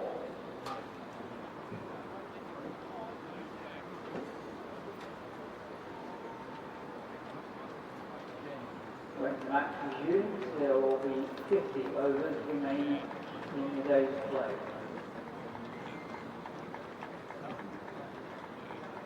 Might be just as well to remind you that anybody who has parked their car in the Meteorway car park, the Meteorway car park will close half an hour after the close of play.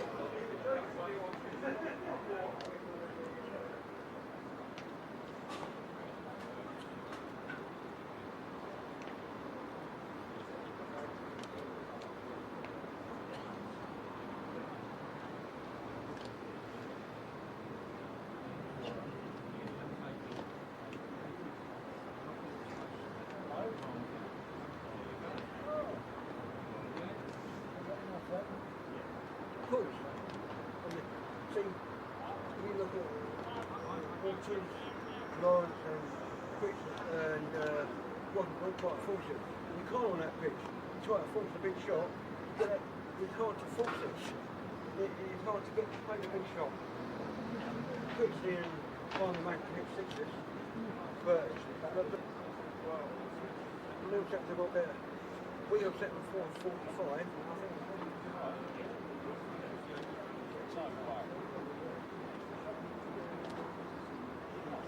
Game tonight where it was worth coming for.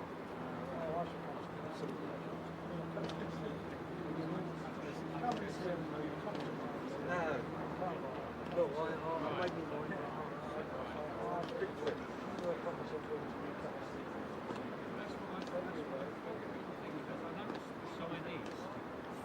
fairly humid up here.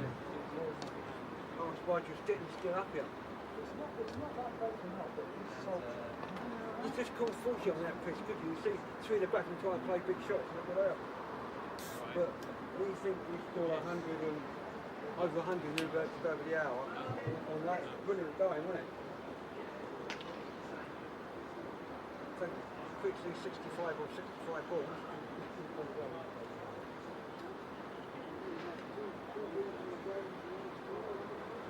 Well, they declared because we don't want Harmer to bat anymore in the heat. We don't want Harmer to bat.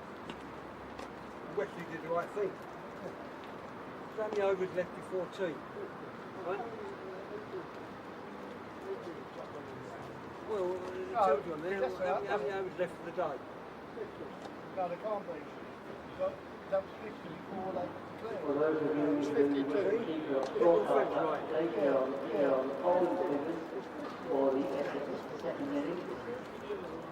Ethan Bamber, 14 overs, 4 maidens, 61 runs.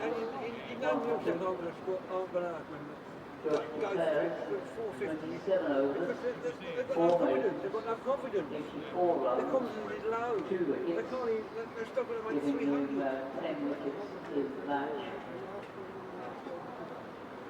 Ryan Higgins, 6 overs, no maidens, 32 runs, 1 wicket.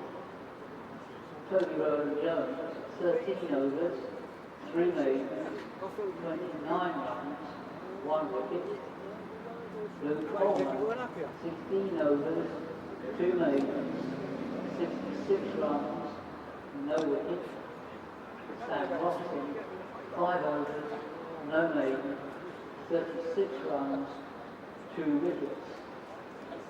There were 23 extras, comprising 2 byes, 19 leg byes, and 2 When they can't no bowl balls. that cheaper, if they attack you, because we have to go for the big shots.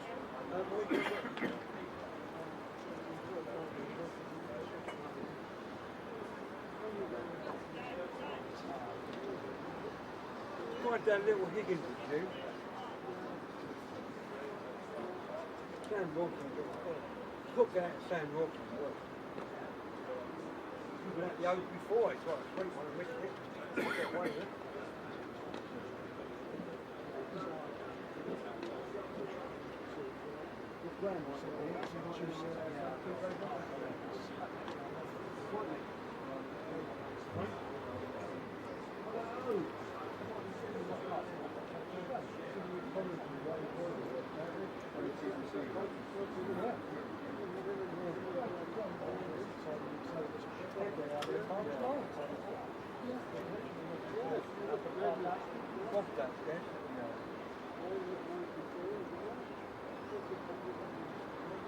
What time train did you have to get last night?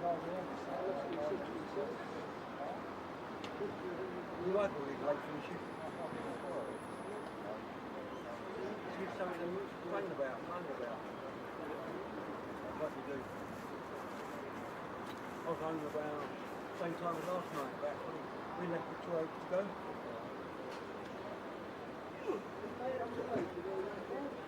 We get them 6 o'clock, yeah? Both days we left the try to go. And we got to the car park, nobody else going out, and we just down straight out. Especially last day, we were not coming anyway. Is that the stream for on the YouTube, yeah? You do a good job. I live in Wiltshire, so I'm reliant on it most of the time. Thank you. There was one car in front of us, waiting to get out. Yesterday there were 2 cars. For me, it's just like being at home. Down there to beach, the walk through. Oh. Cheap examination, cheap lager.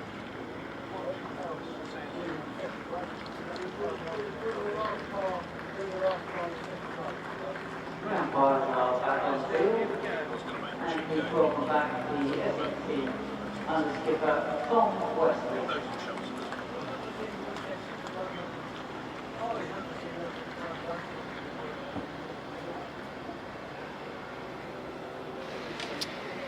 Well, welcome back to this commentary for the start of the Middlesex second innings, and they've got rather a daunting task ahead of them.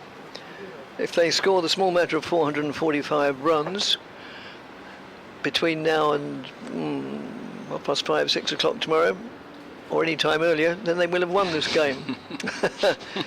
However, the other side of the same coin is that if Essex take 10 wickets within that time, then they will have won the game. I think it's highly unlikely to be a draw. You might think that's not very perceptive. Well, that's because it's not. It's not the weather to be too perceptive, which is a ridiculously warm day for September the, whatever it is, the 6th. So we're going to see Porter, who took 6 for 34 in the first innings, and he will be opening the attack from the end from which we commentate, from the river end, the press box end, city end, River Cann just behind us, and he will be bowling initially to Sam Robson, right-handed batsman, right-arm bowler,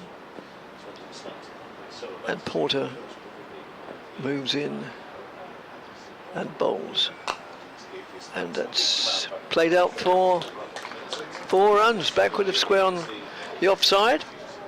So a good start, and a no ball. Thank you, Kevin. Kevin Hand also with me for the next 20-25 minutes or so before I make way. Robson with a strike rate of 400. Middlesex with a strike rate of 600 from their first delivery of the innings. This bodes well, Dick. It does indeed. Yes.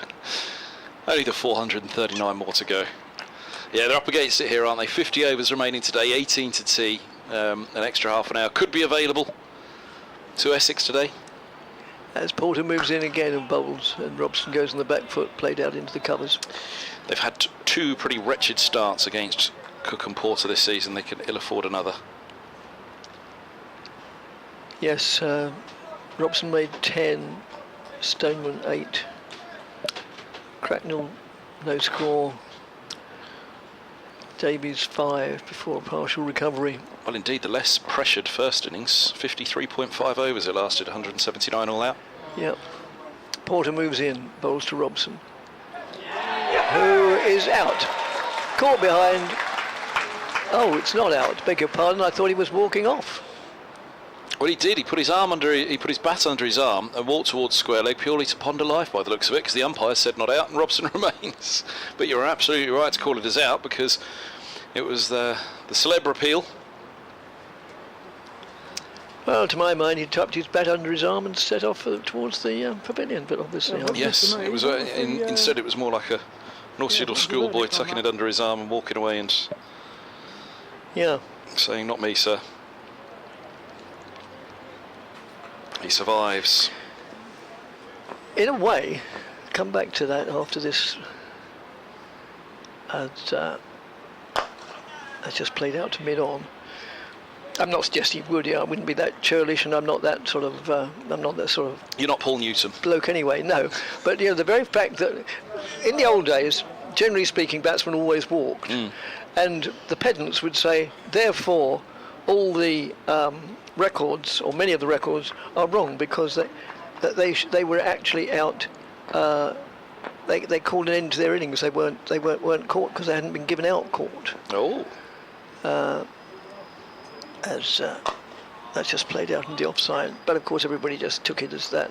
It could have been taken as, yes, I did touch that. I'm off back to the pavilion. Well, yeah, the umpire could have thought, oh yes, he just walked. Yeah, I thought it was everything about it had the air of he was walking back to the pavilion. Yeah.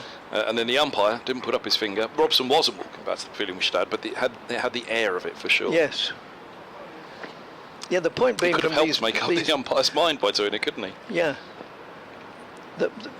And the pedants who go down this path as regards the historical records just played defensively, is that if the batsman in those days walked off for caught behind, not having been given out, he was technically retired, and therefore it affects the bowler's analysis and all sorts of things, because the bowler obviously doesn't get the credit if the batsman retire. But as you say, Mr. Newton might, being somewhat more pedantic than I, might pursue that point.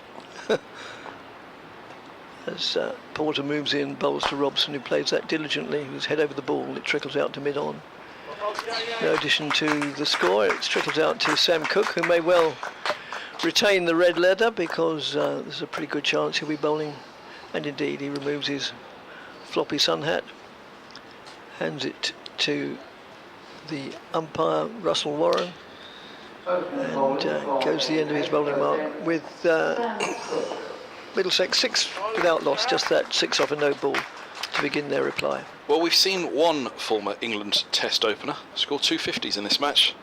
We have 2 former England Test openers out there, and Middlesex desperately need one of them to get at very least a 50.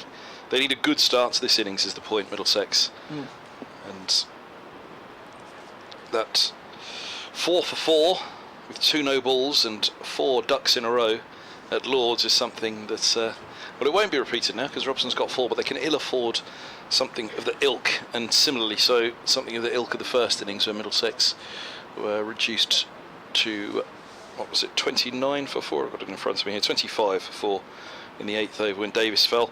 They need something special here from either Robson or Stoneman, or indeed perhaps both. So here is Cook from the Hayes close end. His right arm around the wicket. He's played second fiddle to Porter against Middlesex this year, and he bowls the first ball just outside of the off stump, which Stoneman leaves alone through to Rossington. Cook at slip, 3 slips in there alongside the former Middlesex man with the gloves on. Arrived at Chelmsford via Northamptonshire, having failed to dislodge John Simpson, and indeed there's 3 wicket keepers in the Middlesex batting lineup today, with Jack Davies, Joe Cracknell and of course John Simpson. Robbie White on the sidelines. Rossington knows full well the challenge, and as here is a ball down the leg side from Cook, which Stoneman tries to help on its way through. It passes, there's no run. Yeah, painful memory for Middlesex the start of the season. The woes with the bat in the first 5 innings of the campaign. Twice against Essex, twice against Northamptonshire. The first innings against Nottinghamshire, but then that successful chase. 248. As here goes Cook around the wicket. He bowls in a big stride from Stoneman, who defends to mid-wicket. There's no run.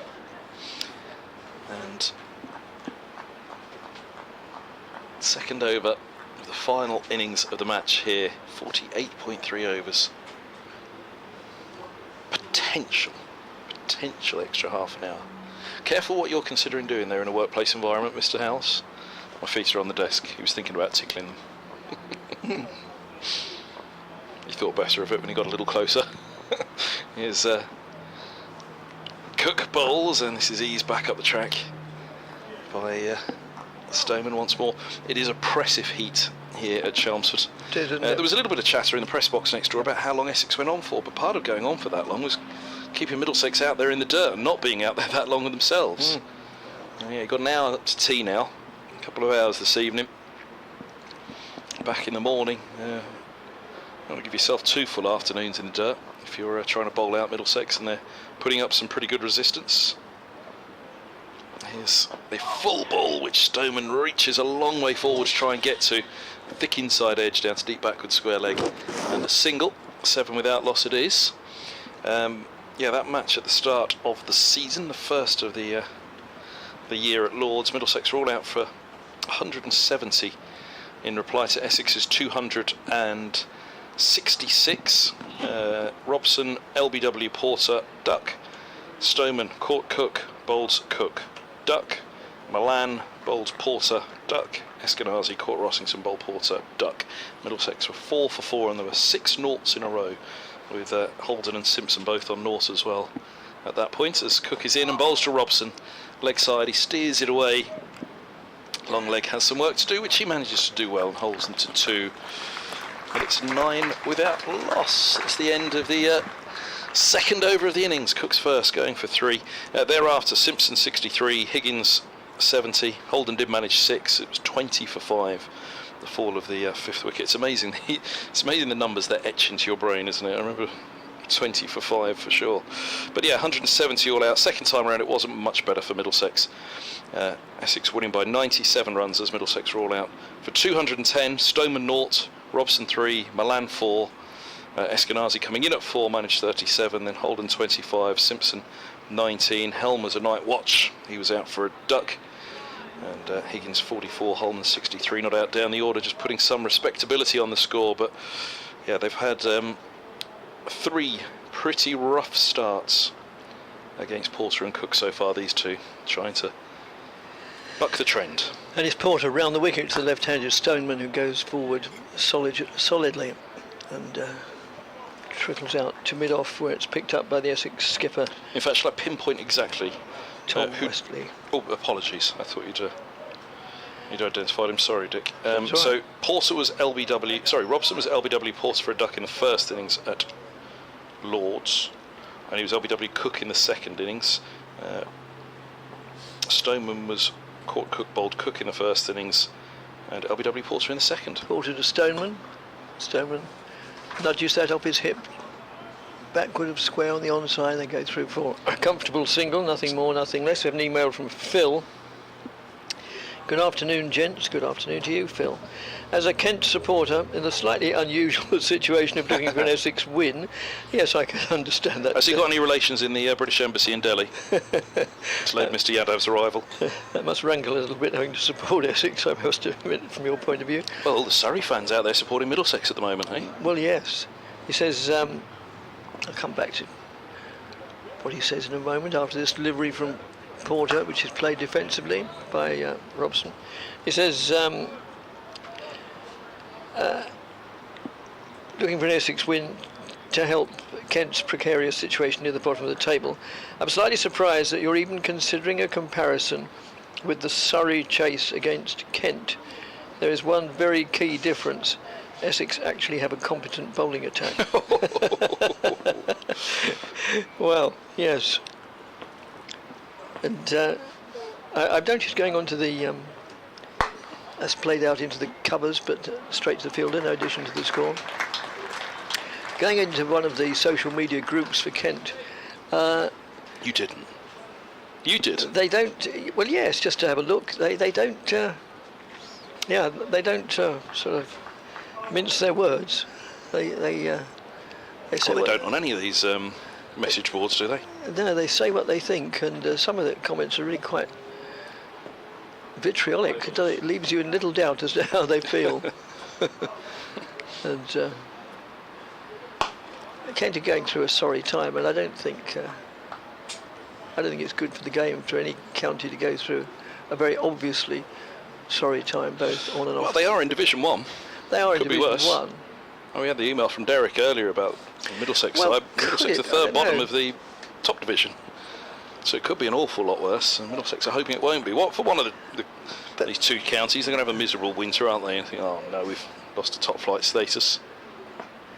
But do you think it is opening it up a little bit as Porter moves in bowls, and that's just played defensively? I would have thought, in my somewhat quaint old-fashioned way, there's more to the definition of a successful club, and a club that are in good humour, good mood, good spirit, good position, more than just whether they're a first division or second division club. Oh yes, plenty more. I mean, I remember when I first started covering Middlesex. You had Andrew Strauss in the England side, Owen Shah, developing O'Morgan. There was the big debate at that point. Is a county there to develop players for England, or is a county there to achieve success? And Middlesex weren't achieving a great deal of success, but they had an extraordinary number of England players that they were producing. I mean, when I first was taken to watch Essex by my dad, when I was knee high to the proverbial, come back to that after a moment. Cook's around the wicket, he bowls. That's left alone by Stoneman through to the keeper. Started the second over from Cook. Essex didn't win the championship, didn't win any trophy, as is well documented, till 1979. By 1979, I'd reached the age of maturity. Well done for jumping in before I did. So I'd watched quite a bit of county cricket, and I got the impression as a teenager that, there was a tremendous buzz about the club. It was almost as if, well, we won't win much, but, we're a splendid little club, and they were. Cook's around the wicket, he bowls, and forward goes Stoneman defending. Well, so I suppose things are moved on now a lot, and it's it's mainly driven by finances, and I can understand, I suppose. And the same is inclined to apply to club cricket. Oh, that's reminded myself I was going to come back to a comment about club cricket, which Carolyn Upminster asked me to do, which I'm happy to do. 3 slips go down. Cook midway through his run up, he bowls, and this is left alone outside the off stump by Stoneman. Yeah. Which one are you going back to? Which club? Or have you got to go back to the email as well? I'll just see if there's any emails to just have a quick look to see.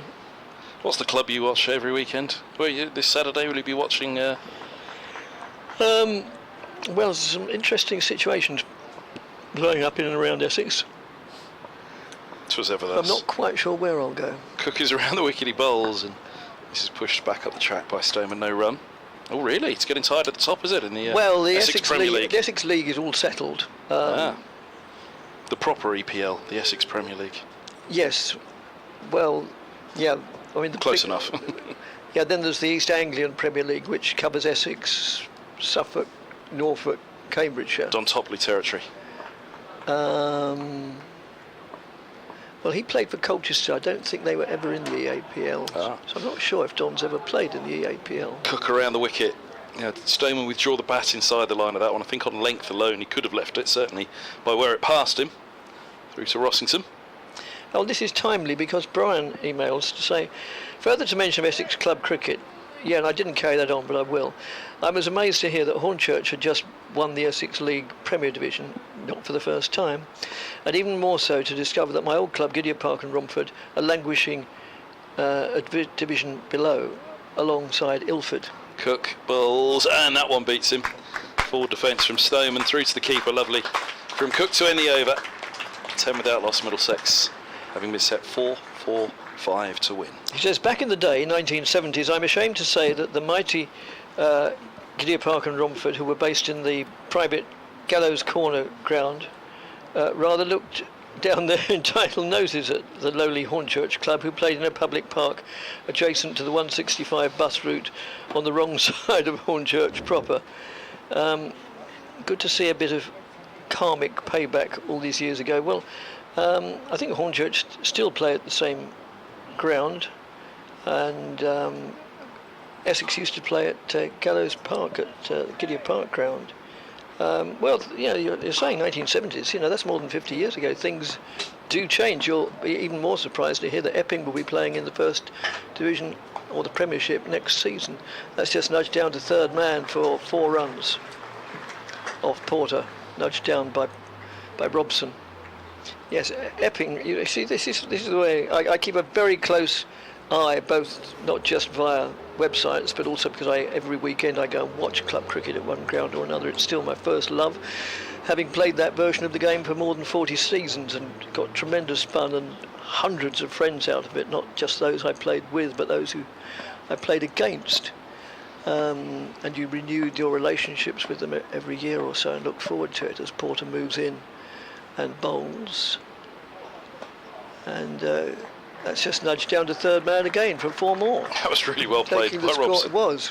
Yeah, soft hands, taking the score on to 14 without loss, of which Robson 18. The scoreboard hadn't been incremented, of which Robson has 14. And so things move on and clubs go up, clubs go down. And as I say, Epping have gone 3-2-1 Premiership in as many seasons. Sometimes one asks and rarely gets an answer as to why this has been. What's caused the injection of talent? Often it's accompanied, but not always, by an injection of cash. It's because nowadays in club cricket, so that's just played defensively, the better players will move from club to club at the end of every season or the beginning of every season. Not all of them, but a large number of them will move. in what Brian referred to as former days, I'm not sure, some such phrase. Then people stay at the same. I played the same club for 40 years. We went up, we went down, we went sideways. We almost disappeared altogether at one stage. But it never crossed my mind to go and play for somebody else. We just didn't do that. But it's all very different now. We just have to accept that. It's neither better nor worse. It's just different. What is encouraging, and this is coming on to the point that Carol wanted me to reiterate, is that in Essex, club cricket is flourishing not from what I hear, not from what I read, but from what I see. And as a pure example, my own club in the southeast of the county, only 2 seasons ago they put out 3 sides on a Saturday. Let's come back to that, which is more important as Port bowls, and let's just play defensively. They put out 3 sides on a Saturday. They now regularly, all season, here we are towards the end of it, put out 5, and sometimes, the peak of the season, when even more people are available, they've nowadays put out 6 sides. And you go to these clubs on a Friday evening or a Saturday, no, not often a Saturday morning, a Friday evening or a Sunday morning, when they all welcome the children in to learn about the game, and it's, they're bursting at the seams. Well, certainly dozens, in some cases hundreds of young children there, that's just played out on the offside, eager to learn what this game of cricket is all about, which is tremendously beneficial for the club, not only their long-term future of the club, because a percentage of those players will go on and play for them, but also the financial welfare, because there's just as much profit in loads of lemonade and orange juice as there is in gallons of beer. And so the clubs are gaining in every respect. The children are gaining, their parents are gaining, and most important of all, that's outside the off stump, goes through the wicketkeeper, cricket is gaining. And any suggestion that cricket is dying, to my mind, is ill-founded. It is true to say there are fewer clubs than there used to be. Sunday cricket is almost extinct. But club cricket, to my mind, is flourishing, and that's from my own observations. Right. So the current situation is that Middlesex are 20 without loss, needing a further 425 to win, and 45 overs today and all tomorrow in which to get them. So completely the opposite of what Don Topley tells us then. Cricket's dying. Oh, did he? Oh. You won't be surprised to hear. Here's Cookies around the wicket from the Hayes close end. 3 slips crouched down. He bowls, and this ball beats the edge of Stoneman's bat, pushing forward defensively once more. As I was saying, Cook and Robson, they were out, well, to the different bowler in each innings. Porter got 1 in one innings, and Cook got 1 in the other.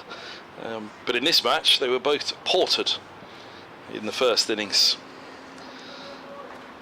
Well, I think Don played for Colchester.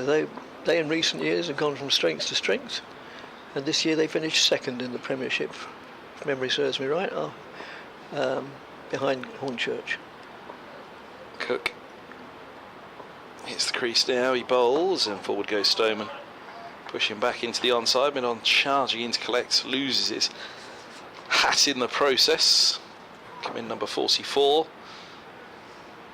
Jamie Porter at mid-on. Yeah, it's been Porter's tail against Middlesex this year, but Cook was the man who arrived at Lord's earlier this summer with all the headlines around him being the one that could break through to the England side. He sets off now, bowls, and this is edged and put down at 2nd slip. I think it carried.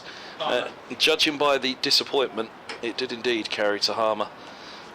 He's moved slightly to his left. There seems to be enough disappointment out there to suggest that carried. I think he dropped her in the first innings. It's not to say he's not a very good fielder with enormous hands.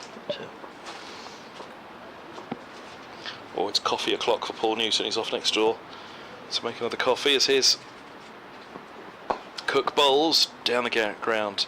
Stoneman looking to drive only as far as Porter. There's no run. He's got these fantastic coffee bags that you can get now, rather than just spooning in the coffee. You can filter your coffee in, which he's very disciplined, I must say. I think I'd have had about 6 of those bags now. This is only his 2nd of the day by my count. Really? He's measured himself with his caffeine intake well. It's the kind of day where you could heavily overdose on caffeine and sugar to get you through in this heat.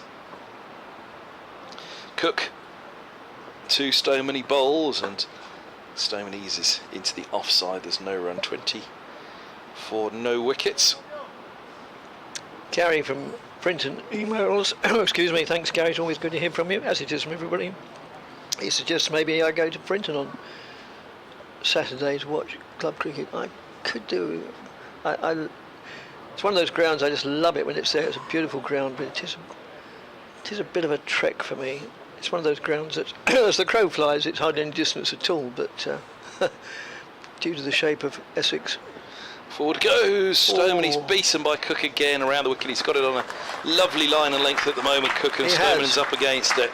End of the over, 20 without loss, and a maiden over for Cook, none for 3 from 3, with 2 maidens now for Cook, who's really testing out Stoneman. And well, survival is the order of the day for these two, but obviously rotating the strike and not letting them settle, although we're having a rotation at the river end. Yes, Harmer comes into the attack. This will be interesting. Oh, some news from Leicestershire, which has a Middlesex note. I'll just add quickly. Australia wicketkeeper Peter Hanscom has signed a 2-year deal with Leicestershire. The 32-year-old scored 1,200 runs and took 48 catches this summer. Instrumental in helping them to the One Day Cup final, which he'll miss due to returning home as captain Victoria in the Sheffield Shield competition. Former Middlesex captain, of course. Didn't quite work out so well at Middlesex, but doing well at Leicestershire. You see, that was a club. I went there for the day to watch Essex play them in the 50-over competition at the delightful ground. I'd never been there before, called Kibworth Cricket Club, just over the border into Leicestershire. Had a wonderful day, and come back to that after this delivery from Harmer. Gives it plenty of air, so much that it's a full toss, but played out for 4 runs down to extra cover. And yeah, it was a splendid day in every respect. The weather was good, and the organisation was brilliant. I always think when you play at an out ground, you know very well that the local club have put in so much effort into making that day. They've been planning it in advance. They'd never... Oh, and that is superbly caught at leg slip, diving away to his left. Probably anticipated to a certain extent as well, otherwise he could have never got there in time, and Middlesex lose their first wicket. And would that have been Sir Alistair? Oh, good question. Yeah, it was a flurry there, wasn't it? Might have been Lawrence, but whoever it was a superb catch, and he must have anticipated that a little bit, because otherwise he could have not made the ground in that time. The batsman went forward, and the spin of that had been imparted on the ball by Simon Harmer took it away towards leg. Batsman got an edge, and duly caught at leg slip. Don't see many better catches. Yeah, real blow for Robson, that. It was Lawrence, yeah. Real blow for Middlesex. Yeah, first fall, so Robson's not to have his day against Essex this year. Can Stoneman at the other end. As we've said, it has not been a season for any of the top order batsers to take anything from innings against Essex so far. So here Joe Cracknell comes out to bat in the second innings. He was caught Harmer off Porter for a duck in the first innings. Robson 10 in the first, not adding many more in the second. 24-4 on Middlesex, although, well, they were 25 for 4 in the first innings, so it's progress of sorts, but so much to do. Main thing is tea, isn't it, which is still 11.4 overs away. That's a long, long way right now, isn't it, Dick? It is, isn't it? It's a long old day, toiling away in the sunshine.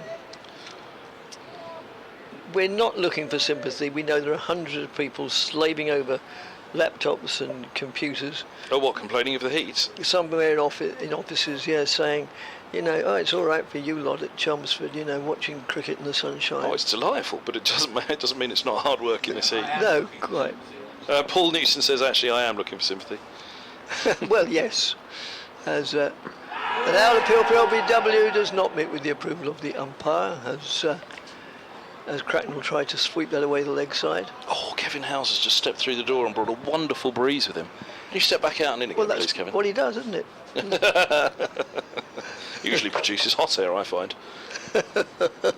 Lots of it. Oh, we've got a message for you, Dick, in a moment. Oh, you have? Mm. Oh dear. That's pushed out on the offside, no addition to the score. Just tuned in. Sounds a bit provincial. Who's ever heard of Hornchurch? Right, writes Martin Emerson. It's part of London. Oh, part of the London borough of Havering, I would imagine. Hey, could be a run out here, but there's not. Oh, as it was played out to long off. Throw came in with hesitation. There were two certainty.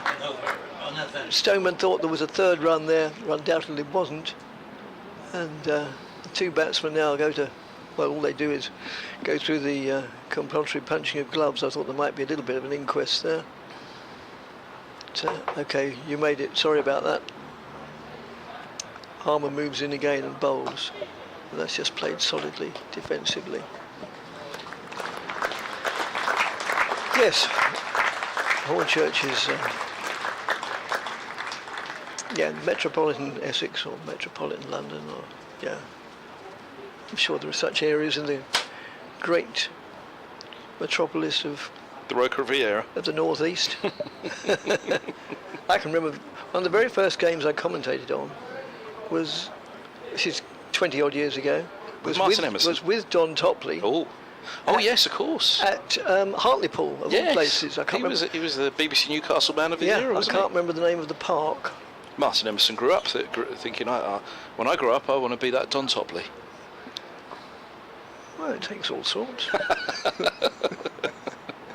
Cooks around the wicket from the Hayes close end. He bowls and forward goes Stoneman. Beeson, big stride again, overbalances forward as it beats him through to Rossington. This is outstanding from Cook. And at the end of the last over, we were saying one thing that they must try and do is rotate that strike. And I think trying to knock Cook off his line just by rotating the strike at the moment and getting the right-hander on strike is the best that really Stoneman can do. Yes, I'm going to have to look that up now, see what the name of the park was at Hartlepool. Nowhere near it, my thoughts at the moment. Sam Cook hits the crease, bowls, and Stoneman forward. Thick edge all along the floor, 2 points. Looking to drive, ricochets off the outside part of the bat. Middlesex under heavy pressure here on the third afternoon at Chelmsford. Essex trying desperately to keep pace with Surrey. Middlesex 419 runs away from the target they've been set. 9 wickets standing. Sam Robson falling cheaply for the second time in the match. Can Stoneman avoid that? He's got to get past Cook somehow as Cook's in, bowls and beats him with a slightly shorter delivery on this occasion. He was well trapped in the crease on that one by Stoneman as he was beaten. This really is top quality bowling and top quality cricket from Cook, for which an England opener, Stoneman, who's played for some of the finest counties in the land, and Durham, is doing his very best out there. Purely for Martin Emerson, and Kevin Howes is giving me a look. It's purely for Martin Emerson. The Durham fans know how much I love them. Here's Cook again, he bowls, and Stoneman down the leg side tries to help it on its way. It's a tumbling stop by Rossington, who prevents a boundary. Well done him. He gets up, rubbing his right hip. Hurt the flexor there somehow, Rossington, with his tumble to the right. But they know, I love a trip to Chesterley Street. They're great fun up there. At Chester? Chesterley Street. You just Chesterley you can't Street. avoid a dig at Martin Emerson though when it's offered to you. Yeah, when I write my memoirs, on the assumption that nobody would dream of buying it, but it'll be only for my own salvation. Cook around the wicket, he bowls and beats Stoneman again. Goodness me, how many times can you go past an edge? Extraordinary. A long plunge forward again from Stoneman there, but beaten all ends up. 26 for 1. One of the matches or days at cricket which will feature will be a day I spent Despite the fact that it was with Paul Newton. Do you know, he just looked across with great interest to listening to your story there, only to be slapped in the face by you, proverbially. And come back to that, what's going on out there is more important. Cook bowls and Stoneman pushes back. There's no. He genuinely looked across. I know he did. Lovingly almost to listen to that story, only to be hit away by that. Maiden over that was that top ball. 4 overs bowls, 3 maidens for Cook. Just 3 runs conceded. Middlesex at 26 for 1. Cracknell to have strike on 2, which is the same score that Stoneman has. It was a floodlit T20 match at Chesterler Street. Yeah. I don't know, I lose track of years, maybe 5 years ago, maybe 6. Paul will know exactly. And believe it or not, the home club obviously was not Essex, but who were the home club? Who else would you play in Chesterler Street? Oh, wait, what? Lancashire. Of course, yes, yes. 2019. Lancashire, Yes. 2019, Yes. Paul says, 4 years ago. And for some reason, I can't remember what it was. Test match, was it? They couldn't play at Old Trafford. Come back to that after this. They were from Harmer. It's met defensively. So we trekked all the way up to Chesterler Street on a miserable day. It had been pouring with rain. We thought, we more than thought, we said, it's a jolly long way to come and not watch any cricket because of the rain. Or words to that effect. It's an appeal for... No, it's not, because it was high anyway. But it certainly got the better of the batsman. Harmer just looks as if he's going to more than make up for the fact he only took 1 wicket in the first innings. Didn't know whether to go forward or back there. Cracknell No, today. which is the definition of a good length ball, of course. Sometimes people say, what do you mean by a good length ball? Well, that's exactly it. Shall I go forward? Shall I go back? Not sure. Whoops. That's just played out to short leg. She went all the way to Chesterley Street and you didn't even get to see Martin Emerson that day. No. Well, I think we... Did he turn up? I think we did. I think he was in an adjacent little room. They didn't really have commentary boxes. I don't know if they do now, but they had sort of hospitality boxes, some of which had ISDN points, which was how we broadcast. And I think we did just catch sight of the great man. And I duly got on my knees in deference, of course. That's just played solidly, defensively. And so I remember because it took me 20 minutes to get up. Harmer bowling right arm over the wicket to the right-handed Cracknell. Moves in now, bowls. Cracknell goes on the back foot. Oh, and that's nudged fairly close to Lawrence, who took that spectacular catch to dismiss Robson, but not really in the adjacent area. End of the over, 27 for 1. And anyway, they did play. I think it was more or less drizzling throughout, and it was a cheerless evening. And in fact, I remember at the end, I interviewed Tom Westley, and he said, all the years I've been playing county cricket, even then it was a few years, he said, I don't honestly think I've ever been so cold. And anyway, Essex, mainly thanks, I'll look over to Paul because he'll either confirm or deny it. I think it was mainly or largely thanks to Ravi Bopara. Thank you. Won the game. And it was pretty late at night. It was by now, it was 10 o'clock or gone, especially once we got the interview. We were both starving, ideally looking for a curry. And one of the problems that beset us that evening, I shall tell you later. Cook. He's past the umpire, he bowls, and Cracknell clips him through mid-wicket. That's a lovely shot. Glorious for Cracknell. That'll feel an awful lot better for him. His first boundary of the match, having gone for a duck in the first innings, in for Eskenazi for this game. That was a really fine clip through mid-wicket for 4. Yes, so usually under these circumstances, I get onto the net and see, where's the nearest Indian restaurant, blah, blah, blah, blah, blah, press directions. Yes, even I can do that, yeah, yeah. But they had no internet access at all. So I thought, oh, bother. And comes Cook, bowls, and Cracknell defends, and there's no run. So the wonders of communication being as it is, I phoned my dear wife all the way from Chesterler Street, my dear wife on the Essex Riviera, and said... From the Roker Riviera to the Essex Riviera, delightful. The Essex Riviera, yes. I said, it may sound a strange request, but could you go on the net, find an Indian restaurant near here for us? And which she duly did, God bless her, and came up with the name of this Indian restaurant. Cook, midway through the run-up, he bowls, and this ball's defended by Cracknell into the offside. Fielded at cover. Which we located, but by that time they were no longer serving. Oh. So we... Not even a poppadom. Not even a poppadom. So we poured out our hearts to them as two wayward, lost southern souls, lost in this great sea of Chester Street. And they said, well, as long, more or less, I can't really exactly, I expect Paul will remember this word for word verbatim. Cook passes the umpire, he bowls, and Cracknell edges past third slip, a long way past third slip, right, even a fourth may have had to go slightly away from the slip cordon. Well, yeah, it was not really catchable height anyway. So he said, well, as long as you don't want anything too complicated, brackets, because that means we'll have to open another tin, then, you know, you can have a takeaway. A special offer for you, you know. So charged you double. So we, yes, right. So we did, and I said to Paul, we'll go back to where I was staying, which was a pub just north of Chester Street.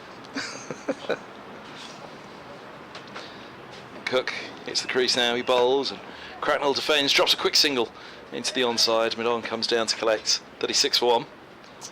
By this time it was about 11 o'clock. We got to this pub in complete and utter darkness. Not a glimmer anywhere. With each holding out the little bags of chicken, whatever it was, madras or something. So it was a biggish pub standing with a car park all the way around it. Anyway, so I went round the back. There was just a vague glimmer of a light and somebody washing a few dishes. Cook around the wicket, bowls to Stoneman, forward defence. That's the bowler. So I knocked loudly on the window and he opened the window and I said, I'm staying here. Now the old music hall jokes would be, right, okay, we'll stay there in the car park. And I said, but I can't get in. And, you know, just quite nonchalantly he said, all right, and I'll come around the front and let you in. And so we duly went in and I said, what would, you know, should I have had a key? What would be the normal circumstances to get back at this time of night? He said, no, you did exactly what's right. You hunt around and, you know, there's a good chance one of us is still going to be here and we'll let you in. And, but then he couldn't have been, bearing in mind now it was well gone 11 o'clock, 11:15, could not have been more hospitable and got us out plates and knives and forks and condiments. And, oh, you sit down and I'll as Harmer moves in and bowls, I'll be in the kitchen for quite a while yet. You know, you can spend a good half to 3/4 of an hour sitting in our lounge bar eating your curry. And it was a very good curry, and we enjoyed it, but it was an evening I won't forget. Right, that's it. Worked away on the onside. Harmer moves in, bowls to Cracknell, goes forward solidly, diligently, and it's played with dead bat, picked up by Nick Brown, who's been playing club cricket for Whittam for the last couple of Saturdays, and I think he got a century last Saturday. As Harmer moves in and bowls, just played again to Nick Brown. Martin Emerson says, well, part of me was at that Essex match. He said he thought he was in the commentary box next door. He said, Scott Reed borrowed my ISDN kit. Lancashire chose the venue because they'd won 8 in a row there. They've never won at Chesterley Street since. A loud appeal for LBW. It looked plumb. It kept low. I feel sorry really for Joe Cracknell. There's not an awful lot you can do about those. He's backed up to one there. That could he have been forward though, Dick? I suppose. Yeah, possibly, but it still crept. You know, it probably got him on about the inside of the ankle, I would have thought. And yeah, I mean, that would have been one of the easiest decisions the umpire had. Well, he was given the chance in this game for Eskenazi, and 12 runs to his name. He makes his way off after a duck in the first innings. Eskenazi will be banging on the door, much as you were in the Chesterley Street nightlife back then, to try and get back in the Middlesex side for the trip to Lancashire on Sunday. So Cracknell unable to take the chance here, over to young Jack Davies, who would have been the other one that Eskenazi would be thinking, I've got to be back in. These two youngsters giving their chance ahead of Eskenazi on his return from the 100. But as I say, Cracknell unable to take it this time. 36 for 2. And this run up to tea, Middlesex are already losing a couple of wickets. And of course, that was the year. Yes, when Essex then went on them, and they're again looking for confirmation from Paul. Wasn't that the year they went on to win the T20? Yes. Yes, thank you. And we had described it as they scraped into the final stages through the back door. Our colleague David Brett said no, it wasn't even the back door. It went in through the cat flap, which I thought was an admirably described situation by which Essex got into the final. And then you just felt that, you know, there's no such thing as fate, I don't think. But, you know, you just felt, having scraped their way by, well, I was going to say fair means or foul, they were all fair. But, you know, with Lady Luck smiling most benevolently throughout the passage to the finals day, you just felt they were going to go and win it, and they did. So that brings to the crease Jack Davies. Jack Davies, who made 5 in the first innings before being out LBW to Cook. There's 7. At the end of this over, I realised I've been on air for about an hour and a half. Oh, well, no, we did have a 10-minute break between innings. So at the end of this over, I'll make way for Paul. He's been giving you the 2-minute signal for 10 minutes. Oh, has he? Yeah. At least I think that was what he was saying. Yeah. Myopia has its benefits. Towards my latest jibe at Martin Emerson, he's replied, "You won't be at Chesterley Street next year, Kev." Durham winning by 7 wickets today against Surham at the top of Division 2. I'm sure even Durham can't throw away such a good position as that, Martin. I have no doubt you'll make it up to Division 1 next year. Now it's all pressure on Middlesex now, isn't it? Kent fans will be rejoicing at this latest wicket. 6 points will be the difference, with 3 to play for both. Unless Middlesex can find something quite brilliant here, they are up against it, and so too at this very moment is Jack Davies. There are 4 close catches, 2 slips, silly point, and a leg slip as well for Harmer from the River End. Harmer round the wicket to the left-handed Davies. Loves turning it away from the bat. It's just worked way backwards of square on the onside for a single. Michael points out that Hornchurch was where a Zeppelin was shot down in the First World War. That was a fighter station in the Second World War. Thank you. As Harmer moves in again and bowls, right arm round the wicket. Batsman goes onto the front foot, then onto the back, plays it defensively. End of the over, just quickly. Another email says, "Read the success of Hornchurch. It's in fact the second trophy in 2 seasons, as they won the National T20 Club Cup final at Wormsley, on another lovely ground, in 2022, beating Barnt Green from the Midlands in the final." Thank you very much, and I'll make way for Paul. Thank you very much, Dick Davis, BBC Radio Essex. Myself, Kevin Hand of BBC Radio London, here at Chelmsford. Paul Newton, part of the Essex commentary team as well. Kevin Howells presenting the BBC Radio 5 Sports Extra coverage of this one. Where at the moment, Essex are well on their way, and they could be well on their way on day 3. Kevin Howells thought he'd be here with us tomorrow. This game starting a day after the others. But at the moment, we might not have any championship cricket to talk of tomorrow unless Middlesex can put up a bit more of a fight here. It's going to be a change of bowling at the Hayes Close end. Cook, wicketless. He's removed, and Yadav will have a bowl. Right arm over. He was struck on the head at the end, or on the helmet at the end of the Essex innings. Davies on the back foot defends the first ball into the offside, and there's no run. Yes, those scores elsewhere today.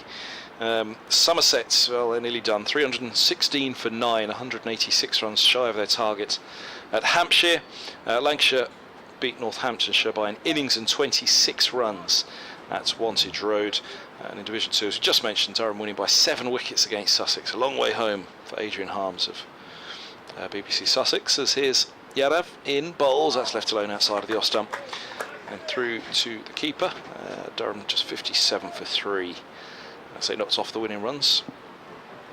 And the final match to tell you of was Yorkshire winning by 277 against Derbyshire, who are all out for 293 in their second innings. So we are a wicket away from being the last game standing. Paul Newton, welcome back. Thank you very much indeed, Kevin.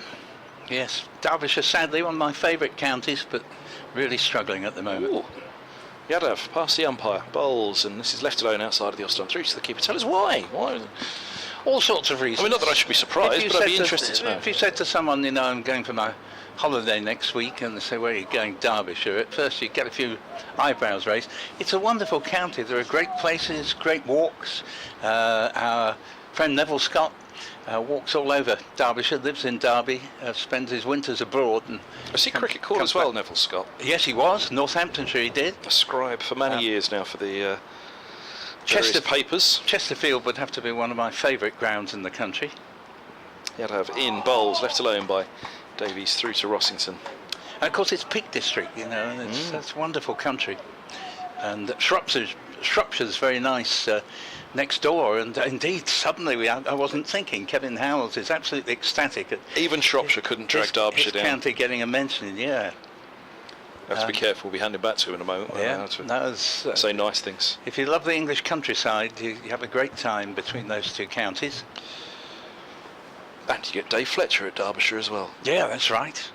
Here's Yadav in, bowls, and forward goes Davies, edgily along the floor to Gully as he defends. Imagine, Kevin, you're in charge of fixing the microphones before a day's broadcast, yes, in which Essex are playing Derbyshire, and Dave Fletcher, I think, is Derbyshire's only regular commentator. Yep. He of very sotto voce, basso profundo qualities, with Dom Toppy.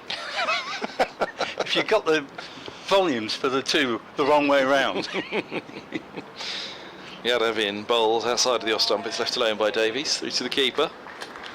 37 for 2. End of Yadav's first over. A maiden. Home support enjoyed that one. Brought in to help this title push at Chelmsford. Yeah, it has to be said that it's one of those things that Essex will for sure keep going. I was talking to Jamie Porter last night. I can't resist a bit of name dropping, and he was saying, you know, that regardless of whether Essex end up, he's contractually obliged to talk to you last night. We should. He was, yes, he was. But those are the best sort of names to drop. I find they're the only ones that'll talk to me.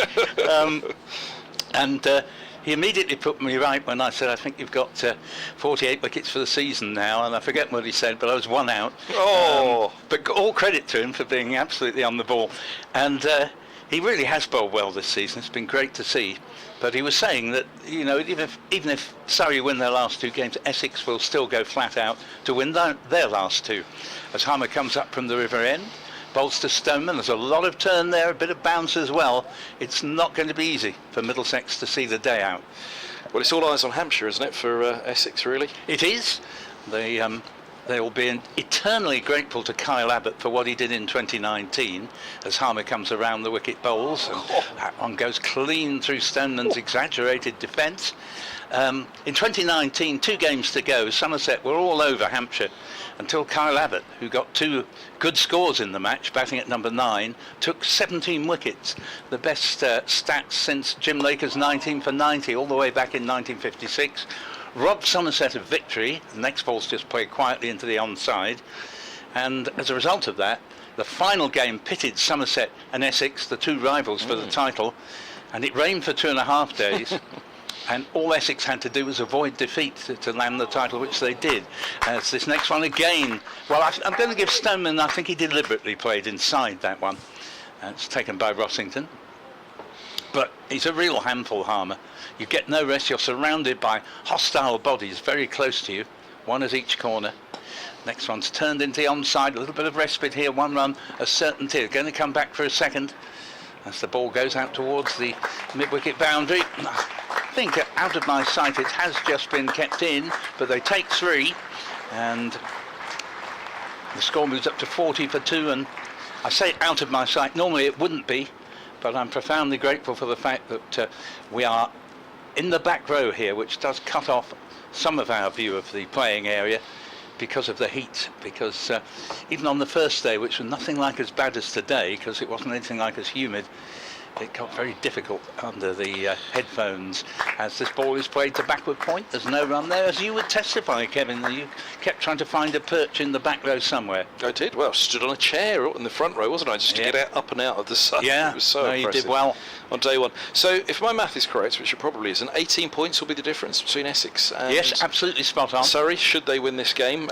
So you can't really even rely on a draw. You need a defeat for Surrey. And you do, and the one thing I would say is, although Surrey would be expected to win both the final games, but even at Hampshire, even in my experience, that's the last place you want to have to go if you just need to go there and avoid defeat to land a title. I would not want to be there for the reason I've mentioned. Kyle Abbott, he's still a superb bowler. Well, also as Middlesex found out down there, Liam Dawson. I mean, yes, you know, if Hampshire looked at the Middlesex bowling lineup and said, well, look, we've got a good seam attack, but so have they. But their seam spin attack is more experienced. As here's Yadav in, bowls, and Stoneman leaves alone. Right arm over to the left-hander, through it passes to Rossington. Dawson. Similarly, would they look at Surrey and actually say if there was one component that Surrey are missing, it is that real top front-line spinner. So if they produced a turning track down at Hampshire last game of the season, well, indeed. That was what they did against Middlesex. Dawson had a field day with his 12 for an innings victory. I've had the pleasure of commentating with Liam Dawson, and he's a terrific chap. It really is. Yes, he is, yeah, likewise. Great cricketer as well. Yeah, that was in. Bowled outside of the off stump, it's left alone through to the keeper. And of course, BBC Radio Solent's Kevin James is a former Middlesex man. He wheels great power down at Hampshire. I'm sure he'll be saying, listen, Middlesex won't want Surrey to be winning the title. Make sure you produce a turning track last game of the season. Yeah, no, that's a very good thought, because whatever track they produce, Kyle Abbott will still take a lot of playing. I've never seen anyone beat Alistair Cook so many times in a row as he did at the Aegeus just over a month ago. Got him, I think, in both innings. Yadav to Stoneman, he's forward and pushing away into the covers, just the single. Middlesex move to 41 for 2. The required runs nearly below 400, Paul. Nearly. But yeah, it's going to require some big favour from elsewhere, isn't it? Surrey's other final games against Northamptonshire, I do believe I'm right in saying. Yes, it's hard to see Surrey failing to pick up, probably 24 points in that one. Essex also played Northamptonshire in their last game, away at Northampton, late September. Yadav bowls outside the off stump, Stoneman leaves alone. Yes, the intrigue at the moment is certainly more at the bottom of the table if Essex go on to win this. Yeah, I mean, you couldn't have a more thrilling climax from the angle you've just mentioned as last year in that game between Warwickshire and Hampshire, where we had the famous 9-wicket haul from Liam, just remind me of his surname. Dawson? A Warwickshire bowler who was playing his second game of the season and his first since April. Here's Yadav, who's in. Oh, it's edged and taken a slip. Cook with the catch. Stoneman departs. My apologies, it's Davies. Davies departs. Gone for 1. And it's 41 for 3. Stoneman pushing that single the previous ball. Davies just dabbles at 1. And well, Stoneman was beaten on so many occasions, wasn't he? But Davies nicks through, and another young Middlesex batter departs. 41 for 3. And how many till teed? Still 4.2 overs. And this is, well, the stuff of dreams for Essex in this afternoon session, and much, as we were mentioning, the stuff of dreams for Kent as well. Yes, I mean, I have to say, I think this game is probably heading for the exit today. Fair play to Middlesex if they can take it through into day 4. But there is a bit of a precedent. When Essex played Kent here just over a month ago, Kent managed to take it into a 4th day when the thought had occurred that they might not get that far. And I think batting probably, as the ball gets softer, will become that distinct bit easier. But you'd have to say the perhaps big difference in this match, I think, Kevin, strangely, despite Harmer having 2 wickets in this innings, De Carey's would have to take the spin bowling prize under any fair reckoning. But it's been the difference between Essex's quicker bowlers and Middlesex's, which is not to say the Middlesex quicker bowlers didn't bowl well, but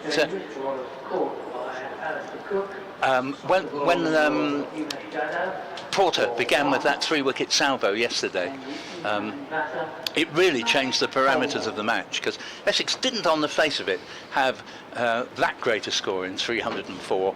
And I think had Middlesex survived that onslaught at the start, they may very well have even had a first innings lead. But when Porter gets, the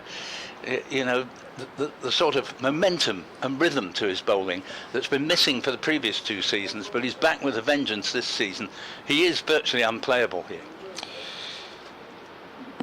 Liam Norwell is the bowler you're thinking of. No, thank you very to much. Alex Hode of the BBC Live text fame, and also BBC Radio Kent as well. Yeah, incredible 9-wicket haul on his first appearance since he was hit on the helmet by Essex's Steckety in very nearly the first game of the season, and he came back and made all the difference between who went up and who stayed up and who went down. Yadav's in. Max Holden, the new batter, leaves alone outside the off stump. 41 for 3 Middlesex. 4 overs to tea on day 3. Big trouble for the visitors at Chelmsford. Davies the latest to go. Cook departing for 1, and that going with his 5 in the first innings when he was LBW. So Sam Cook. Yeah, that's Yadav's first wicket for Essex. And against his former county. Yes, and you never know. I mean, such is life. Everybody expecting Harmer to come good second innings, which he has so far, let it be underlined. But there is always the possibility. Who gets most wickets? Not Porter, not Cook, not Harmer. It could yet be Yadav. Because this is the great strength of the Essex attack, that they have so many prongs to it. Harmer's up, bowls, and this is another of many deliveries that he pitched on the teasing length. And it's pitched its turn, not extravagantly, but enough, and also bounced a little bit more than might have been anticipated. Silly points, in fact we'll come to that in a moment, but let's just look at the next ball, and that goes through the defences of Stoneman there, as he has needed his luck to survive here so far. We've got leg slip, silly point and silly mid-off. Really hemming in the batsman, making it all the more difficult.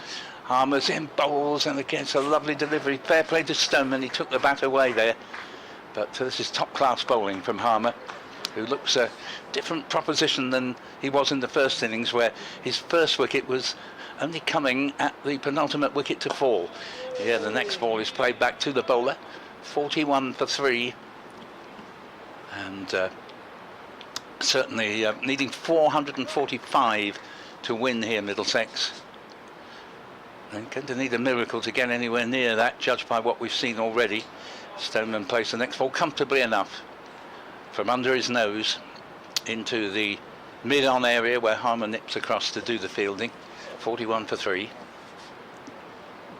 Harmer passes umpire Ian Blackwell. Bowls, and another difficult ball. It's well covered by Stoneman, and he's just playing the odds here really, and trying to make sure that he gets his front leg down the pitch, in his case the right leg, and is quick to take the bat away if he thinks it's going to be clearing the stump. So far his judgment's held up, but the scorecard reads: Robson caught Lawrence, brilliant catch at leg slip off Harmer for 8, Cracknell LBW Harmer for 12, and more recently Jack Davis caught Rossington, bowled Yadav for 1, and needing 445 to win, Middlesex are 41 for 3.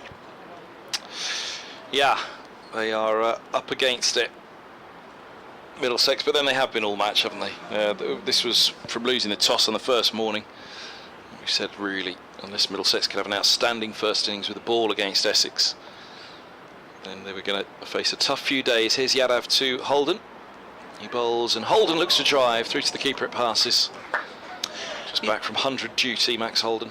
I like mixing my sports up with the metaphors and so on, and in this particular case, as a keen follower of football as well, it was said of Manchester United's performance at the weekend that they lacked any sort of shape or feeling that there was a way that they played. Now, you couldn't say that with Essex. They have an immediately visible way of going about their business, and it really is impressive watching them in the field. Yadav past the umpire, bowls, and Holden is beaten again past the edge. I mean, they really are bowling incredibly well in this game, aren't they, Essex? Yeah. They've really been all over Middlesex. Well, I think, you know, had they got going a little bit sooner in that first 6 games where they were experimenting with changing the makeup of the side so that you had 5 bowlers and 5 batsmen rather than the current 6 batsmen, 4 bowlers, ever since they switched back again to what had been a tried and trusted formula, if they win this, it'll be 6 wins on the bounce, and you wouldn't put it past them to make it 8 by the end of the season. You had to have 2. Holden may just have played the line of that one. We're not at the perfect line to judge these matters, but it felt as though that bat was tucked slightly. Tight to his body. Stoneman comes to have a chat with him, perhaps not, then perhaps he was well beaten. Prods away at the surface. Well, he played very well in the first innings, Max Holden. I've always liked him as a player. I say always. I've only seen him this season, the first time I've seen him, but I've been impressed, and I thought he got one that stopped in the pitch where he tamely sent a return catch back to the bowler, so I thought he was a bit unlucky. Yadav bowls, and Holman up on his toes, grabs a quick single here just in front of mid-wicket, and Holden is off the mark. 5th ball, 42 for 3 Middlesex, who were 25 for 4 in the first innings. They were 4 for 4 at Lords against Essex. Yeah, another factor that is typical of the way cricket goes, it's a splendidly cruel game, because the side who are already well on top, and if truth be known, have the better set of players for the job, they spend far less time in the field struggling away in very, very intimidating hot weather. Yadav to Stoneman, extravagant leave with the bat up in the air. And their opponent, who is far more up against it before a ball's bowled, gets all the bad luck going, really. They lose what could have been a useful toss to win, and I think was a useful toss for Essex, because on the first morning the ball appeared to be doing nothing, and Essex reached lunch at 117 for no wicket. Since when, nobody's really managed to stay out in the middle for all that long, with the exception of Cook and Wesley putting on over 100 in Essex's second innings. Yadav from the Hayes close end, he bowls, and Stoneman again an extravagant leave. Ended the over 42 for 3. This marks Middlesex's best start to an innings against Essex this season, doesn't it? 4 for 4 at Lords in the first innings, 25 for 4 in the first innings here. In the second innings at Lords, they were 41 for 4, so 42 for 3. It's one of their better starts against Porter and Cook. Yep, they are a formidable pair, to be sure. Email from Andrew Vigand, who says, loving the commentary as usually, addressing Dick here really, but Dick's disappeared, so I'll read it in his absence with a couple of insults thrown in. Don't tell him I said it. He says, loving the... Yours are the emailers. Probably, yes. He says, loving the commentary as usual, listening with interest to your escapades in Chester Street. As a proud Essex boy exiled in Chester Street, I break in as Harmer begins a new over outside off stump to looking at Holden, who leaves that. And he continues, I'm excited by the prospect of Essex coming to Durham next season. Should that happen, I would love to show you the best Indian restaurants in the town and even take you to a lovely hostelry for some excellent real ale. Next ball goes down to backward point, Jamie Porter, and there is no run. And he finishes off. Incidentally, it appears that, and he's talking to Dick here, it appears you are Facebook friends with my niece. Small world. Yes, we'll have to bring Dick back in on that one, I think. Harmer's in and bowls. Ball is played just beyond the sprawling silly mid-off. Paul Walter, no run. My claim to fame is on Facebook friends with Kevin Hells. Well, what greater claim to fame could any man have? Well, I was until he blocks me on there as well, but... I'm not surprised. As Harmer's in, bowls, and this is played back to the bowler. He's always been in the classic mould of a blocker. That one stops rather on Holden again, didn't it? Yes, it did. There was a ball to Cook in the first innings from De Carey's like that early on. Harmer bowls. Oh, dear me, that was a impossible one to play with any confidence. He probably wished that one stopped. It pitches in the perfect spot and turns and leaps. And well done to Rossington for taking it cleanly, but very difficult for Holden to have played that any better than he did in just getting out of the way of it. Here's another one, and Harmer clutches his head in his hands, and applause for an unplayable over, really, and in fact it's better it was unplayable from a Middlesex point of view, or otherwise I think Holden might well have been caught. But well done to him for seeing it out. 42 for 3, Holden has 1, and Stoneman has just 6 out of the 42, but fair play to him, he's still out there. Well, speaking of clutching, we are reaching the stage, aren't we, that any Middlesex fans thinking about coming along tomorrow might be clutching at straws. Oh, you do love the seamlessness. 2 for 3. Yeah, well. Thank you to Ian Sinclair for just putting me out of my misery. I couldn't remember Liam Norwell's surname, and it came to me there. Yeah, he took 9 wickets effectively to send Yorkshire into Division 2 last year rather than Warwickshire. But we are, though, aren't we? 33 overs remaining today, extra half an hour potentially for. Yeah, last ever Essex before tonight. tea, I think, coming up. It is, but 3 down in this period, stuff of nightmares for Middlesex. They'd have really thought, can we get through 1 down? 4 down would be even worse. Indeed. Here's Yadav, right arm over, he bowls to Stoneman in behind, pushes this one back up the track. Middlesex with 4 sessions to bat to save the game from here. It's all very unlikely at the moment, as we say. The biggest drama is whether it'll go to the 4th day or not. Tough situation for Middlesex this, but it has been all the way through the game. We pretty much teed this up from the first morning, didn't we, when Essex won the toss? That unless Middlesex could get at them, which they didn't, 122 before the fall of first wicket. Even with the toss, you just felt this looks like tough going for Middlesex. Yadav bowls and Stoneman leaves alone outside the off stump. Through it goes. 42 for 3. So yes, 32 overs still to come. Only 17 in this innings. And this is a very different Stoneman than the man I saw at Guildford in 2017, playing for Surrey.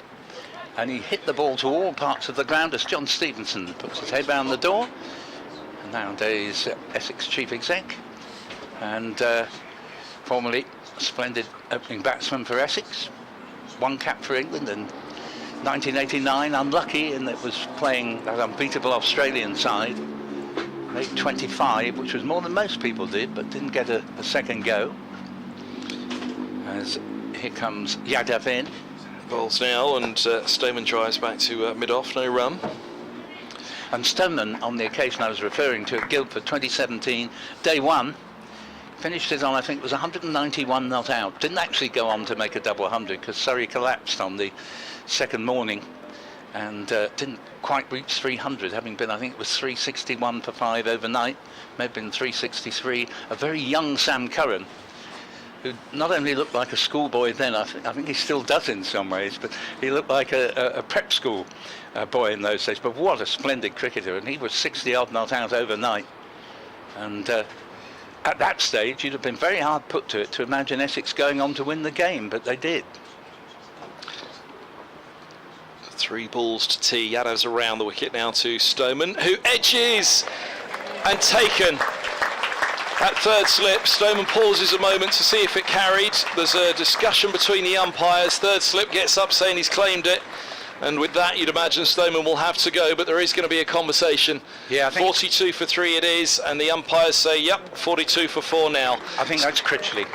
Critchley holds on. Yadav has another wicket. Stoneman to pass for 6, and Middlesex walk off to tee here at Chelmsford with a big problem.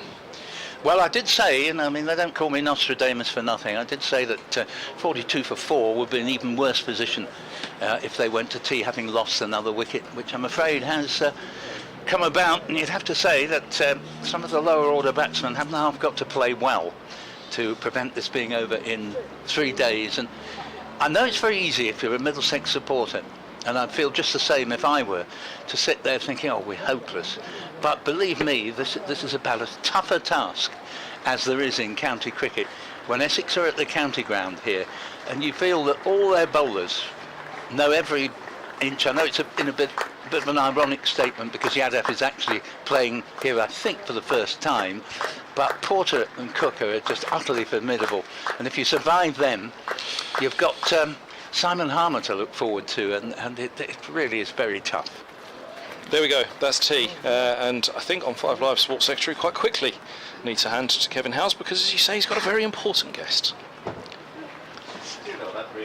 And so I think that's just about it for now. We shall be back with you. Yes, confirming Critchley there. Even I am in a better position to see it than, remember we're in the back row here and the framework of the windows obscures a lot of our view. But yes, Kevin could just about make out it had gone to third slip, and I was pretty sure I'd seen a low catch taken by the man with the number 20 on his back, which is Critchley. So 42 for 4, needing 445 to win. And you could put that down as nightmare scenario, really. Please join us again on the stroke of 4 o'clock.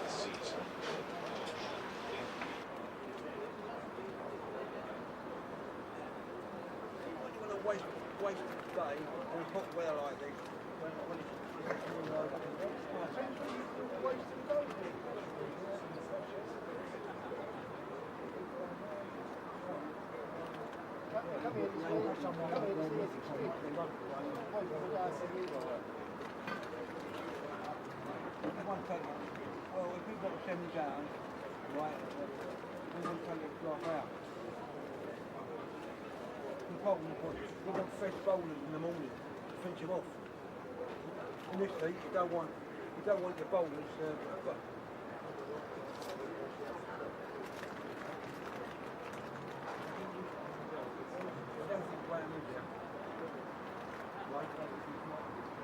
No, it's not. I'm just telling you, he's not here. You don't listen to what Yeah, I know what you said, and he's not. That's why he's not here. That's why he's not here. I said, he's not civil then. This is not me. I mean, not civil. It's different. What the rush around to get it for someone change.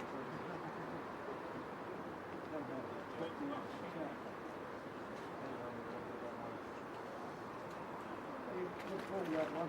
So he gets it in the right area. Too much for me.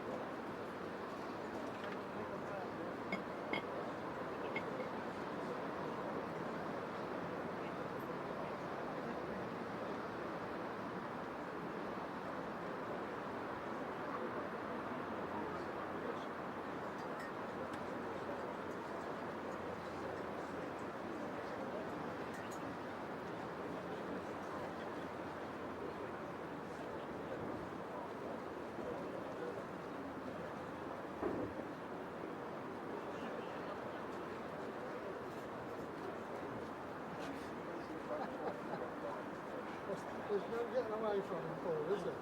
I think he was cross because we all walked away, didn't we, when he came back down? Sort of grabbed him up and we ran away. No.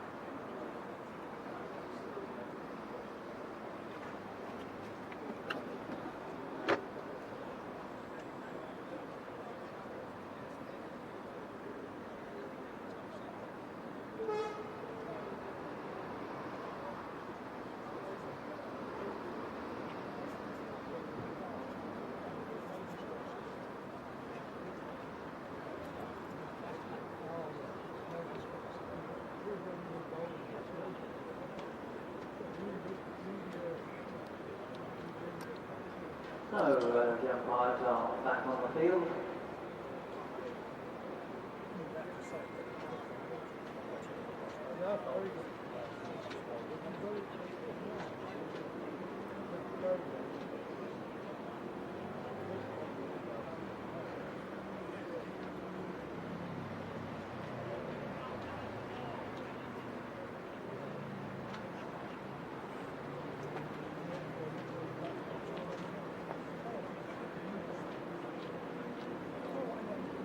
Welcome the Essex players back for today's final session.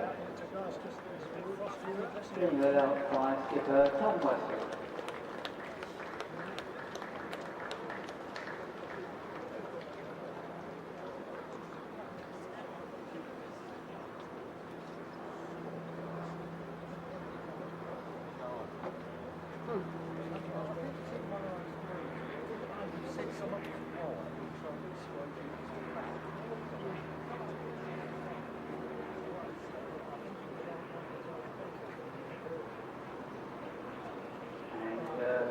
Followed up by the non-out batsman for the team, Max Holden, and the incoming batter, John Simpson. And it'll be John Simpson to face the first of two balls remaining from the over in progress from Umesh Yadav at the break. Well, welcome back as the post-tea session is about to start, and it could well be the last of the match because Middlesex 445 is the target, the notional target I think we must call it for the time being, that has been set, and they've crumbled in 17 overs up to the tea interval to 42 for 4, 2 wickets each to Simon Harmer and Umesh Yadav. The first 2 wickets in Yadav's what we think will probably be a brief sojourn at Essex, but he's bowled very well. And 42 for 4. I'm Paul Newton, with me is Dick Davis. Kevin Hand, I'm delighted to say, is with us, going out for BBC Essex, BBC Radio London and 5 Sports Extra. Kevin Howes being with us, but first of all, I'm just about to go into the BBC Essex 4 o'clock news. Latest detail live from the county ground. And Nick, it's looking very much as though we could be embarking upon the final session of the match here as the players resume the field after tea, because Middlesex set a massive 445 to win, have in just 17 overs collapsed to 42 for 4, so they still need a further 403, and Essex have just bowled magnificently. Simon Harmer looks unplayable. He picked up the first 2 wickets, and then Indian new signing Umesh Yadav also bowling superbly. superbly, has got his first 2 Essex wickets, and really it has been a magnificent performance from Essex here. They eventually declared at 319 for 7, and the top scorers were Alistair Cook for 84, Tom Westley for 47, and Matt Critchley for 65. But Essex, playing magnificent cricket, are in sight of making it 6 wins on the bounce. At the moment, the visitors are 42 for 4. Yeah. My left is your right. The evening session on the BBC Sport website and the updates here on the radio. And the weather forecast for Essex. And it's going to be Yadav, presumably. Yes. Yadav continuing, because that wicket fell with the last ball before tea.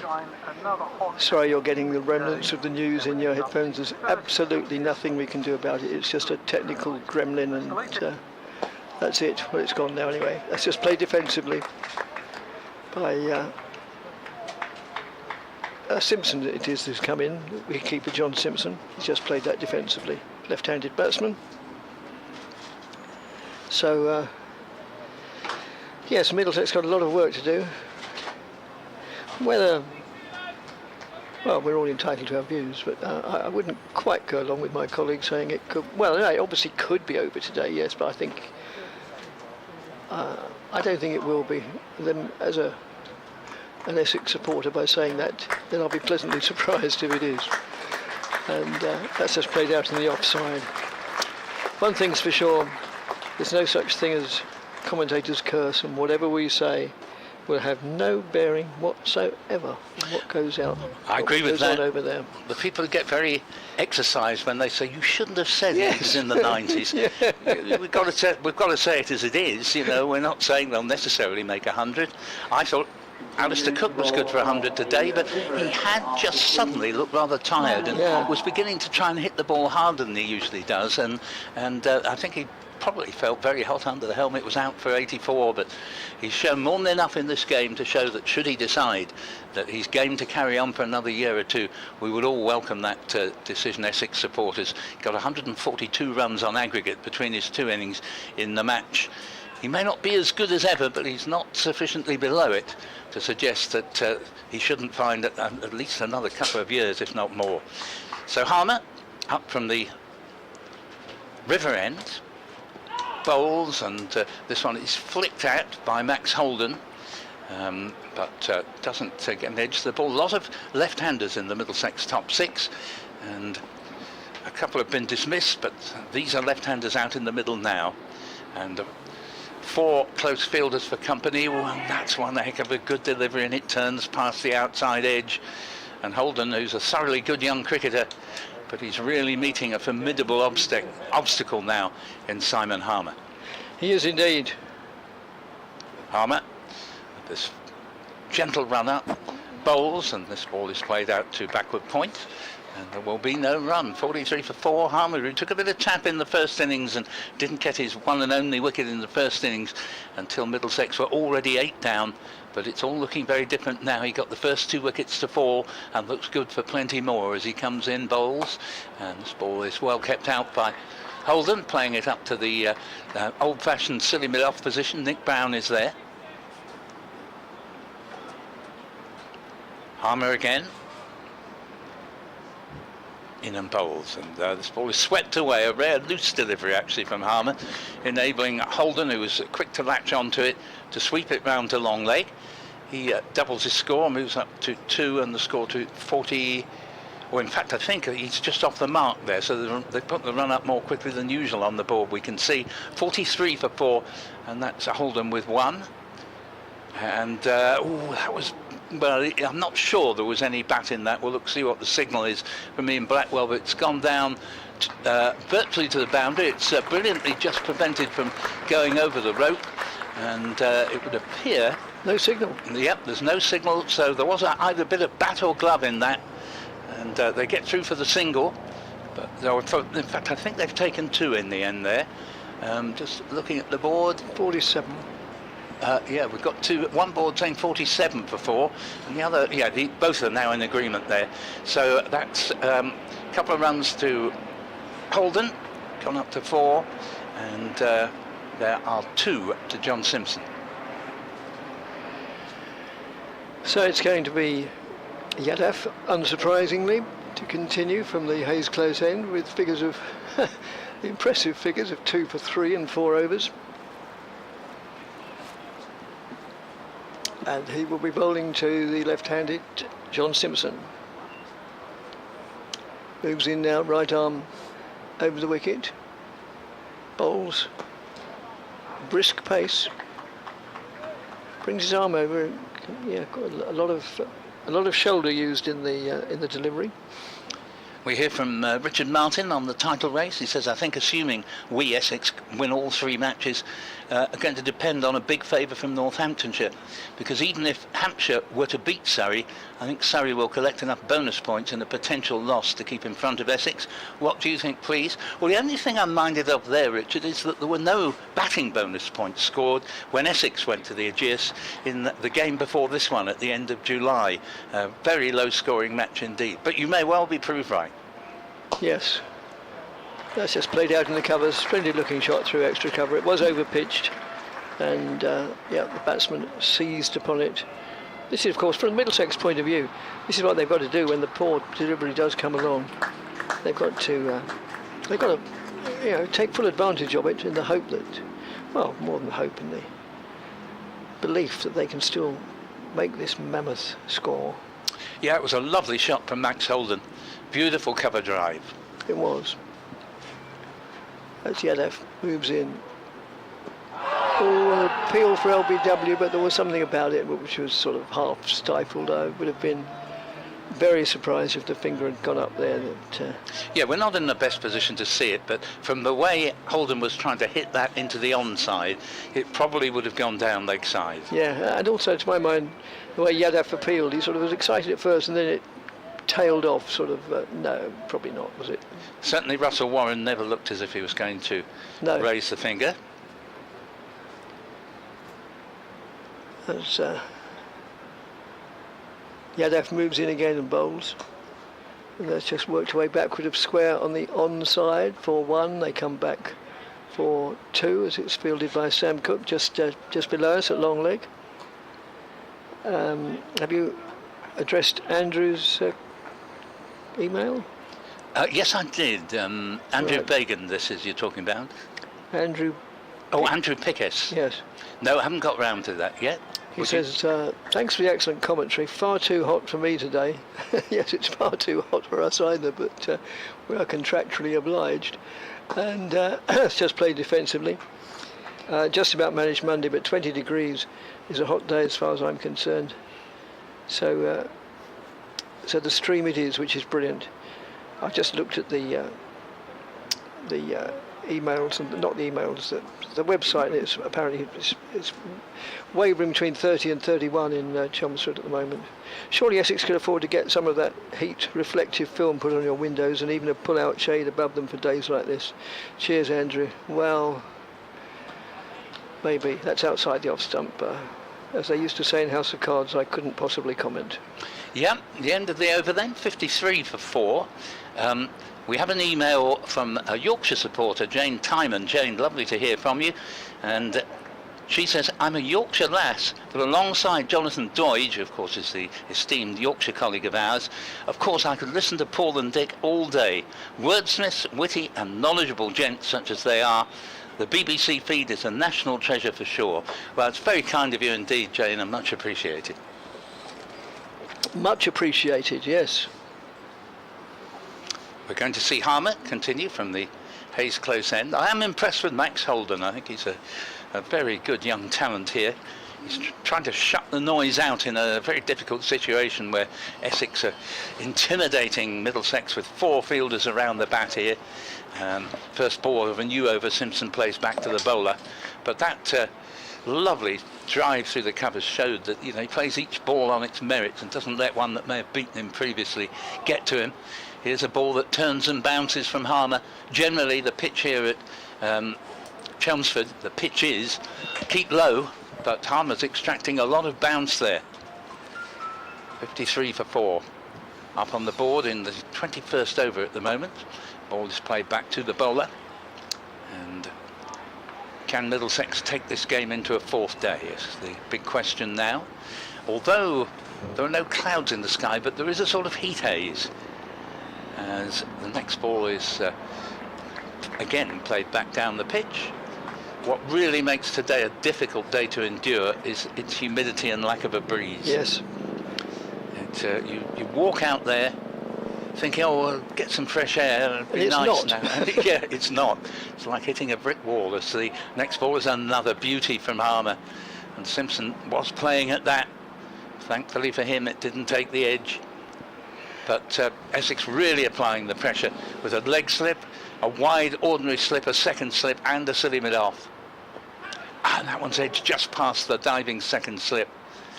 Almost called it a gully. Dan Lawrence there made every attempt to catch it. And the over ends, 21 overs gone, Middlesex 53 for 4. And I would just pass on the comment I think was very fair from the Essex Chief Executive and former player John Stevenson, who was interviewed by Kevin Howells for 5 Sports Extra during the interval. And John was saying that in this Essex side, and he gave Anthony McGrath, the head coach, a lot of credit, and rightly so here, he said everybody plays for the team, not themselves. And I go along with that all day long, even though each individual is doing his level best to do his best, but it's for the team rather than personal glory. I said to Jamie Porter last night, is there great rivalry between you and Sam Cooke? And he said, nope, which I thought was a very fair answer. It's a very diplomatic answer. Yeah. So Yadav moves in and bowls. And that's just pushed out on the onside. But I think, although obviously they will know exactly how many wickets they've respectively taken, but again, I think they take pleasure in each other's success, and they certainly wouldn't do anything like deliberately drop a catch of course just because not, it's no. from a rival. Bloody And hell. they are a magnificent pairing. No, good gracious.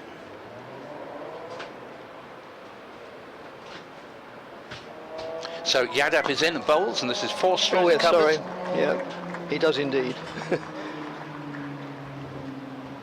It's just been kept in from going to the boundary. They get back for 2 runs, but that was well played through the covers there by Holden. Moves along to 12, 55 for 4. Back to you, Dick. Yes, thank you. I was just trying to get the live stream up on my tablet. Not meeting with a great deal of success.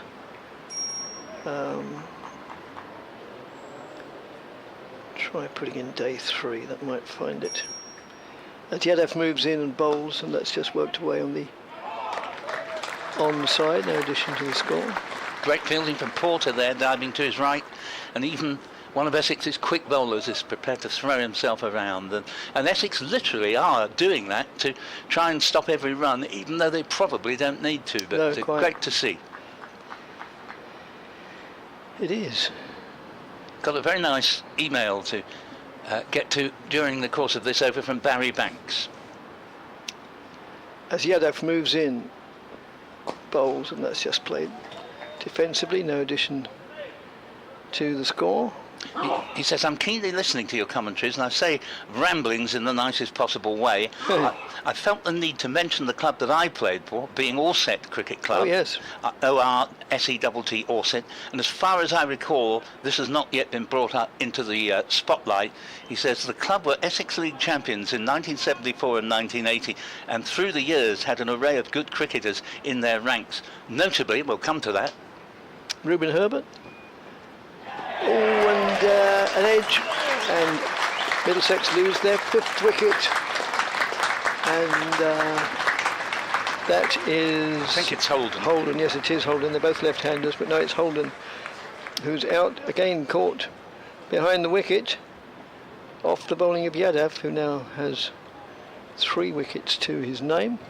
Yeah, give me time to read this email out, give it due justice. Well, I'm disappointed to see Holden out, because I think he is very much among the forefront of Middlesex's young talents, and it has to be said, Yadav is looking pretty much as formidable as Cooke and Porter. Oh, yes. So the list of players who have played in their time at Orsett are Paul Pritchard, joining from Hutton and Say No More, David Gilbert, New South Wales and Australia. Eddie Pressland, Essex Cricket Club, West Ham United and Crystal Palace. Indeed, a very talented, multi-talented sportsman. Stuart Robson, Brentwood School, Arsenal and West Ham. Reuben Herbert, there you go, Dick, Yeah, Essex Seconds. So. Ben Debenham, Essex Seconds and current county cricket umpire. Roger Wrightson, Essex and Yorkshire. And George Pullinger, Essex Cricket Club, and he concludes, I was a member of those league-winning sides, with my claim to fame being that of stumping an up-and-coming starlet by the name of Derek Pringle in a league match at Colchester/Chelmsford. Can't remember which club the Cambridge undergraduate played for. It was Colchester in East Essex. He says, apologies for my indulgence, but I think that Orsett deserves a mention. Splendid commentary as always. I am that Isle of Wight shrimper and a member of the Isle of Wight Steam Railway. Well, your reputation knows no bounds in my eyes, Barry. I'm off to watch steam trains next week at the Severn Valley Railway. Great to hear from you. 55 for 5 on the board, and Barry, I'm sure you'll now agree that Orsett have been duly recognised. Yes, and Reuben Herbert did play several games for the first team. Yep. Not just the second. Yes, he did. I'm regularly in contact with Reuben now in Yorkshire, got a very successful business up there. And I think it's great when players of very considerable note in first-class cricket, you know, have a history of having played for little-known village and town sides. Yes, but also it's always been one of the better ones. Yeah, that's right. Good team. Yadav moves in and bowls, and that inconveniences the new batsman Ryan Higgins a little bit. Wraps him on the knee. And it's the end of the over. Successful over for Yadav and more importantly for Essex, because they reduced the visitors to 55 for 5, still a matter of 390 behind. I was mooting the possibility that at the end of this innings it may turn out that the leading wicket taker for Essex in this innings wouldn't be Cook, wouldn't be Porter, wouldn't be Harmer. It could be Umesh Yadav, and he's looking a real handful. I wasn't as impressed with him in the first innings, but boy, in this second innings he's hardly put a ball out of place, and he's getting a lot of life out of this pitch, which isn't the liveliest you'd ever see. As Dick was pointing out, he's got very strong shoulders and really makes use of that aspect of his anatomy in bowling as he does. Harmer's up from the river end. Bowls, and Simpson defends into the offside. There's no run. 55 for 5 with 2 to Simpson. Higgins yet to get off the mark, and still the wickets keep falling, and we do have a lot of overs left in the day to come. As Harmer's in, bowls, oh dear, that's spiteful. That turns, bites and bounces. Nothing much I think any batsman could have done with that other than be lucky enough to leave it. 55 for, well, he didn't actually leave it, but not to get the edge. Harmer again. Bowls, and this one not such a good delivery. It strays down leg side and enables Simpson the rare relaxation of just dropping a dead bat on it and steering it into the onside. Notional target for Middlesex 445. Harmer bowls, and ball played to skipper Tom Wesley at extra cover. And one thing about Essex, when they get in these situations, Dick, they are utterly relentless. Oh yes. Relentless and remorseless. Harmer again, around the wicket, river end. Plenty of air, another lovely delivery, just landing on the sweet spot whence it turns and bounces. But Simpson saw this one coming and leaves it alone. Goes through to Rossington. Paul used the phrase live round the wicket. That is our Wednesday evening programme this evening from 6 till 7 on BBC Essex. And this one's down leg side. Yes, I'm meant to be on it. It just depends on whether I can fit it around getting an interview. My feature this week is indeed about club cricket and how the Essex leagues and others in the vicinity lie at the moment, which there's still plenty to play for. So do tune in, BBC Essex, at 6 o'clock this evening, every Wednesday evening. It used to end in its earlier days when the football season started, but now, thanks to Victoria, I think, Victoria Polly, the sports editor, it goes right the way through to the end of the cricket season, which is the end of the month. So still tonight's edition, and at least 3 more to come. Yadav beginning a new over. From the Hayes close end, and that's outside the off stump, and for once the batsman has the luxury of allowing it to go through to the keeper. No addition to the score even, rather than store.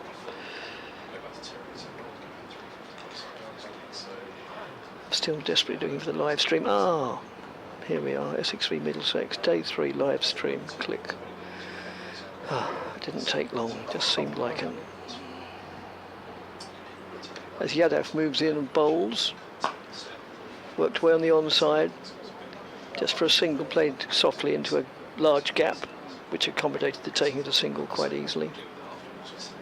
Yes, we hear from David Phipps, BBC Essex Cricket at gmail.com. He says, without meaning to appear critical, which I know no doubt I will be held to be doing, I was taught when starting to play cricket to run the first run quickly, as that turned ones into twos. I raise the point as, watching Essex almost trotting singles, one has to wonder how many more runs might Middlesex be facing.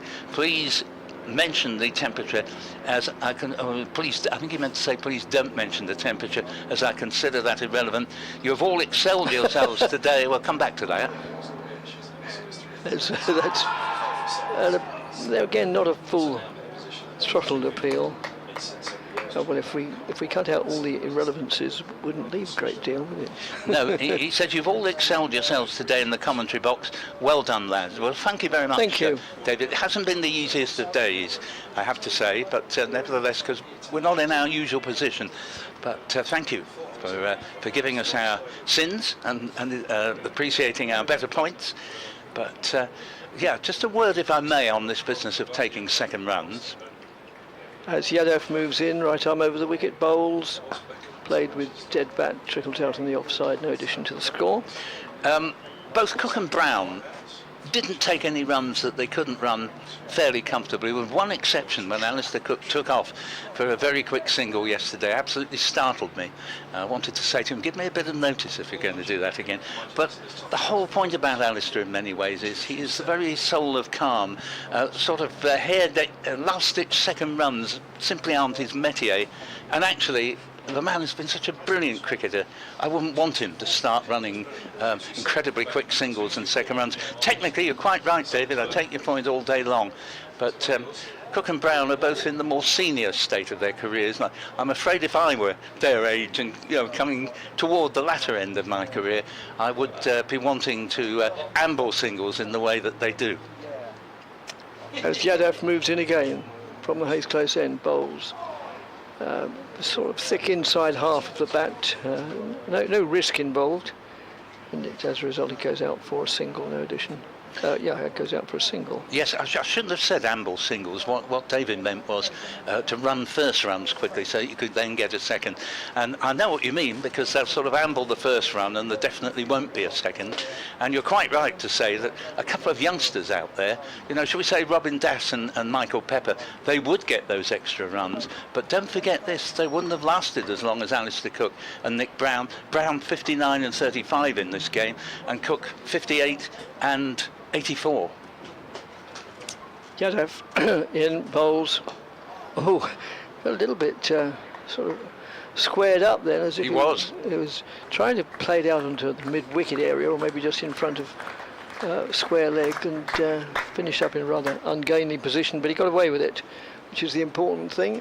And the over draws to its conclusion with Middlesex 57 for 5. A notional 445 needed to win, and I'm afraid that is not going to be terribly relevant to the match. What will be is, can Middlesex bat through nearly 4 whole sessions and not have been dismissed? Well, it doesn't look that way from the way that we've seen Robson caught Lawrence bowled Harmer 8, brilliant catch. Cracknell LBW Harmer 12, then 3 wickets for Yadav. Jack Davies caught Rossington, bowled Yadav 1. Mark Stoneman caught Critchley, bowled Yadav 6 on the stroke of tea, and Max Holden caught Rossington, bowled Yadav 12 since tea. Harmer begins a new over from the river end, played straight to Silly Point, and there's no run. I haven't had many motorcycles today, but there is one. Maybe it's a bit too warm even for motorcyclists. Yeah. let's hope so, as Harmer's in bowls, and this one turns and bounces. Probably went over the top of the stumps. John Simpson, the man on strike. He has 3 to Ryan Higgins 1.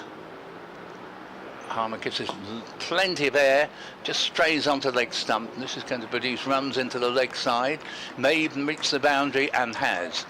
Nothing Paul Walter could do to get to it in time, and a rare boundary for Middlesex. I was just about to say, even without wickets falling, it's like a siege out there, but that just lifts the siege that little bit, and the score to 61 for 5. Yes, thanks. I think from the email address we infer it's from David. Harmer bowls. Simpson leans on this one. Fielded at an old-fashioned silly mid-off by Nick Brown. And I'll come to his email ere long. That is at the end of this over. Harmer bowls again, just strays onto leg stump there for the second time in the over, and they trot through for a single.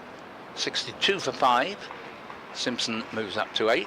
Higgins, who I don't think will allow himself to be becalmed for long, is currently on just 1, but as we saw in the first innings, terrific cricketer, capable of the biggest hits you'll see. Got 44, top scored in the first innings.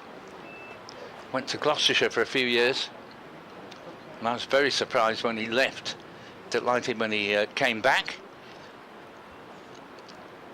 And Pritchley, in recognition of the known ability of Higgins to hit a long way, Critchley's now been posted 15 yards up from the long-on fence here. I say fence, rope. And Harmer is about to bowl to Higgins. Bowls now. Appeal for LBW, but he was well forward and outside the line. And the end of Harmer's over. He wasn't appealing there himself. The appeal came from behind the wicket. To the right-hander, no slip at all, but a backward short leg, a forward short leg, and one other close fieldsman. The over ends 62 for 5, with 8 to Simpson and 1 to Higgins. So David, as we take it to be from the email address, says, I've been watching county cricket live, test cricket at home and overseas since first going to the 5th test at the Oval in 1955. Gracious.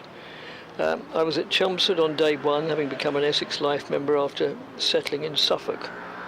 I still umpire in North London at the age of 80, having played army and village cricket all my adult life until 2003. Your live stream is a fabulous addition to the life of a devoted cricket buff.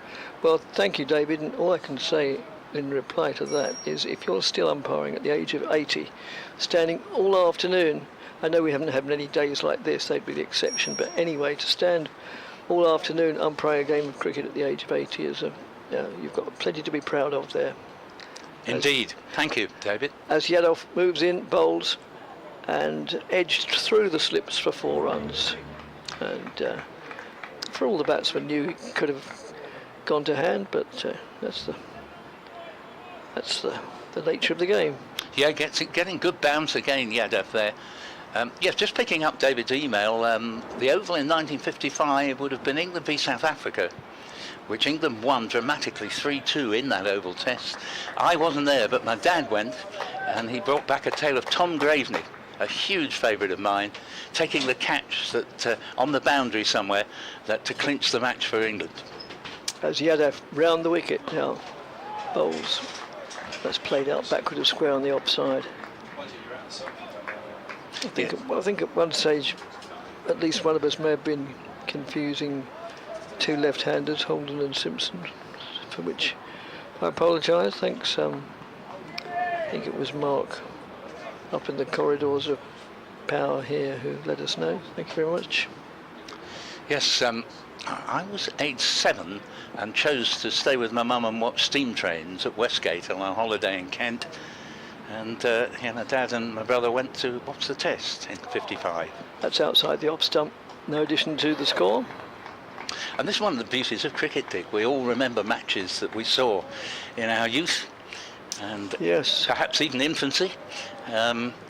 And certainly from the age of 5, my dad, who was took the first 11 cricket at Bishop Stortford College, would have my brother and myself, he was 5 years older than me, playing cricket, forced to bowl to him in the garden. Didn't often get a bat in our hands. Yes, I can remember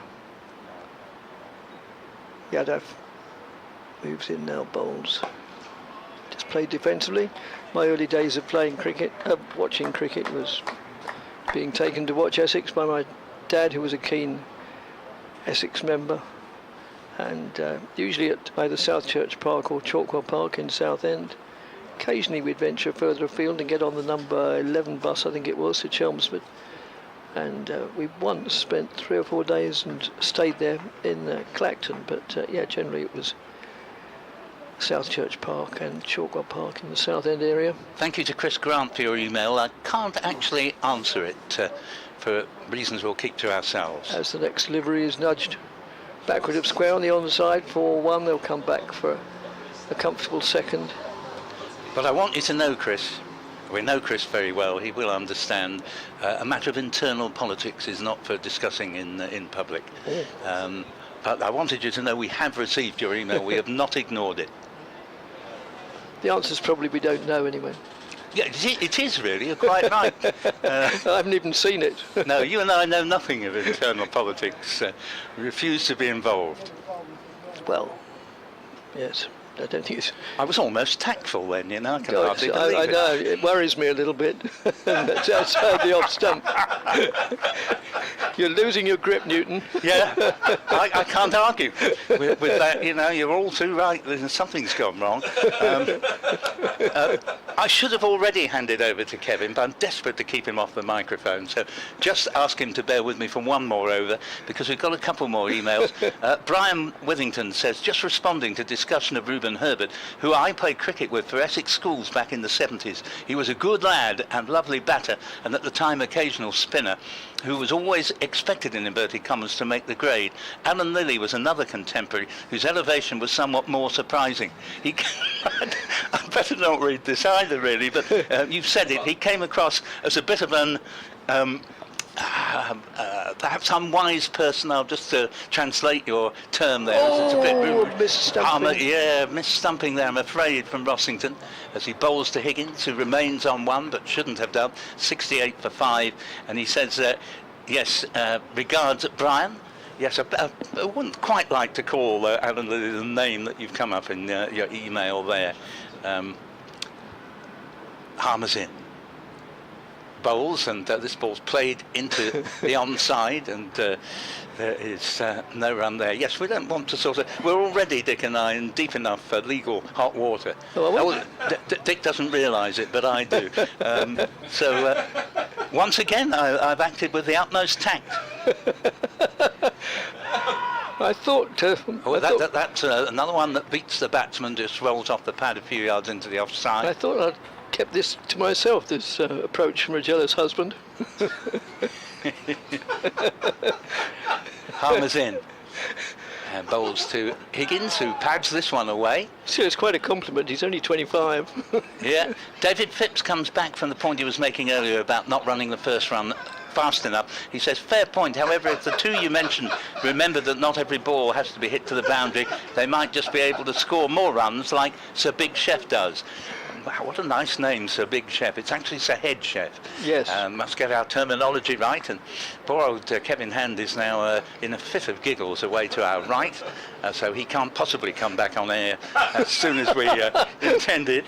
So there's no run off the next delivery. 68 for 5 up on the board, and Harmer is bamboozling Higgins at times, but that's not an insult to the batsman. He's taking an awful lot of facing. Good use of the feet. He'd come out of his ground, but the ball loops up off the pad and clear of Rossington's grasp, so he can't make an amends there, Rossington, for an earlier lack of a stumping.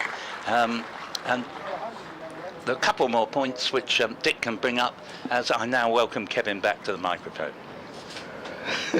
Yes, thanks, Paul. And yes, we've had an email from David.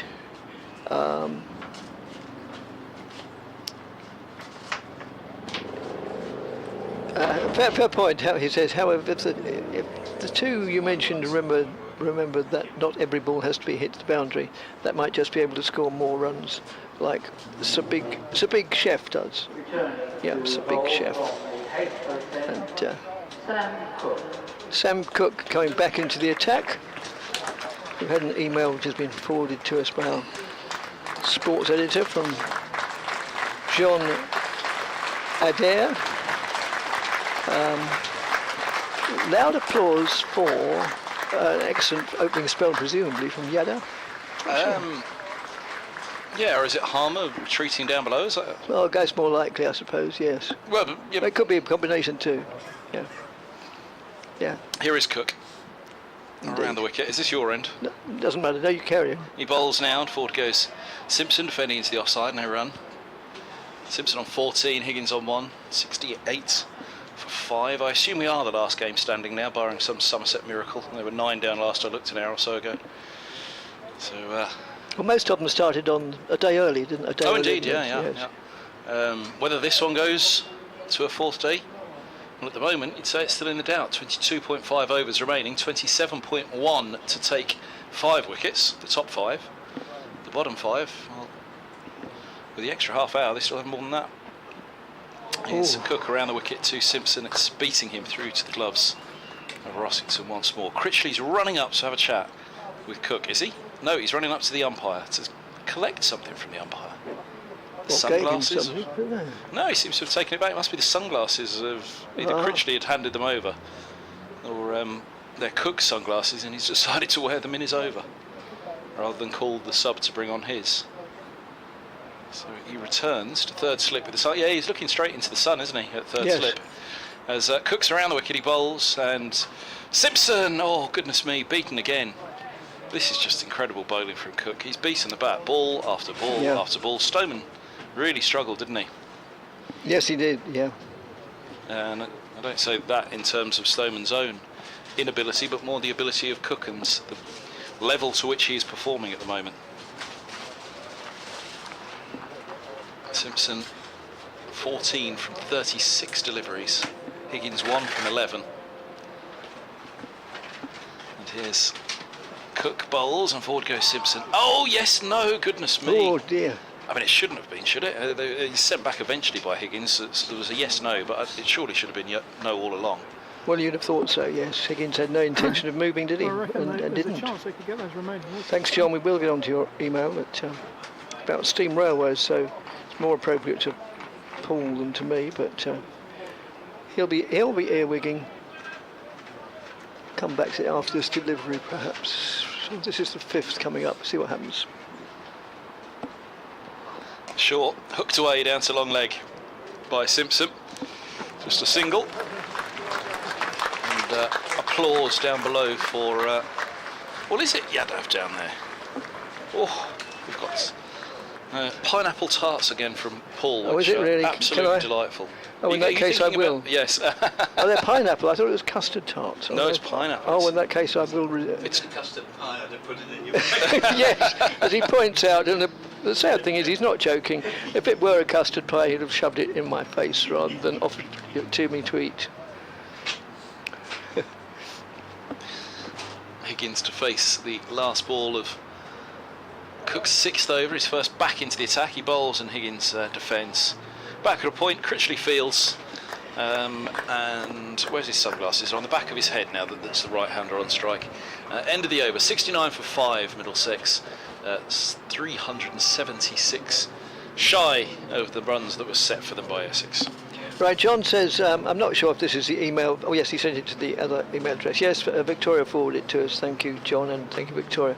You just mentioned that you're going to the Severn Valley this weekend to see the steam trains. That was presumably Paul. Do you know that there's a steam railway in Essex, the Epping-Ongar Railway? It's in excess of 6 miles long and runs most weekends of the year. Paul nods. Yes, Paul nods knowingly. There's little he doesn't know about steam railways.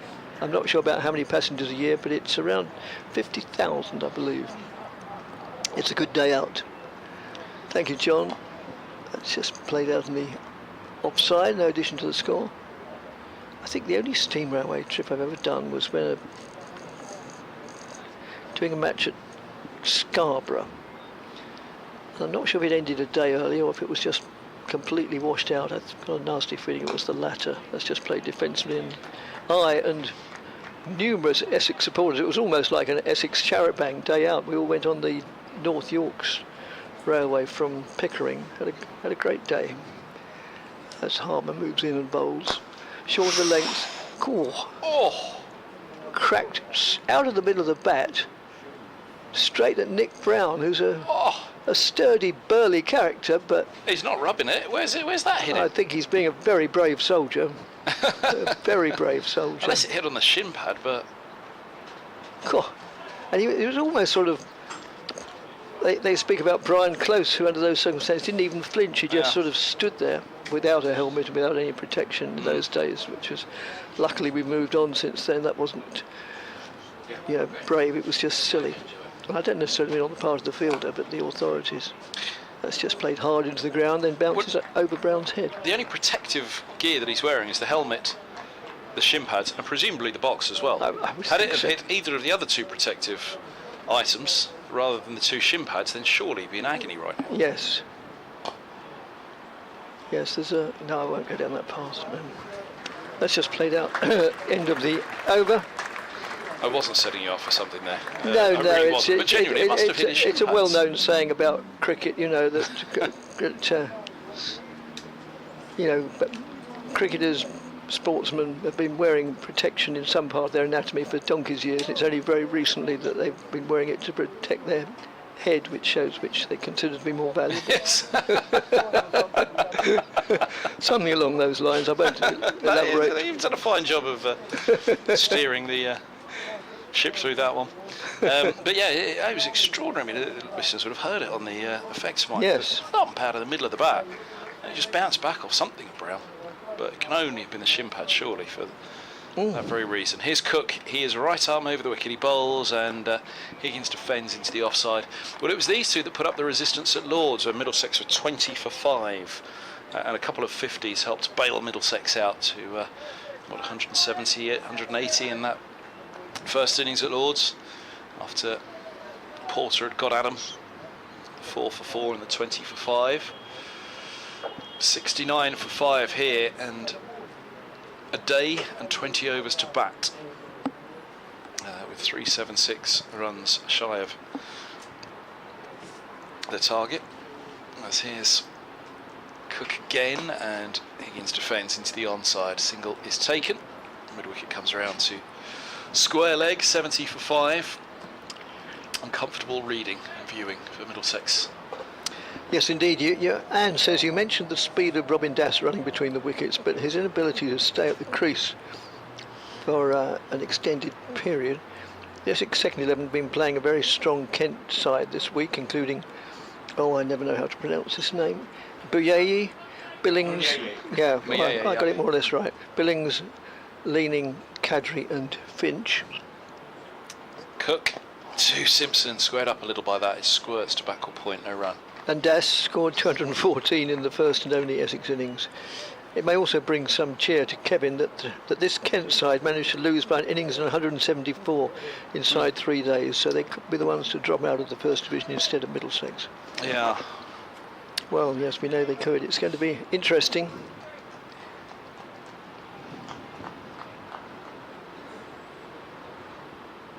Simpson taps the bat and holds it behind him as Cook bowls outside the off stump. It's left alone on this occasion by the left-hander. Around the wicket, trying to target that off stump now. Cook endlessly past the edge of the bat. Yes, thanks, Phil. Yes, you're quite right. We do get some, stick, and well, we have to take it in good grace, of course. Do you? From who? Do you know there was, when I was up in Blackpool. Oh, everybody gets stick in Blackpool. Well, boom. You It's don't full delivery from. You don't Cook, expect pushed it back over. by, You don't Simpson. expect it over breakfast. Oh dear. And so it wasn't a stick of Blackpool rock over breakfast then. No. And black pudding. I went up to this couple over breakfast time because the chap was wearing an Essex shirt. Yeah. And I was just going to say, something like, how do you think today's going to go, or it's a an interesting game or something like that. And he and his wife. Cook around the wicket, he bowls, and Simpson is forward, driving just wide of mid-off. They're through for the single. 71 for 5. Out of nowhere, I just never encountered a situation like it. Not even a sort of good day, did you enjoy your fruit juice or your cornflakes? Oh, we know who you are. We don't like you. We don't like the commentary team. No, we think it's very boring. We haven't listened for years and years and years. We refuse to listen. I said, oh yes, well I do enjoy I hope you enjoy your breakfast as well. Thank you very much. That was an unlikely I was literally speechless because what I also thought was, if they haven't listened for years and years and years, for all they know, it might have changed completely. And how many years ago was this? Well, how did this incident take place? Yes, how long ago was this? About 2 months ago. Oh, I see.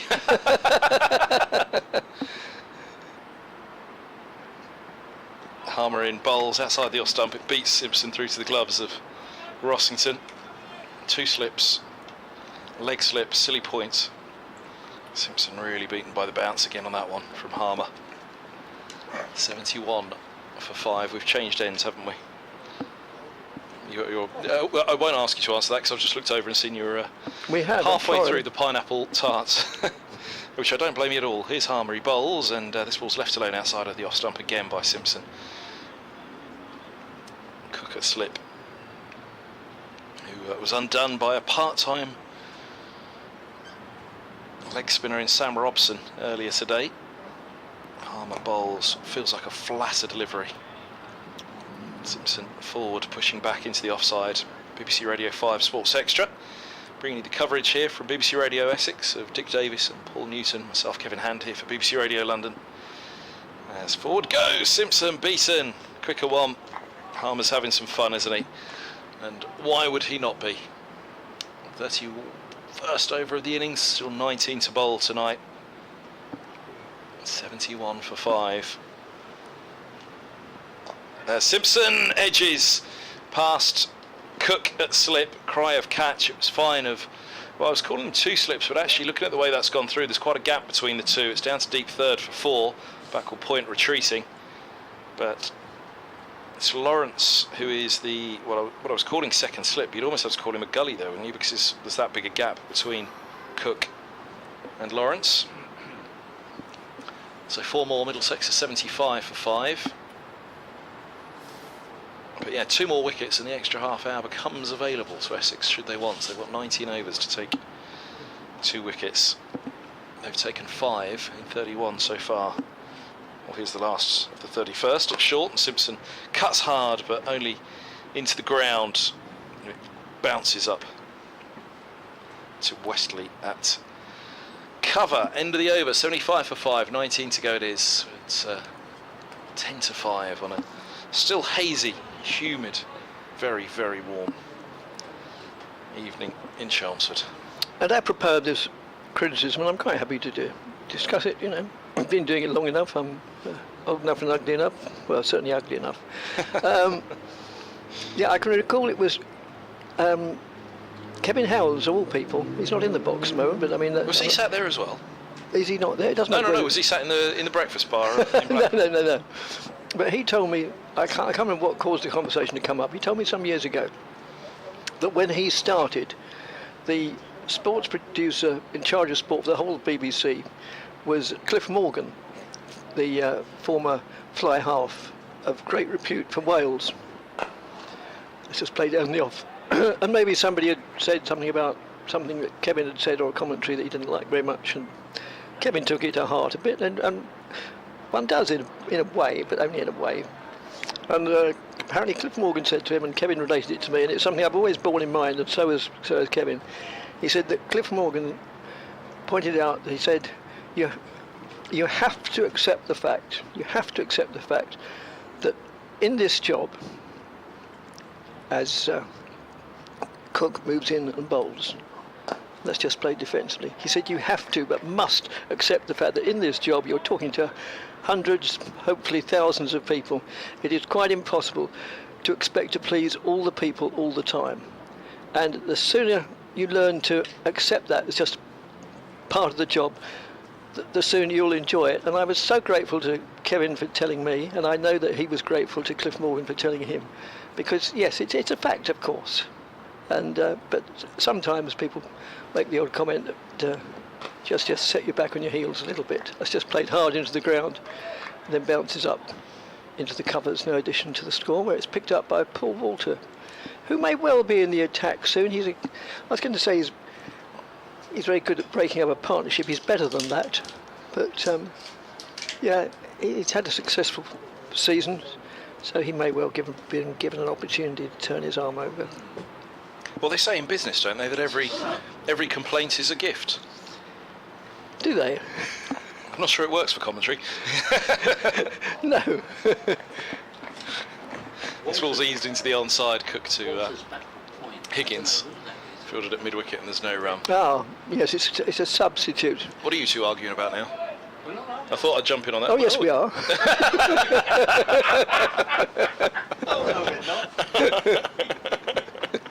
What's he spotted? He spotted something. I think it wasn't. Delivery for you. I think because it was a very tall fielder, I assumed that it was Paul Walter. Oh.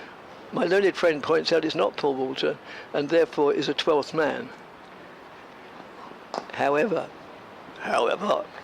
he doesn't elaborate as to the name of an identifying that 12th man. That's just played defensively back to the bowler. He's quite a bulky fellow, isn't he? Whoever it is, number 22. I mean, it looks like Walter written on the back. What number is he? 22. 22 is Paul. 22 is Paul Walter. There's the numbers on the back of the card of all the players. It's a clone of Paul Walter. And that's just worked away on the onside into a big gap, but not big enough to accommodate the taking of more than a single. I was going to say, I do hope this goes to a fourth day so I can see you two disagree again tomorrow, but of course you're not here. It's I'm not Victoria here. Polly replacing you tomorrow. Yes, I'm in Regent's Park, feeding the lions. David says those who do not appreciate steam rail engines and railways need a little more training. Quote. Brilliant. Brilliant. Very good indeed. Well done. Yes. Thank you. Nearly as good as my stick in Blackpool gag, which Paul got, but Dick ignored. Oh, sorry. You got stick in Blackpool? Yes. Thank you. A stick of rock. Aye. Aye. George Formby used to sing about that. To Lancashire for Middlesex on Saturday for the game on Sunday. Lancashire lad, of course, at the non-strikers end. And John Simpson, Berry. Here's Harmer, he's in, bowls, and Higgins defends the ball into the onside. It deflects to leg slip, straight into the ground from Higgins.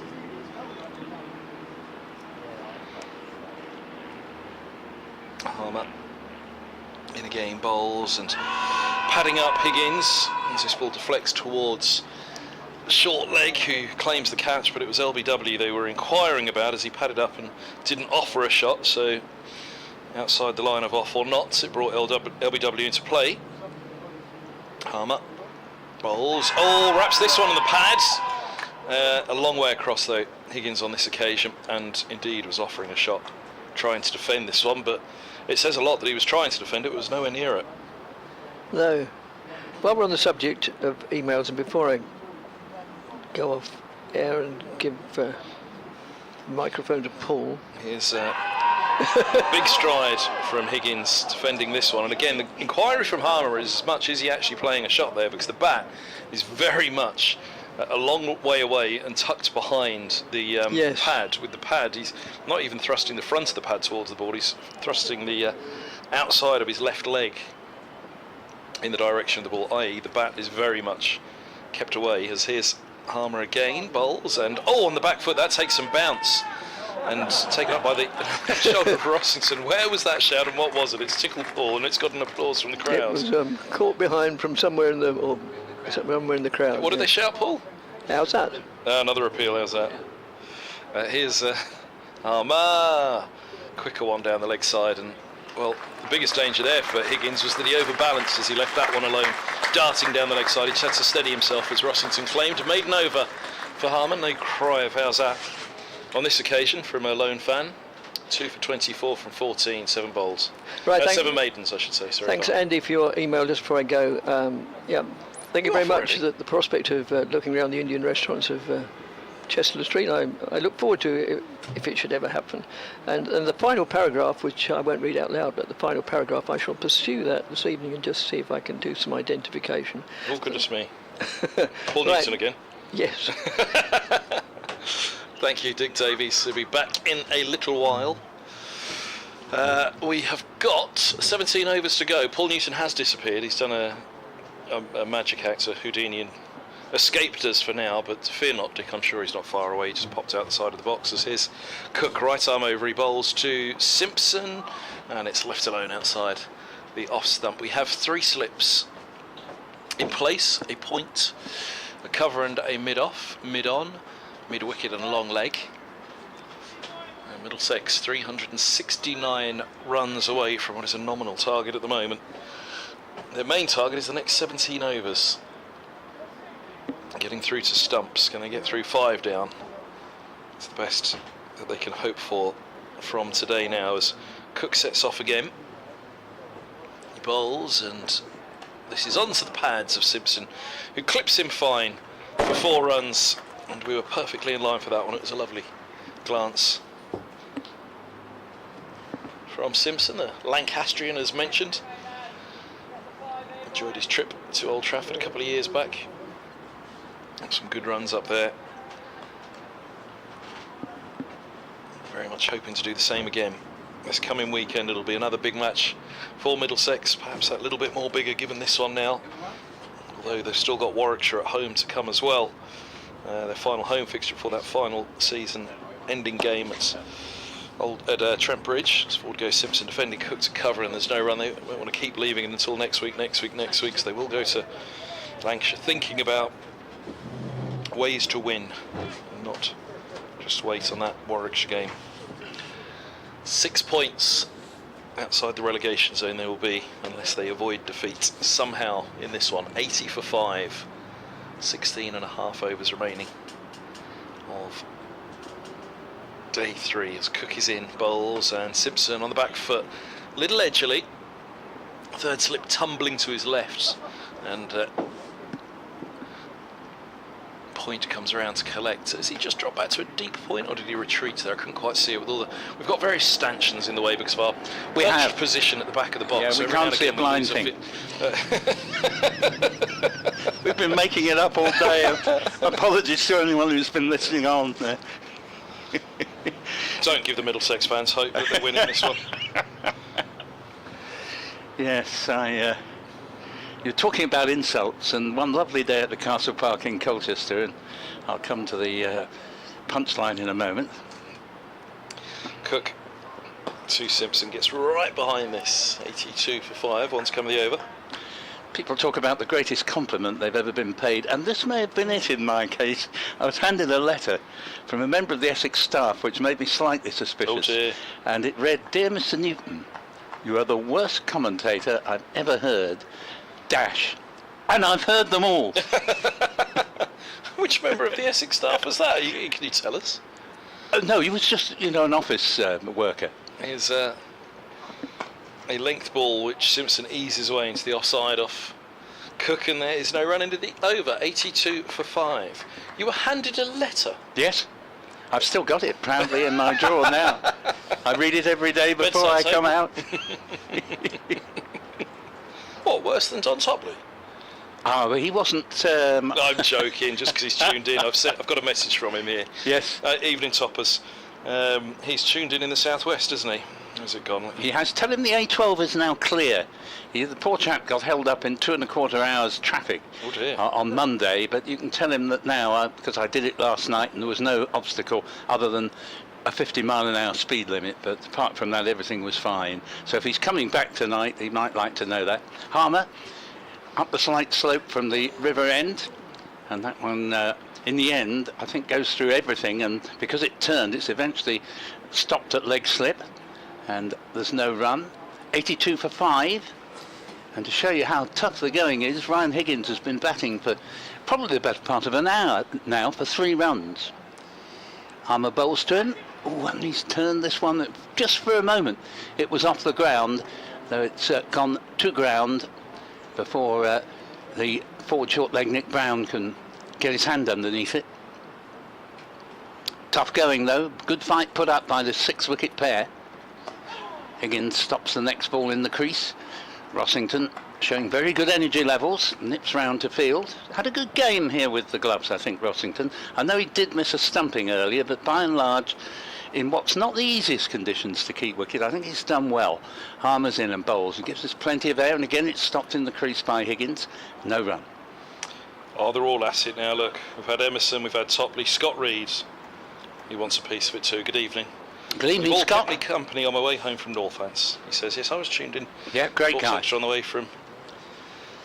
As again forward comes Higgins, and may I say, Scott, enjoyed your commentary last night on the T20. Shame you couldn't call the right side home to victory, but I can hardly blame you for that. And all joking apart, it was unbelievable how poorly New Zealand played for the first 2 games, and then we saw the real New Zealand thereafter. They're a cracking good side as this ball is played out. Oh, a misfield here by Yadav, but it doesn't cost an extra run. They get the single, 83 for 5, and Higgins, who'd been on 3 for some long time, moves up to 4. Speaking of insults, Don Topley said, agree with Mr. Kevin Howes that most people should block you, Kevin Hand. Listening to your commentary in the middle of beautiful chipping Sodbury, where Gloucestershire over 50s are playing a veterans New Zealand side. Walkers and Talkers went very well at 11 a.m. at the County Ground, Bristol, with former Essex and Gloucestershire bowler Gary Sainsbury in the audience. Best wishes. He also adds, no need to order your poached eggs breakfast tomorrow at 5 down. Yeah, toppers. I have recent experience of chipping Sodbury. Not that I've ever been there. It was the answer to 4 down in the Times crossword recently. 8 and 7, whatever the clue was. It did mention a Gloucestershire town, and the answer was chipping Sodbury. And Don has alighted there evidently, so if you're listening to me, Don, as I say, the 8-12 is now clear. You don't need to fear being held up for another 2.25 hours, or indeed to take a detour on your return. Now, not before time, Matt Critchley is making his first incursion into the Essex attack. Didn't get a bowl in the first innings, and he has had a terrific record of getting a wicket as soon as he comes on in his first over. We'll see if he can pull off the trick again. I think Wesley now has decided, let me play one of my trump card wicket in the first over bowlers. Here's Critchley in with his leg break bowls, and this ball is played out to backward point, and Paul Walter is there to prevent a run. 83 for 5. Toppers did inquire if I had any issues at the hotel last night as well, Paul. Yeah. I'll tell you more. Critchley again bowls, and this ball's nicely stroked through the offside. That'll be a single out to the substitute fielder, who I'm unable to identify because he's wearing a sweater and there is no number on his back, and I don't recognise him for other reasons.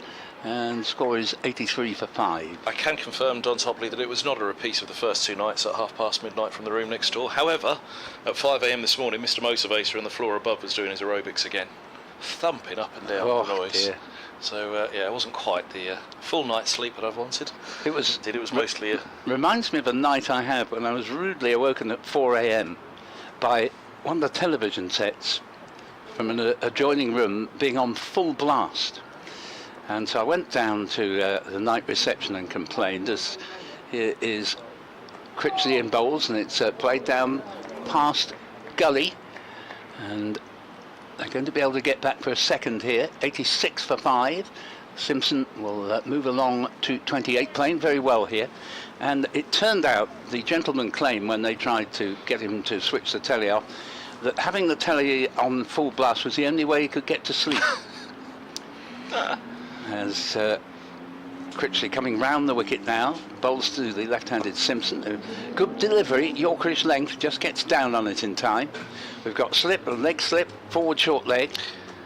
I did complain to the hotel. I complained about the room above, not the adjoining room next door, because I thought, well, you don't want to spoil somebody's fun, but the room above. And this next delivery is played to mid-wicket, Simon Harmer, Again, there will be no run. Jumping up and down, as he was, Mr. Motivator upstairs at 5 a.m. this morning. There's no gym in the hotel, so he was obviously doing his morning exercises in the hotel. Absolute nightmare. Critchley again. Bowls, and this is nudged into the offside. There won't be a run. And that's the end of Critchley's over. So no, he hasn't got a wicket in his first over on this occasion, but certainly worth a try.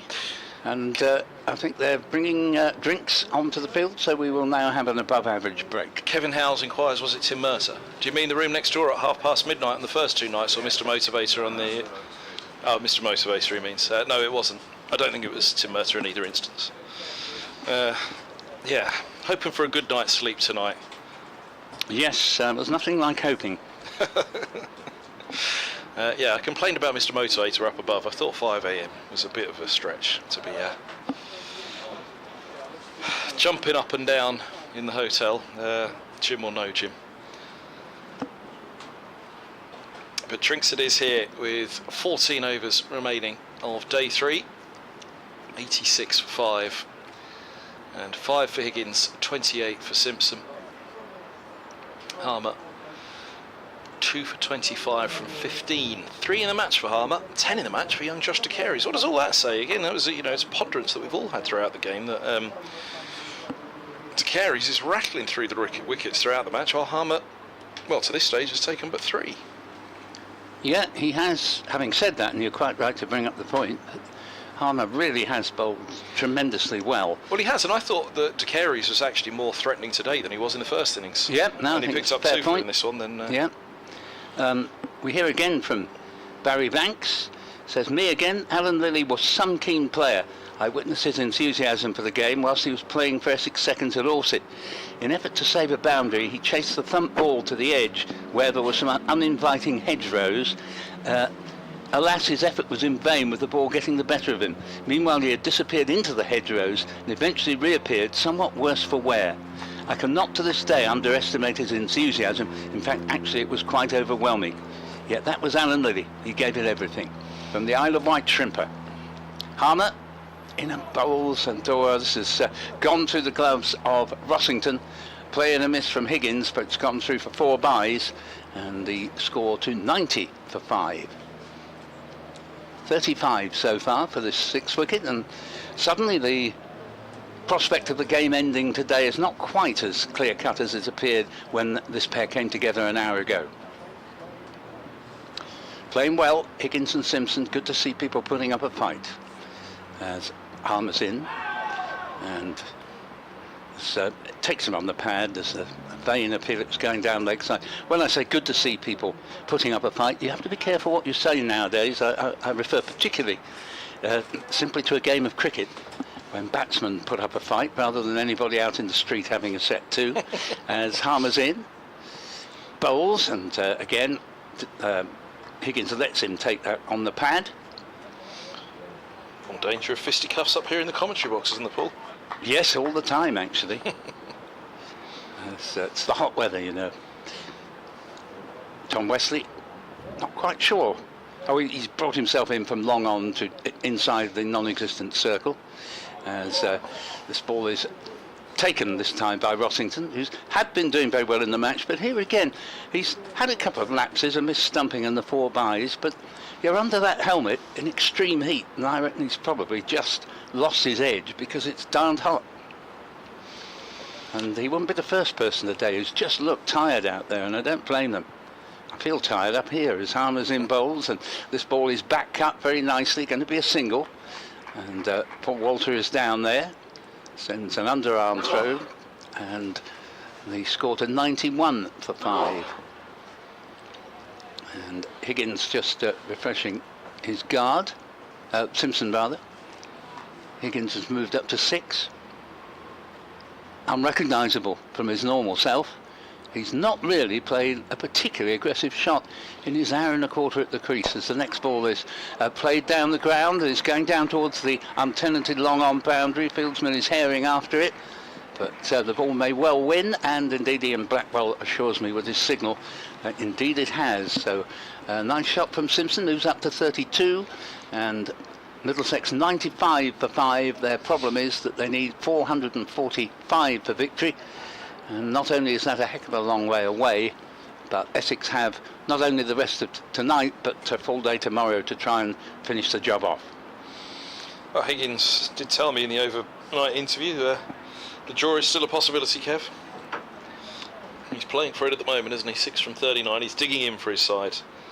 And again, it is, it's one of those situations. You take it to the final day and see where it goes. But more to the point, you don't roll over, because then you go to Old Trafford really feeling pretty beaten up as well, don't you? So you try to dig in and fight as best you can. Take some form, some confidence, some morale with you. Critchley, Hayes close in, leg spinner, bowls, and forward comes Higgins, and smothers any potential turn, plays it into the offside Harmer Fields. Barry Banks comes back again, he's got the wind in his sails out there in the Isle of Wight. Good evening, and you will get fed up with my ramblings. As here's the next ball and pushed into the offside. They take a quick single. Porter Fields, nice little side flick with the throw, but they're safely home, 96 for 5. And he says, but I recall the chance meeting with Don Topley off-season in the Colchester's HMV store. I think he was genuinely astonished that I recognised him. Mind you, I've always been a fervent Essex County Cricket Club fan. Interesting commentator, he says. As Simpson will face the next ball from Critchley with a slip, forward short leg and the leg slip. Forward comes Simpson, plays it into the offside. The bowler himself saves Paul Walter the trouble of coming in from extra cover to field. Yeah, Don Topley with us for the first 2 days of this one. Dick Davies joining myself and Paul Newton on commentary today. Victoria Polly tomorrow. I can still hear his voice echoing as this ball is played to mid-wicket. There's no run there, and you, Kevin, and Don had one of the great set twos of the season during that first morning. It wasn't my fault, and I tried to No, stop I'll him. take your word for that. He really set about you. He gave you an absolute grilling. Oh, it's tempted sweep here. Runs off the pad down to Umesh Yadav at sort of deep leg gully, and there is no run. Yes, people genuinely think that Don Topley and I don't get on when they listen to Yeah, us on air well, together. they're right, of course. As Critchley's in, bowls, it's a real swish here from Simpson, fails to locate the ball. Rossington whips the bails off, but batsman still at home. So an interesting over ends, and Middlesex 96 for 5 with 11 overs, I believe, still to come, might be 12 before close of play. And now, with each over that goes by and still only 5 down, the prospect of coming back for a fourth day looms ever larger. I was actually thinking it was quite a bad time for Toppers to launch into a great debate about the health of English cricket and the sports in this country on that first morning, but as it was, that was the only morning that was pretty dull, the only session that was pretty dull. Yeah, no, I think you're 22 right. Without loss, Yeah. Essex were that morning. Since then, wickets have tumbled. Here's Harmer, he bowls around the wicket to Higgins across the forward defence. It goes through to the gloves of Rossington. But yeah, since that session, it's been non-stop. It has. It's been very enjoyable. He picked his moment well. In spite of the excessive heat. Here's Harmer, bowls and defended by Higgins to short leg, and there's no run. He picked the wrong battle, but he picked his moment well. Yeah, you know, with normal sort of temperatures for early September, let's say 25, I can handle that, really enjoy it, but today is a viciously oppressive day. Harmer bowls. Speaking of viciously oppressive, that's what the spin from Harmer has been and continues to be. It was darted across the forward defence on this occasion of Higgins and rasped up out of the gloves of Rossington. At times I think the ball's doing a bit too much, actually, from the bowler's point of view. Harmer bowls and forward goes Higgins and pushes this one away into the offside where it's fielded at points and there's no run. Yes, I'd agree with that actually, by Harmer's tactic coming around the wicket to the right hand now, because Higgins was kicking him away from outside off, so he was obviously looking to rag it from outside off where Higgins wasn't getting involved, and then if we went a little bit closer, well, it was turning down the leg side. So it was really difficult for Harmer over the wicket to the right-handed Higgins. That's what's brought him around the wicket. He remains around the wicket to Simpson, no such problem to the left-hander for Harmer. But it's done more on day 3 than it did on day 1 or 2, I'd say, for the Yes, spinners. definitely. We weren't necessarily convinced that would be the case. As Harmer goes in, bowls. Now, does that take the edge? Cook at slip, throws out a right hand. It deflects away behind leg slip. I think it did take the edge by the reaction of Simpson, who walks away towards square leg. And indeed the reaction of Cook to remain on all fours. Yes, disappointed. Yeah. It wasn't a bad drop if it was one. It was difficult. Harmer bowls and Simpson defends back to the onside. There is no run, and 97 for 5 it is, with 11 overs to bowl on day 3. Middlesex at the moment in danger of taking it to a 4th day. Well, my hopes, cherished hopes, of having a lie-in tomorrow, tomorrow afternoon until about 5 p.m. have, it looks as though they're going to be torpedoed here with 11 overs left, 5 wickets to take. Of course, they could claim an extra half hour if in 11 overs time, say, 7 wickets were down. On the whole, though, with a full day to go tomorrow and a good weather forecast, all joking apart, I think why not come back and finish it on a day when people have had a chance for a good night's sleep after an extremely taxing day for anyone. Well, hoping for a good night's sleep in my case. Yes, absolutely, yeah. I can confirm it wasn't Mr. Motivator. Tim Murtagh wasn't Mr. Motivator in the room above. Thank you for that. House for the question well, if it was any of the Middlesex squad upstairs doing aerobics at that time of the morning, I really would be having a word with the coaching staff about exerting such energy at that time of the morning. Email from Dan, one of our regulars here from the Ipswich region. Come to your email in just a moment, Dan. As 97 for 5 on the board, and this ball is played into the offside for no run. Jamie Porter has returned to the attack at the Hayes close end. Dan says, hi guys, Essex players doing a terrific job yet again and in hard, hot conditions. Any ideas on how next season's fixtures will shape up as the T20 final is set for September the 14th? Best of luck to Tony Choate, here, on his last game as scorer. Nice of you to commemorate Tony Choate's last game here. And it looks as if he may be obliged to come back one more time tomorrow as Porter's in. Bowles takes the edge, but it's skillfully kept down by Higgins. More or less goes straight to ground. 97 for 5 on the board as we come into the later stages of a long, extremely hot, airless day. And we've had a splendid number of emails. By all means, keep them coming to EssexCricket@gmail.com, BBC EssexCricket@gmail.com. I was thinking, have we told the listeners, or indeed have I mentioned it to you, Paul? Now it occurs to me that as Porter bowls and Higgins defends and there's no run. Dick Davis turned on what he believed was the air conditioning earlier. It was actually a heater. Yes, so that's there's right. even more hot air being blown into this box. That's right. He's a lot to answer for, Dick.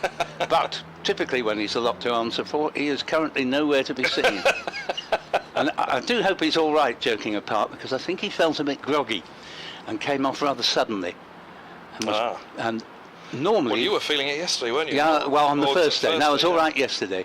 Once we moved to the back of the box, It's not often Dick looks pleased when I appear, but he looks extremely pleased as I came back with a cup of coffee. And next ball is played into the offside and there's no run. And I certainly would have no difficulty understanding anybody feeling groggy. Yes, these have been as testing a few days commentary, the conditions, as I've known, to be honest. Because we're wearing headsets, and that in itself, you know, it's like we sympathise with the batsmen and those fieldsmen wearing helmets out there. I can sympathise with TMS on their trips overseas for oh yes, you know, pre the days of air conditioning commentary boxes. Yeah, here comes Porter. Bowls and nicely defended by Higgins. There's no run there. Wasn't there one time that they had to do the commentary from the castle walls in Gaul, wasn't it, in Sri Lanka, in a commentary dispute? I was going to mention... Goodness me, Aggers and Co must have melted out there. They all say Sri Lanka's a beautiful country, and I don't dispute that, but I couldn't possibly survive the humidity that apparently is pretty much par for the course out there.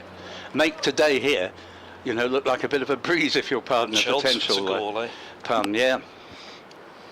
Porter again, having a fantastic season in and bowls, and once again it's defended into the offside, and no run, and Porter doesn't know how to put in half an effort, but I think at the moment he probably be absolutely thrilled if someone said to him, "Oh, we're going off now, Jamie, that's it for today. We'll come back at 10:30 tomorrow." And I think a lot of, even just the fielders who haven't had to bowl, would echo that, because it's very much a shirt sticks to the torso day. Am I right in thinking that Gaule's pretty close to the coast? It is indeed, isn't it? So they might have got a bit of a breeze blowing off the coast in Gaule on the. Perhaps that's part of the problem. We're in this commentary box for which there is no breeze at all. Yes, I blowing have to. through. Where it would probably be better outside with a with an umbrella up over us. At least we'd have some sort of breeze blowing across the ground. I haven't failed many exams in my life because I have a happy knack of getting through with the lowest pass grade.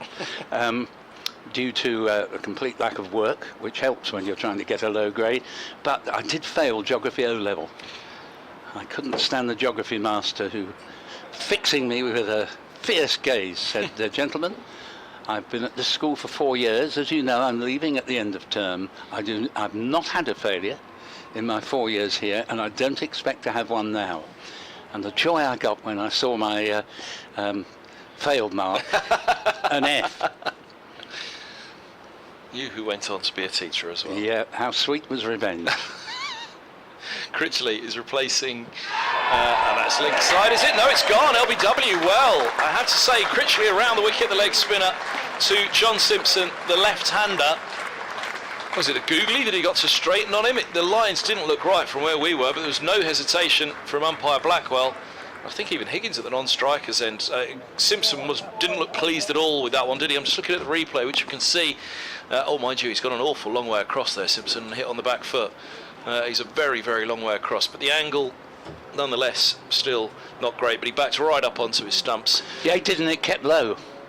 It did. I didn't expect it to be given, but it kept low, and we're not in a good position to see, really, but I would well have believed that would have been given not out, but we can't accuse Ian Blackwell of having lightly put his finger up Being in this struck match. on the back foot, though, the angle. Yeah, he just didn't do enough to help himself. But it's sad for John Simpson, because he's played well in the match, but the two LBW's decisions he's had in the match have not been to his liking. No, 97 for 6, LBW Critchley for 32, Simpson 6 down with how many overs to bowl today? 9.5 overs to bowl. So they're 1 wicket away from the extra half an hour potentially becoming available here at Chelmsford.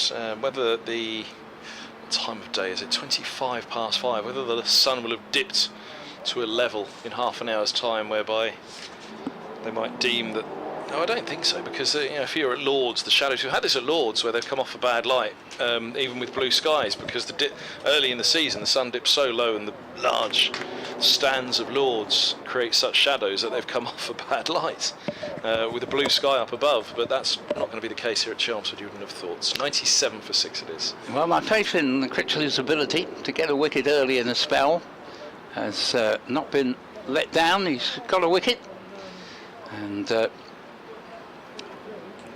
Tom Wesley has once again seen his recourse to the leg spinner pay off. 42 for the 6th wicket between Simpson and Higgins. Vast majority of those runs scored by Simpson, out for 32. Here comes Critchley to Holman. Luke Holman, who showed he was no mug with the bat in the first innings. Well, he's not, and indeed the fact that De Carey's is down at 9, who's opened for Middlesex in the Championship, still bemuses me slightly that he's as low as he is in the order. De Carey's is. Critchley drops one short, and Holman looks to pull him first ball along the floor to backward square, and there's no run. Our live sport team today, Ryan Higgins, they write, is really frustrating Essex out there, fighting hard. He has 8 from 45 deliveries. My colleague Alex Hode says that he should change his name to Diggins.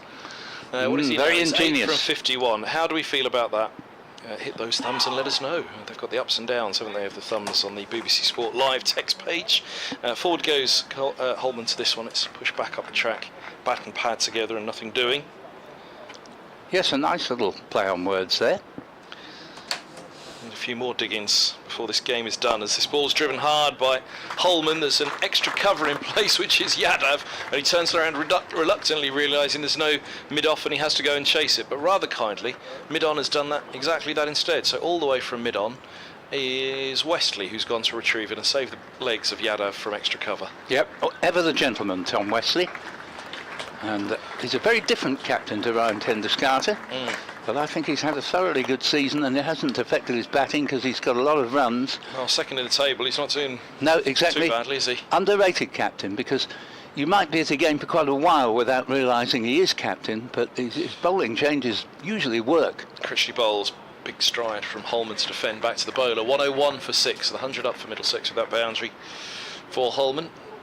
344 shy of their target.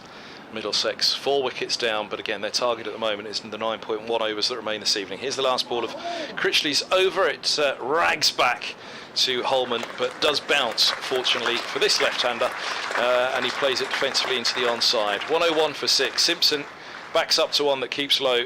As I say, first look I didn't particularly like the look of it. Right arm around to the left-hander from the leg spinner, but he was right back on the stumps, and umpire Blackwell had no hesitation in firing him out. 101 for 6. 9 overs remain. My hopes of a lie-in tomorrow are slightly resuscitated by the fall of that wicket. And we can carry the first hour for you, can't we? There's Victoria, Kev, me. We have an email from Norman. Thank you, Norman. You say, I know you've had viewing difficulties, but just to confirm that Simon Harmer didn't drop a catch yesterday or today in the slips. Both times the ball bounced well short of him. Harmer's drop was mentioned again today. Thank you very much for that, because we have a replay screen, but in the light shining on the screen, we don't really... we're not really able to pick out the detail of whether something just carried, so thank you for that. I was quick to point out yesterday that it was a rarity for Harmer to drop anything. Here's the first ball of a Porter over played into the covers for no run. I think that was my one, so wasn't it? Cook to Stoneman, Harmer at second slip this evening. It looked as though it carried to him, but perhaps not. But obviously not, according to our correspondent. Thank you. Thank you for that, Norman. The Porter from the Hayes close end. Charges into bowl to Higgins, and cleverly played, because he got into position to play the ball and then just relaxed his grip on the bat so that the ball hit the bat rather than he going into the ball to make sure it went straight to ground. He can be one of the most aggressive hitters in the country, Ryan Higgins, but he's really set his store out tonight to still be there tomorrow, and he is 8 not out.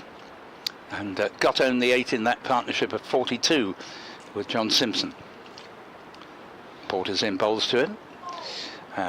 The upstanding wicketkeeper Adam Rossington takes a ball that Higgins leaves outside off stump. So still cricket to come today with the England Women's International against Sri Lanka. T20 match at Derby, 6 o'clock start. For that, BBC Radio 5 Sports Extra here at Chelmsford at the moment, though. Myself, Kevin Hand and Paul Newson. And Dick Davis as next delivery played back to the bowler by Higgins to Porter. 101 for 6 and 3 figures up on the board. And we're in the 9th last over of the day. Mike Shearing emails, does he actually have an arm ball? I've been watching closely online, as I did a couple of years ago in a long spell against Middlesex, and I never see one. My own promising spin bowling career was blighted at 17 by my coach insisting I add an arm ball to my armoury, which completely mucked up my muscle memory. Very good point you make there, actually, as Porter's in and bowls. Higgins defends immaculately, down to mid-on. And head right over the ball there. I enjoyed watching that shot. It's not just boundaries that people should enjoy in cricket. But yeah, on this point, I am a believer that coaching can as often muck up a cricketer than enhance his ability.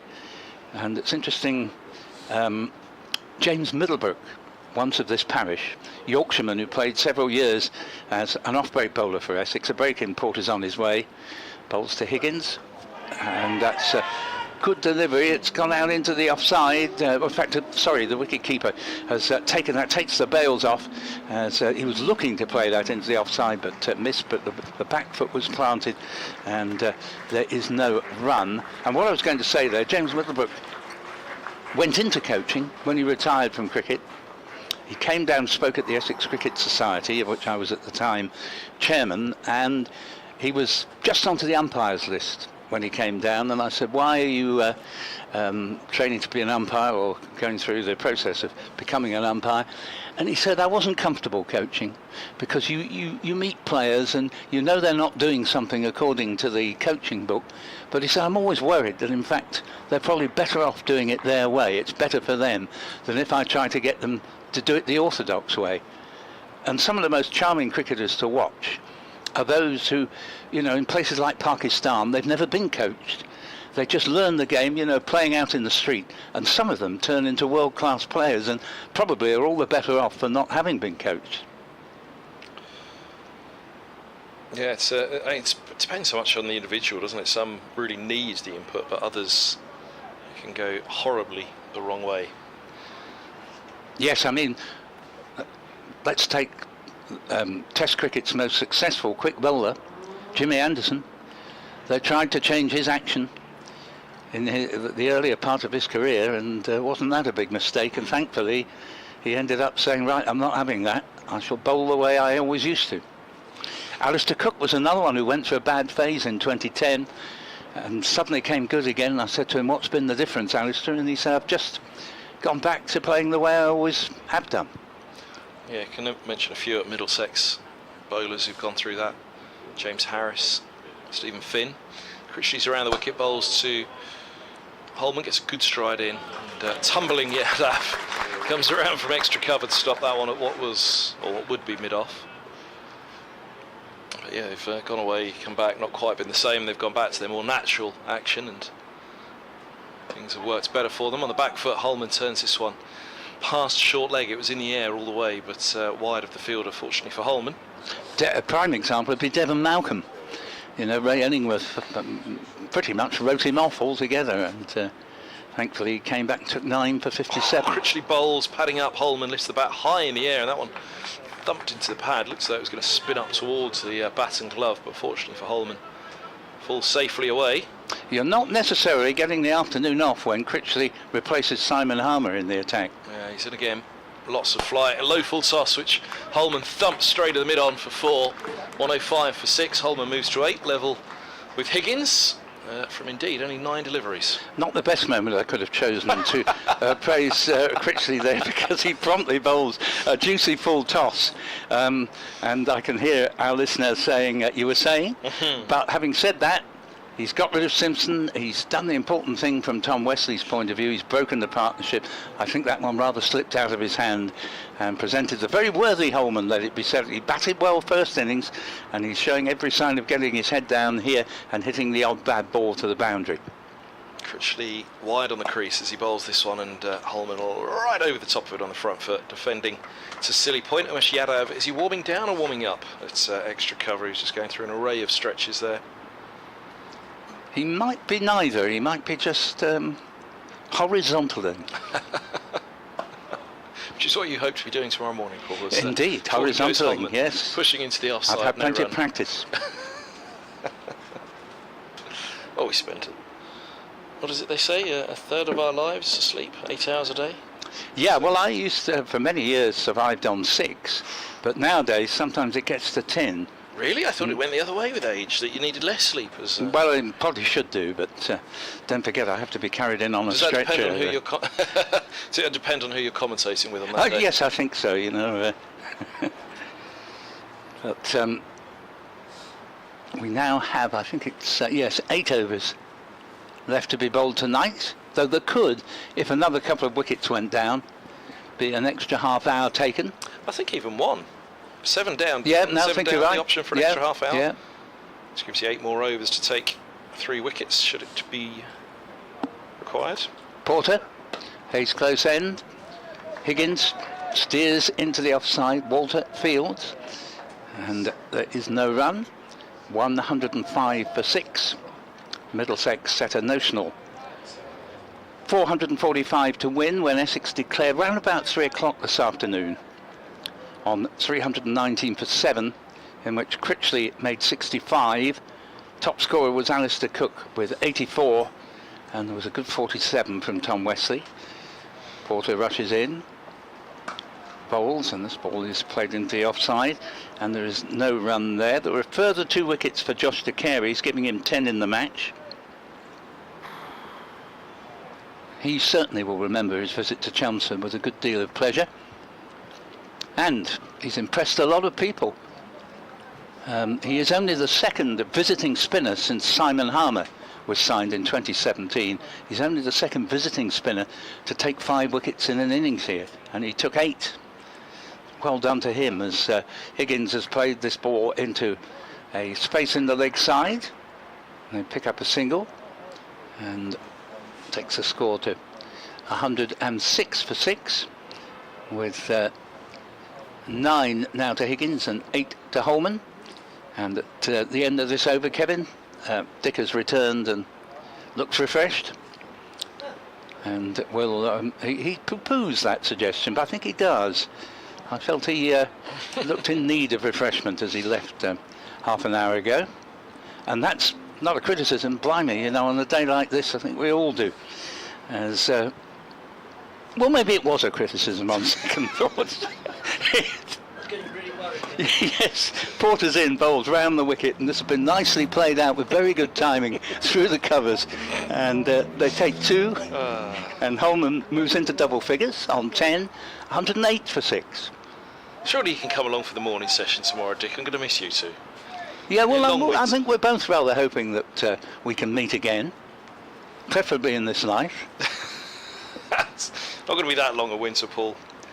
Well, you say that, but it'll be November soon, the fixtures will be out, we'll know when we're seeing each other next. Yes, we're coming to the age of darkness, the dark ages, as Porter's in. Bowls to Holman, who flicks it off the pad, and that's going down to fine leg, just waiting to see. Yes, in fact, no, there isn't a fine leg fielder out of our view. The view near the boundary is obscured by the Tom Pearce stand. That's 4 runs, and Holman moves along to 14, 112 for 6, and again, he impresses as a batsman who plays with confidence out there. He impressed me in the first innings, made 20, and he started out well again. We did have a thrilling finish when last we were together here. It was the one-day cup match, wasn't it? That day-night fixture when Middlesex needed 5 to win, and Bamber edged what looked like 4 fine of deep third. It was flicked back in. Charlie Allison, amazing piece of fielding. Got up and threw the ball over the stumps, and there was a run out that settled the match in Essex's favour. This ball's run out to backward point, and they get a single. And at the end of that, Jamie Porter over as Dick Davis prepares to rejoin us. The score's 113 for 6. Of course, we mustn't necessarily say, cheerio, Kevin, that's the end of you for the day, because they may well claim an extra half hour, in which case it'll be cheerio to myself. And it'll be my turn to move over. But in the meantime, Kevin Hand, always great to see him down here at Chelmsford. And not just because Essex are on top here. Well, that's one of the reasons. 113 for 6 on the board, and 43 overs have gone, 7 overs to go as Dick replaces Kevin. And Simon Harmer, now that Critchley has removed John Simpson, and now that Harmer, by his standards, has had a very long rest, is going to return to the attack. Welcome back, Dick. Thank you, Paul. Yes, presumably if there's only these 6 down, they won't take the next half hour, but the extra half hour. But if they get a couple more, they undoubtedly will. Or even one more, as Kevin says, so? Might be enough, yeah.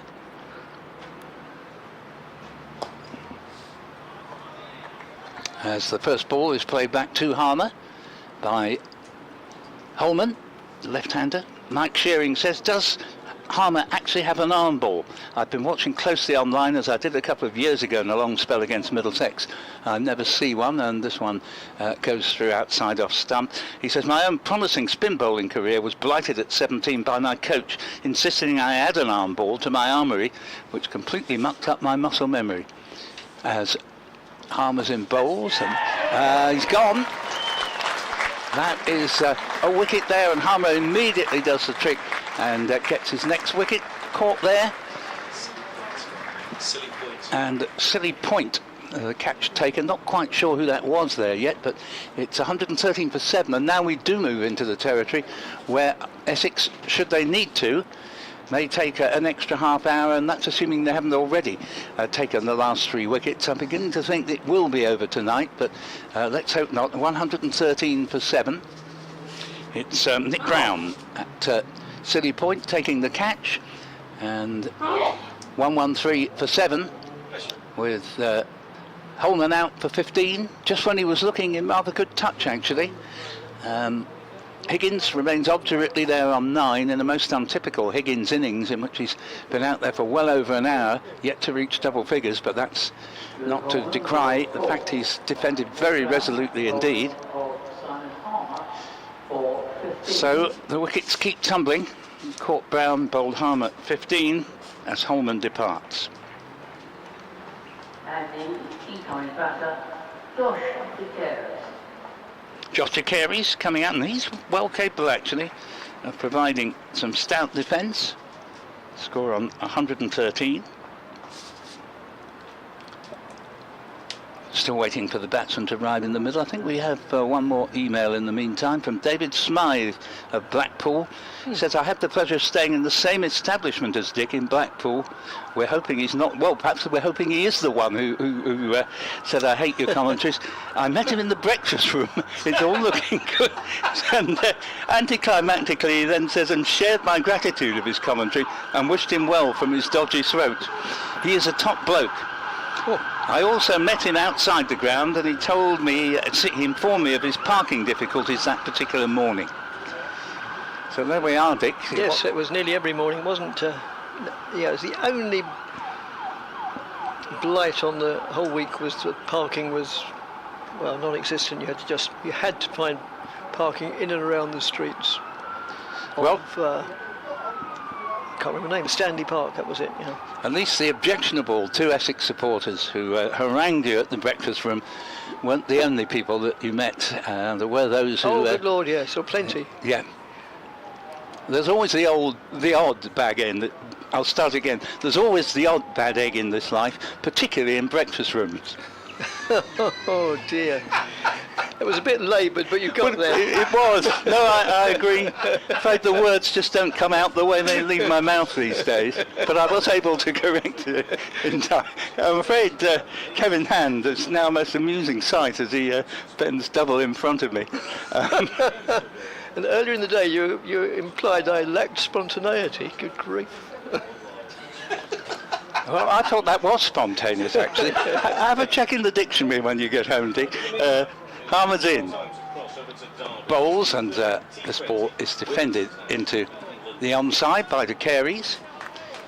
And there is no run. 113 for 7. Do we come back tomorrow, or is it all over tonight? Harmer's in. Bowls to DeCaris, who's taken on the pad here, but it would have turned past leg stump.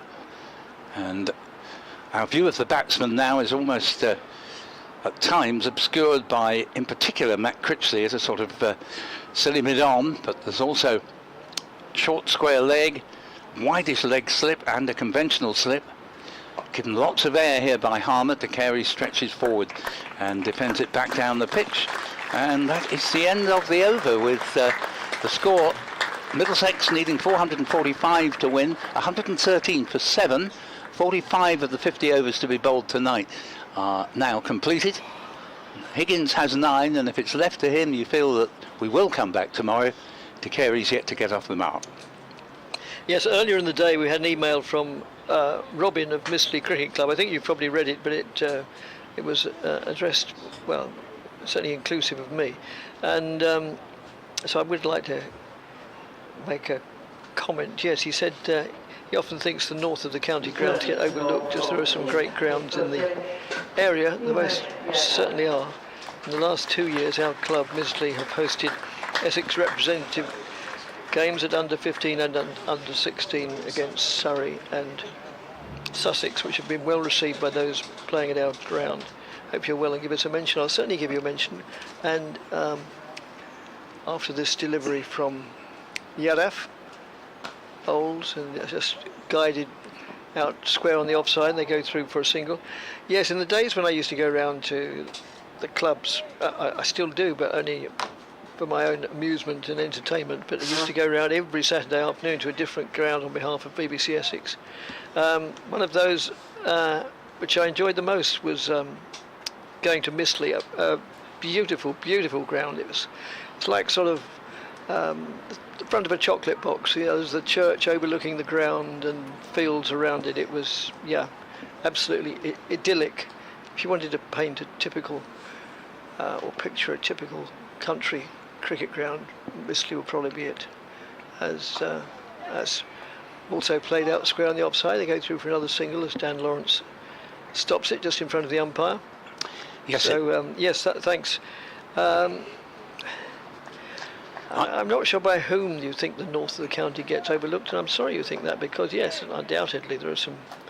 Yeah, there are probably more attractive grounds in the north. Well, I used to walk from my home in Dedham to Mistley of a Sunday afternoon and watch a lot of the play there. Railway line to between Manningtree and Harwich runs right outside the ground. As Yadav moves in again, bowls, that's outside the off stump. Yes, it's a bit far for me now, but in those days, very nice walk indeed. It'd be, by the time I got home again, a good 7 to 8 miles. But it is, as you say, Dick, a lovely ground, and nice to give Mistley a mention. Yes, certainly. In the Essex Two Counties League, well, not the Essex Two Counties, the Two Counties, which is the Suffolk Essex border. As Yadav moves in and bowls outside the off stump.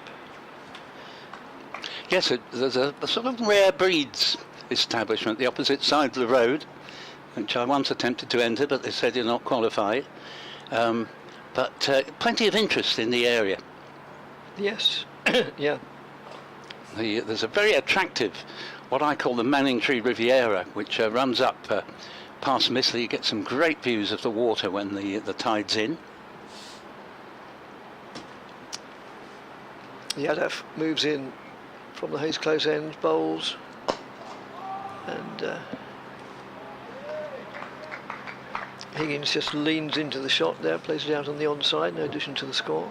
I admire players who can play the game in more than one way. Higgins, almost every other time I've seen him, has been launching sixes over mid-wicket for much of the time. Some of the ones he's hit in his Gloucester days are some of the biggest I think I've ever seen. But you wouldn't know it watching him here. From the moment he's come in, he's set his stall out to survive, and so far making a good job of it.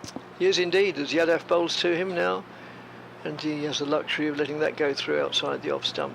Lifts his bat high out of harm's way, goes through to the wicketkeeper. End of the over, with Middlesex 115 for 7, 3 wickets to go, and still 330 behind, and a minimum of 4 overs left of the day. It says whether we have somewhere between 4 and 12, then time alone will tell.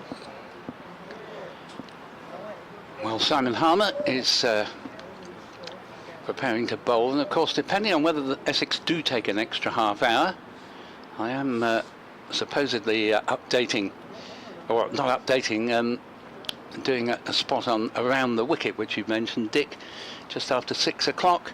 If cricket's still going on, Kevin will nip into my place and I'll do the piece over the phone. But if not, should be able to do it online here.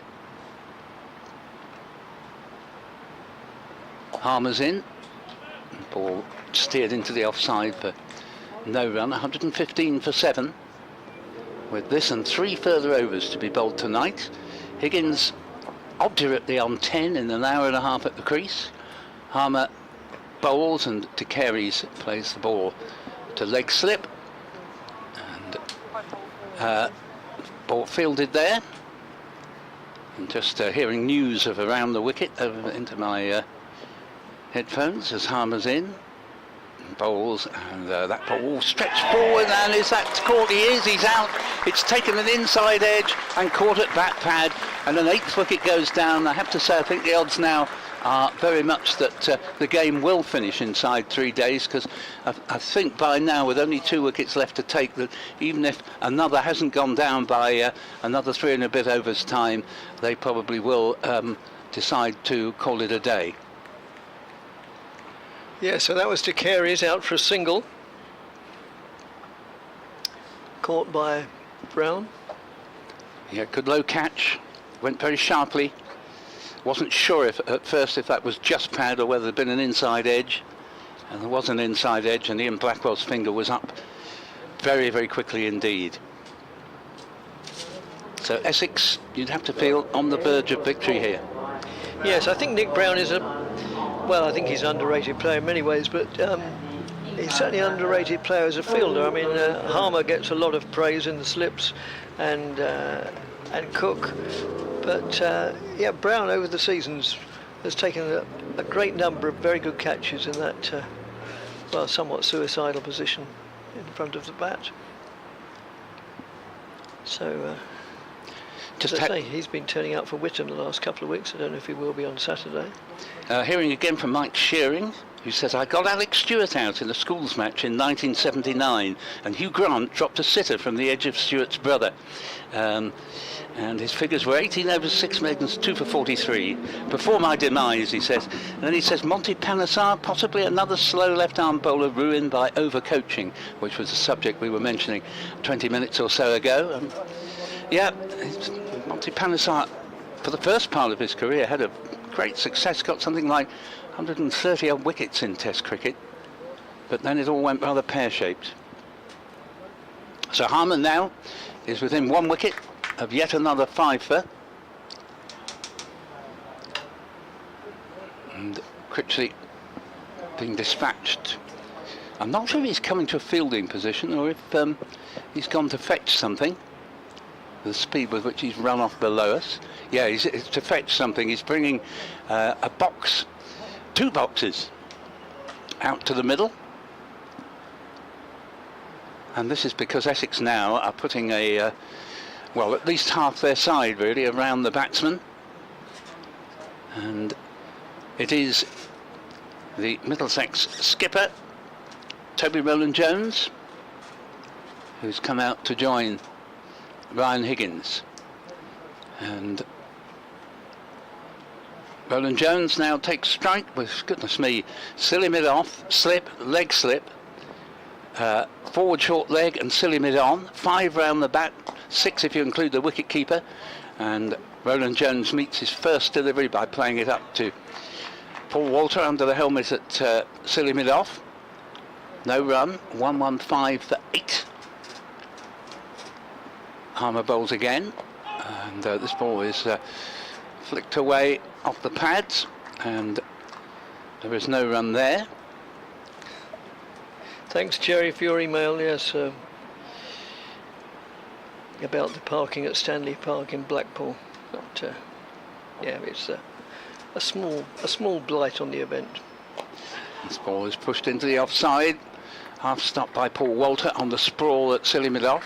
No run, the over ends. Now 3 remain of the day's allocation. Middlesex 115 for 8, still needing further 330 to win. Higgins 10 not out. Toby Rowland-Jones yet to get off the mark.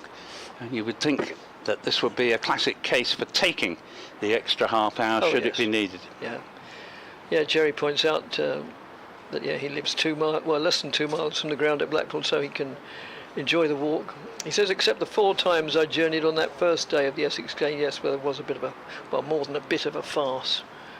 When, it seemed that the first day was over completely, and then, to almost everybody's astonishment, they came back at, I can't remember what time it was, about something ridiculous like 5:20 or something, because the rain had just abated enough, they considered.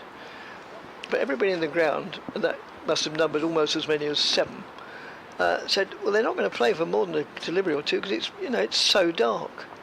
And sure enough, I think they had 2, maybe 3 deliveries, and they all went off for bad light. As Yadav bowls short of a length, played down to 3rd man, and the vacant 3rd man, and they go through for 4, and so Alistair Cook retrieves it. Aided a little by... Oh, what do you mean it's disappeared? Oh, I think it was... Not sure. Anyway, it's come back by somebody in the crowd, or... Yes, and Alistair Cook is actually going to... 3rd man. Yes, he's going to remain at 3rd man. Yeah. Very unusually. Well, also, Essex has more than 300 runs to play with. Oh well, I'm sure Tom Wesley knows what he's doing. That's outside the off stump. Trying to get Roland Jones on strike to finish it tonight. Yeah, Kevin observes it could be to get Roland Jones on strike. And it could be with a view to someone being down there to retrieve the ball and get on with it. So all sorts of reasons. But as I've said many times, the more I watch this game, the less I understand it. But I still love it. In all its versions, bar only one.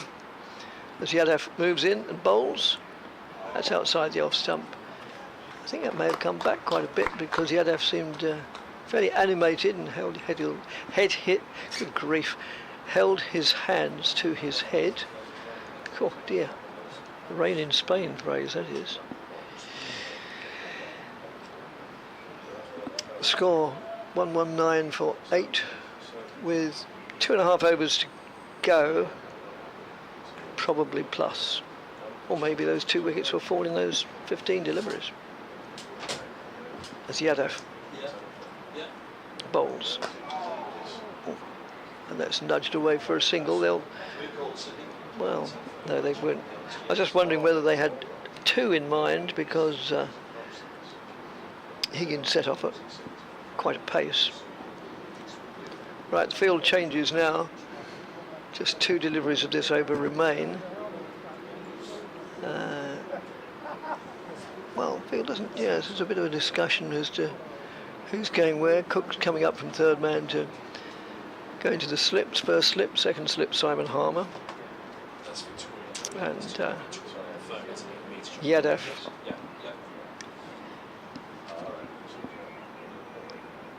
Yadav turns to bowl to Roland Jones. Moves in now. Right arm over the wicket to the right-handed Roland Jones, who plays that pleasantly, clips it, flicks it down the leg side. They go through for a single, which gets him off strike. Although there is only 1 delivery of the over remaining. That may alter the tactics a little. Yes, Cook stays in the slips.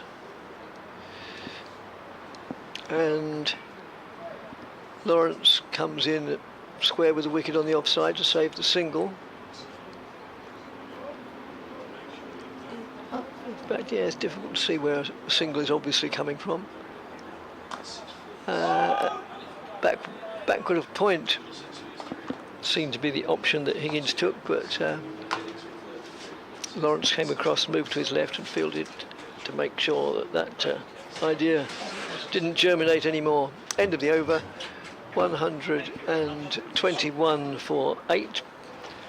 Paul disappears to do his bit for a midweek programme around the wicket with the Victoria Polly. He could be reporting live on an Essex victory, couldn't he? He could be. 2 yes. deliveries away from a win to keep alive their title hopes, Essex. But what it really does do, as I was just talking to Kevin Hauser, it really leaves Middlesex in a scrap now, 6 points above Kent, and that's just too tight, isn't it? Yes. Because Middlesex could lose 3 games, Kent lose a couple on the way to a 3rd defeat, and the heavens open and they pick up a draw. Here's Harmer, he bowls and flayed away almost off the back foot by Roland Jones. Played that with a fair bit of freedom, didn't he? It's 4 runs. It wasn't reckless, but just freedom from the Middlesex skipper, coming in at 10, which is extremely low for Roland Jones to be coming in at 10. He's coming as high as 8, and there's always been the feeling that perhaps there's more runs in him, but because he's when you take it that much out as an opening bowler as he does, it's kind of hard to maintain the levels of concentration required with the bat as well. As Harmer is in, 5 around the bat. Down the track comes Roland Jones. I thought he was going to york himself with it, but toe end of the bat, he's managed to squeeze it down the ground at a wide mid-on, almost to mid-wicket, giving chase. As they'll take 3, Roland Jones coming back for the 3rd. Well, he's got some energy at the moment, coming back for that 3rd. And Middlesex are 128 for 8. As Roland Jones moves to 8, there are 1.4 overs remaining of the scheduled day's play, but an extra half hour will be taken shortly now by Essex. It's Harmer bowls and Higgins is forward defending, no run. 15 to his name. Roland Jones with 8. Can Middlesex make Essex come back tomorrow? I mean, well, you know, they'll do their best. Not that it'll mean much whether they lose tonight or lose in the morning. As forward goes Higgins, pushing into the offside, and there's no run. The fact of the matter is, with an extra half hour taken tonight, even if they get through it, that means Middlesex have got about 96, 104, 105.2 overs to save the game. So here's Harmer bowls, and Higgins runs this one backward of points. There's nobody there, and Roland Jones a little belatedly calls him through for the single. I think Higgins was wondering where's the call. 129 for 8. Higgins on 16. 1 to come of the over from Harmer, but we don't really need to count down at the moment because, again, 7 balls time, we'd fully expect the extra half hour to be engaged. Harmer, bit of flight. Forward goes Roland Jones. Big stride, only short leg, forward short leg. Interested in an appeal on that as it deflects into the offside. Ends the over. 1 to go of the scheduled day. 129 for 8. So, yes, all eyes on Hampshire really is the feeling for the title chase now. Last game of the season at the Aegeus. Can they upset Surrey in the final game at Southampton to give Essex a chance? Northamptonshire, with all due respect, they're bottom of the table. They've just been trounced by Lancashire, and Northants really going to be the side to upset Surrey in their 2 remaining fixtures. More likely it goes to Southampton, assuming, of course, that Essex maintain their chance in their next game. Well, yes. 18 points it's going to be, isn't it? So try and overturn in 2 rounds. Yeah, very, very difficult. So, Yadav from the Hayes close end moves in, bowls, and it's a bouncer, and well, Higgins has no trouble at all in ducking under that almost dismissively. Well, they've got a slip and a leg slip, haven't they? Almost leg gullies, a little bit wider than a leg slip, but it's just going to be bowl at the ribs, let him have a single if he gets it, and get Roland Jones on strike against Yadav. So no particular rush for this over. The extra half hour's available to come away now, but we'll persist with this ploy. Yadav again to Higgins. Again, more or less a carbon copy, and it's well, it's a little bit odd. If you're trying to give him the single, then don't just give him a ball to sway inside the line off. No. It's an awful lot of energy for Yadav to expel. Yeah, I wonder what his plan was with that ball. I mean, batsman already showed he was quite capable of dealing with the bouncer beforehand.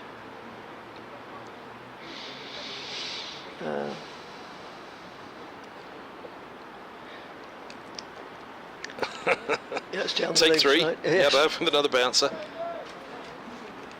Thanks to the Essex media fellows who say have confirmed if it goes past this over, Essex will claim the extra half hour. Yeah, thank you.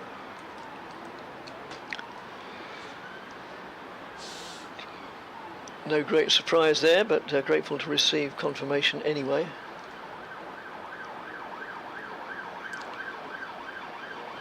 The interesting thing, as Yadav moves in and bowls, it's played out into the covers by Higgins. They go through for a single.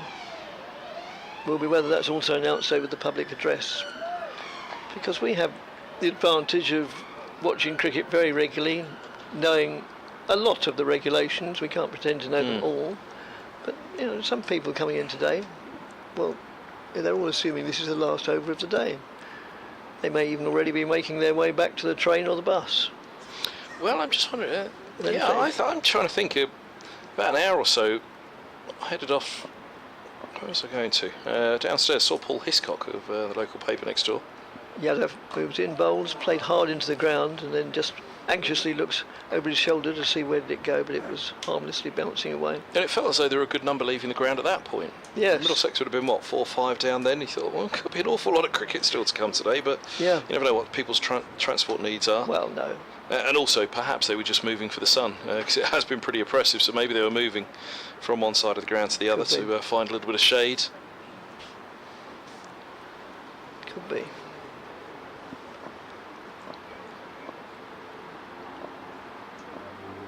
As Yadav moves in again, right arm over the wicket, bowls to Roland Jones, who swings that hard, high, and I've lost it, but it's going over It's the definitely boundary. 4, is it? Definitely 6? 4. No, it's That's 4. 4 down to mid-wicket. And Middlesex move on to 130. Not sure whether they've added the 4 yet or not, but it's 134. Yeah, 134 for 8. Yes, it is for 8. Still 311 behind. Brown it was over there, who was just fetching it for over the rope in the end. It was struck powerfully that by Roland Jones.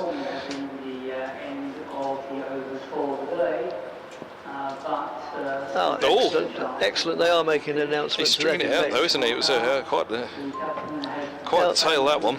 That's commendable, but at the risk of being accused of nitpicking, I think if it had been announced a little while earlier that there was a strong possibility, then it would have, as I say, prevented maybe a few people who are now standing either on the platform at Chelmsford Station or in the bus station. Harmer's in, begins the new over. So extra half hour taken, 8 more overs to bowl. Let's have a look at the scoreboard, tick all that over now and how it goes on minimum overs remaining. 49.6 it's stuck on overs bowled in this innings. So we're now into the 51st of the innings, as Harmer gives that a lot of flight, and Higgins with a bat at the angle beyond 45 degrees, it suggests, right over the top of it, really pushing that hard back down into the ground, trying his very best here for Middlesex, as he always does. Again, smothers that one to short leg, has to make sure he doesn't overbalance. 134 for 8, Roland Jones 12, Higgins 17 from 77 deliveries, strike rate of 22. I doubt would have seen a strike rate like that all season from Higgins. As Harmer bowls and Higgins defends, bat and pad together, it deflects towards Brown, who is now a short leg fielder, having been out on the ropes at mid-wickets for Yadav. Yadav 3 for 32 from 11, so he's certainly played his part, hasn't he, the overseas. Harmer 4 for 39. He's wide on the crease as he comes around the wickets to Higgins on this one, and Higgins punches him pleasantly off the back foot. Doesn't get all of it, but he'll get a couple. Now it's a deep point. 138.6 for 8. Higgins moves to 19. Middlesex 309 away. You couldn't particularly say that Middlesex batted all day tomorrow, they'd win it, because they're going to have to be very, very patient and very sturdy for a long while. I mean, it is pie in the sky stuff as this ball's turns to the short leg by Higgins, but it is what Higgins and Roland Jones are at least attempting to do at this stage, as they do not throw away their wicket in the extra half hour. So that is 51 overs bowled. The scoreboard's having a little bit of trouble with the extra half hour. It's gone from 49.6 overs bowled to 50.6. So they're going to have to correct whatever that is, but for our count, that would be the first of the 8 permitted in the extra half hour. Yeah, so the final one will be the 4th up the far end if it goes that far.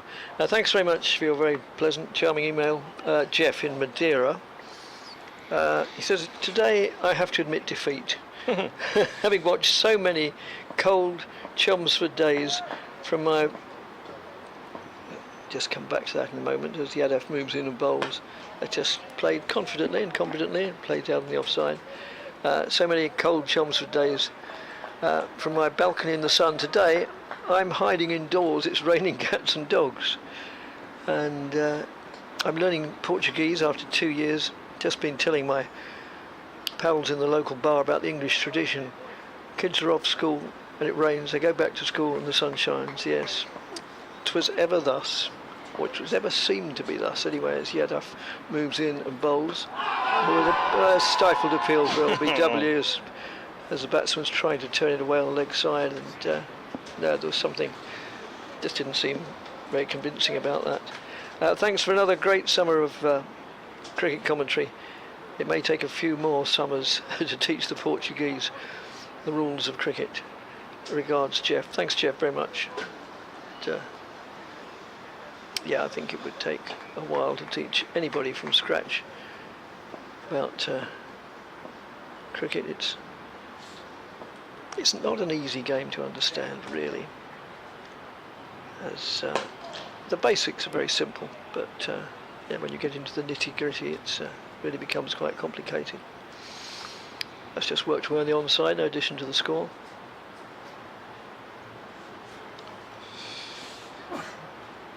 I remember years ago, after I'd been doing reports all day and I went back to the studio for some reason, and one of the girls who've been reading the news said, you know, I've been cutting across to your cricket reports every hour or so, as it was in those days. It's just played pleasantly out to mid-on. She said, I really know nothing about the game. When you've got sort of 5 minutes to spare, can you tell me everything there is to know about cricket?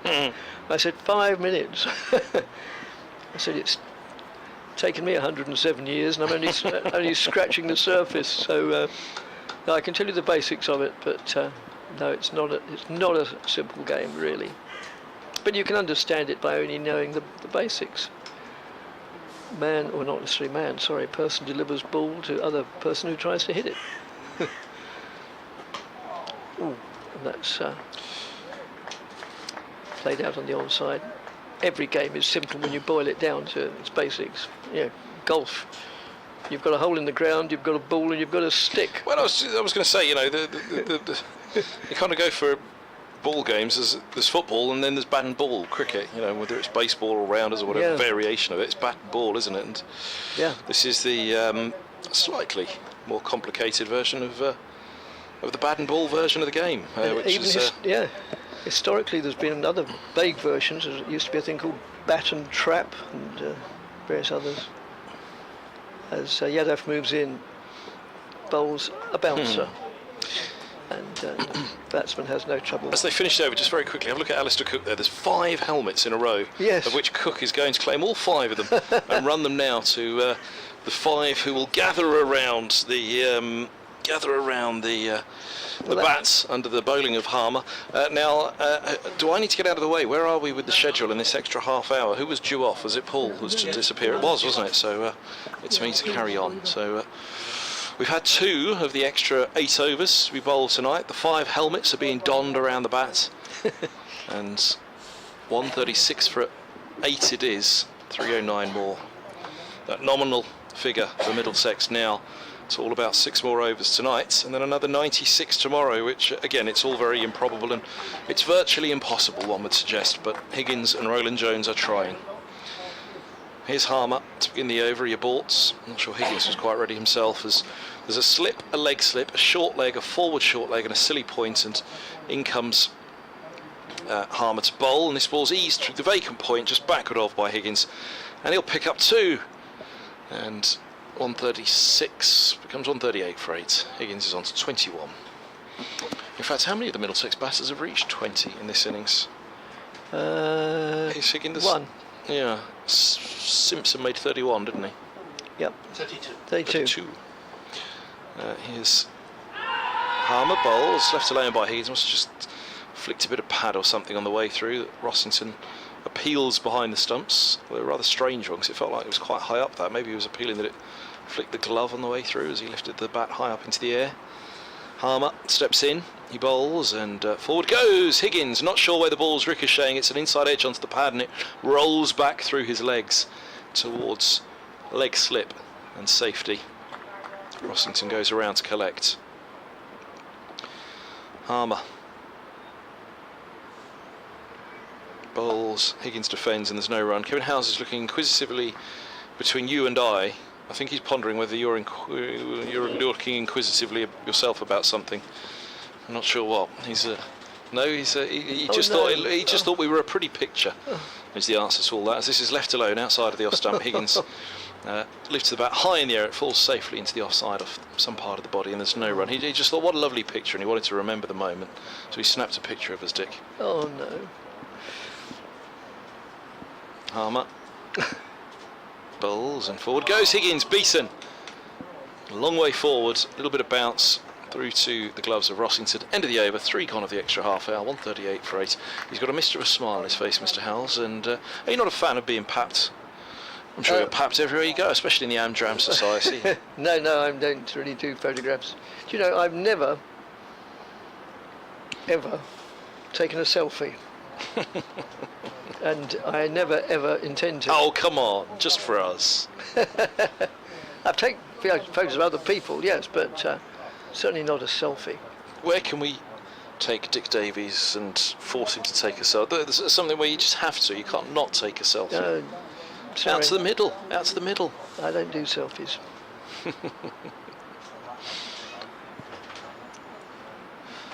change of bowling at the Hayes Close end. Is it Critchley?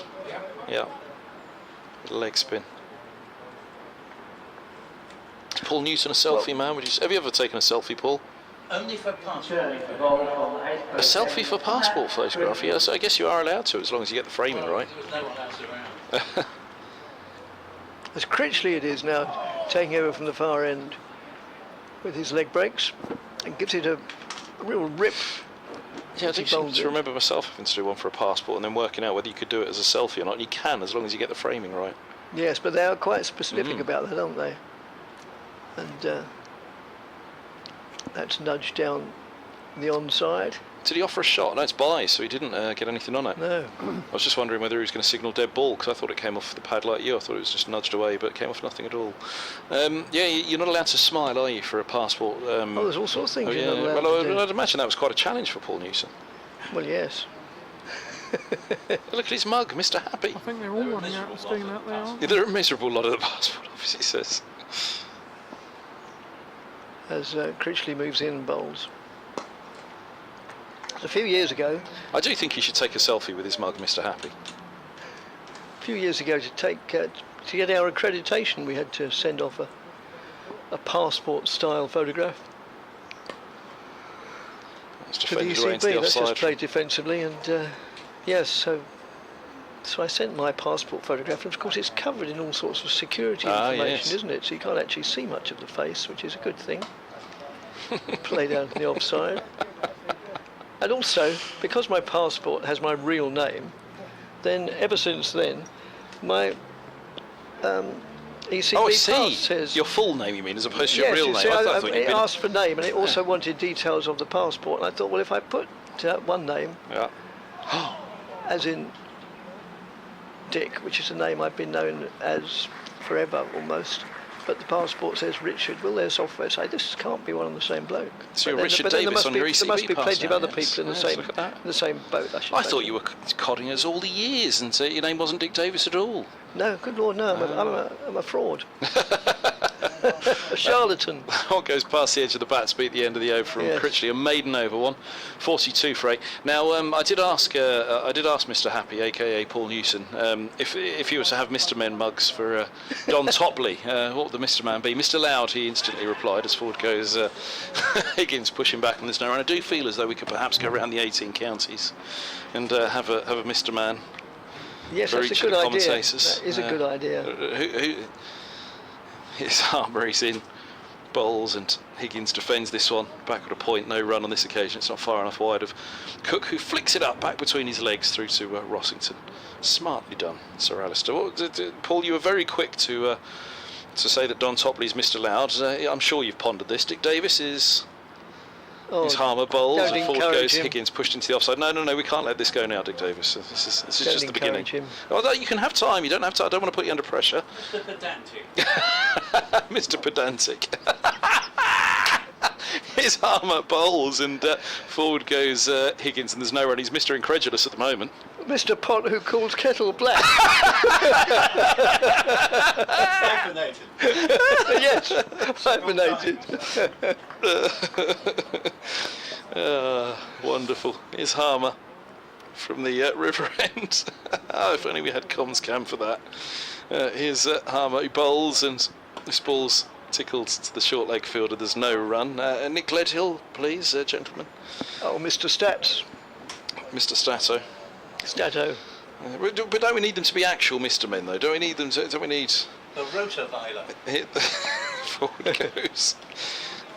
Forward goes Higgins. So the last ball of Harmer's over. He defends into the onside. There's no run. We've had 5 of the overs of the extra half hour here. Middlesex are right up against it. There's a drink being run out in the extra half hour for Ryan Higgins to delay matters further, as that's another maiden for Harmer. 10 of his 23 overs maidens now. 4 wickets for 43.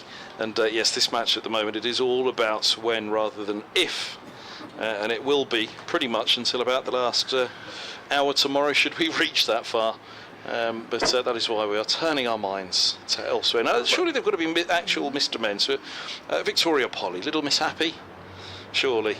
She's always happy, Victoria, isn't she? She's very happy, I'm sure, when Paul just did his reports of a near victory for Essex here. Certainly seems to be. How could she not be working with such a wonderful cricket team? Well, I think so. Brings out the best in everyone. It's only out of each other it doesn't. That's just played defensively, in addition to the score. Critchley again, right arm over the wicket, leg breaks, and playing with great study. Weather forecast for tomorrow is more of the same, so... oppressive heat, oh joy. Yes. So if Essex don't win tomorrow, then the half dozen people who are here will have witnessed one of the most remarkable days in county cricket. They'll say, I was there at Chelmsford on the 7th of September, well, that's a good point. 2023. If this does make it to a final day now, will there ever have been a smaller crowd for a championship game? You can't imagine anybody really would make the trip unless he lives across the road. No, quite. And, well, yes, he rolled him, beg your pardon, yes. I wondered why the batsman stood there, but maybe it was just through incredulity. I'm not sure if he did. I'm not sure that's not a catch where he's whipped off the bail. Well, the wicket's all askew, yeah, I think you could be right. I think it's the wicket keeper doing what wicket keepers do, and once they catch the ball, they whip off the bail as well, and they're just feeling very good with themselves, but apologies if not. Well, there goes possibly the talk of tomorrow as Bamber will come out. We see the replay there, and oh goodness, no, I think it's the wrong stump, isn't it? He beat him outside the off stump.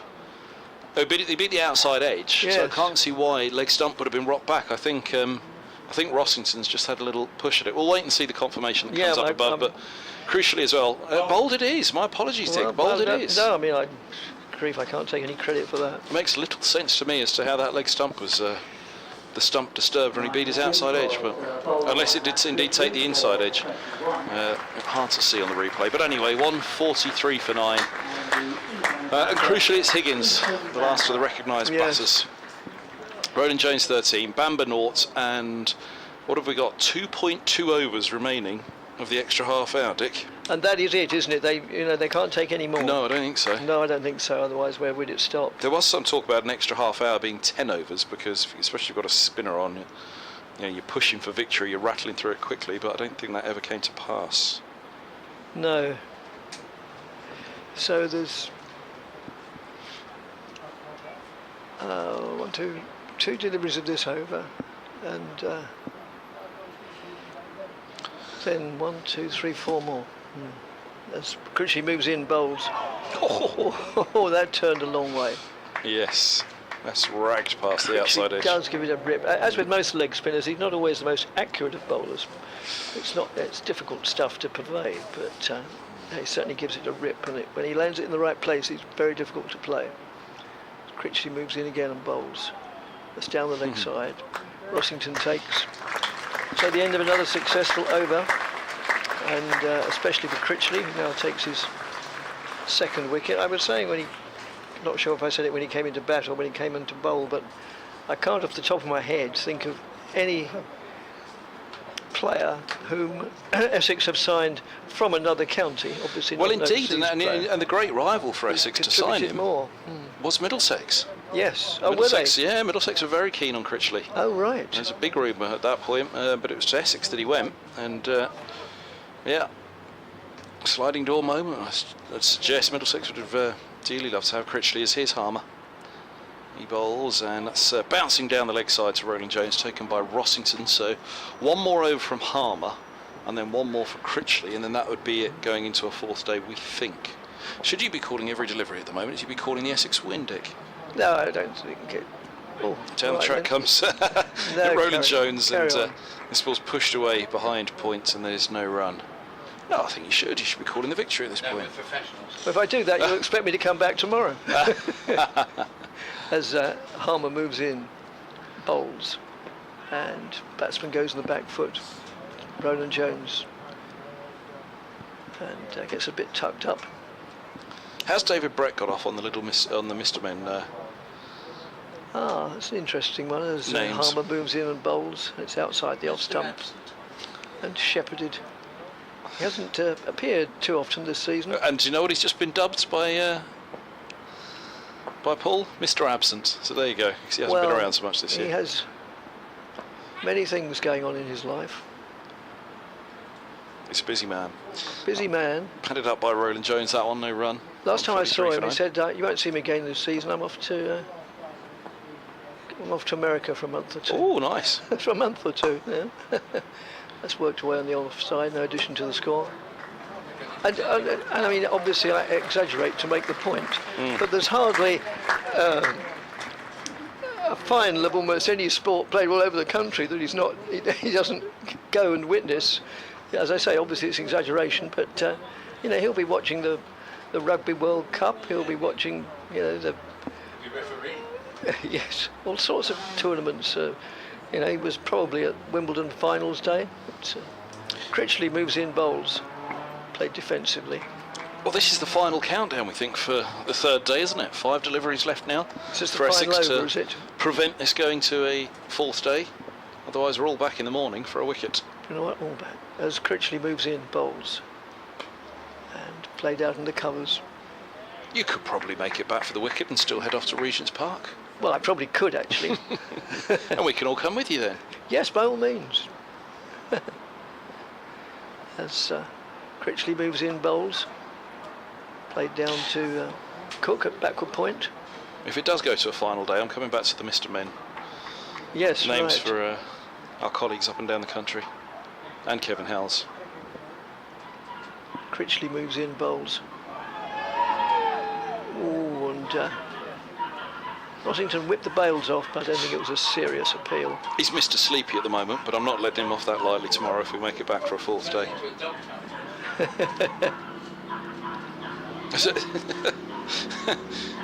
Critchley again moves in, bowls. Oh, and well, I suppose technically that was a chance. It was a shortish delivery, and it was a pretty good shot there from Bamber. Played it down to third man, but it also whistled past the right ear of Simon Harmer, but who's only fielding a matter of 5 yards from the bat, so it had been incredible reactions. Did you hear the dog yapping away out back there? I don't know if our listeners picked it up on the effects mic. As Critchley plays that, but bowls that, and that's just played totally defensively. Which of course led to the line from Paul Newton. It's turning into a dogfight, this. Well, that's the end of the over, and they're carrying on. So we must have miscounted. Take place a half an hour's time. So I did wonder whether. Oh, and it's 18:29. Yeah. Was the extra half an hour taken at exactly 6? I'm not sure it was. It was taken 8 overs ago. It probably was, because they were getting through their overs pretty quickly. I mean, bearing in mind that they're bowling spinners, so we get paid for the day off. Expired, so we'll be playing on until 6:37. The extra half hour has now ticked by, so we'll be playing on to 6:37 is the announcement. So 9 minutes remaining of the 30 minutes. Till 6:37. Roland Jones pushes into the offside, there's no run. So it just goes to show what's possible, isn't it? So in 23 minutes, they've bowled 8 overs there. They've got us another 8 more minutes. Short, and that's flayed away, and is that the end of it? Roland Jones smashes it into the fielder at short leg, and Rossington dives to get underneath it to take the catch, and Essex have the win. Well, there we go. They can't take it to the fourth day, Middlesex, but to be honest, it would have been nothing more than a frustration for Essex had it have done so. Roland Jones can't believe it in the way that it finishes. It's the Middlesex captain who departs, and that ball pinballed back off short leg. And I think it was Rossington that made the dive, the wicket keeper, to get underneath it. There were 5 around the bat, 6 if you include Rossington. One of them got the hand underneath it. Harmer has yet another 5. And Harmer has yet another 5, says Paul Newton. So that's 6 for the match for Harmer, 5 for 43 in this innings, Dick. Yes, and Essex win by 297 runs. Well, pretty convincing, however much you might try and put a gloss on it from Middlesex point of view. Do I stay for the hotel breakfast and to see what happens in the hotel overnight? That's the big question now. But in all seriousness, well done Essex. From winning the toss, it always felt a little bit as though, well, this is going to be a matter of time, unless Middlesex can produce something quite incredible, and that's something quite incredible. Really needed to come on morning 1, and it didn't. 122 without loss, as they were in that afternoon session on day 1, having won the toss, and at that point it looked ominous for Middlesex, and so it remained for what was to come for the rest of the match, Dick. Yes, so by my calculations, and they're not guaranteed.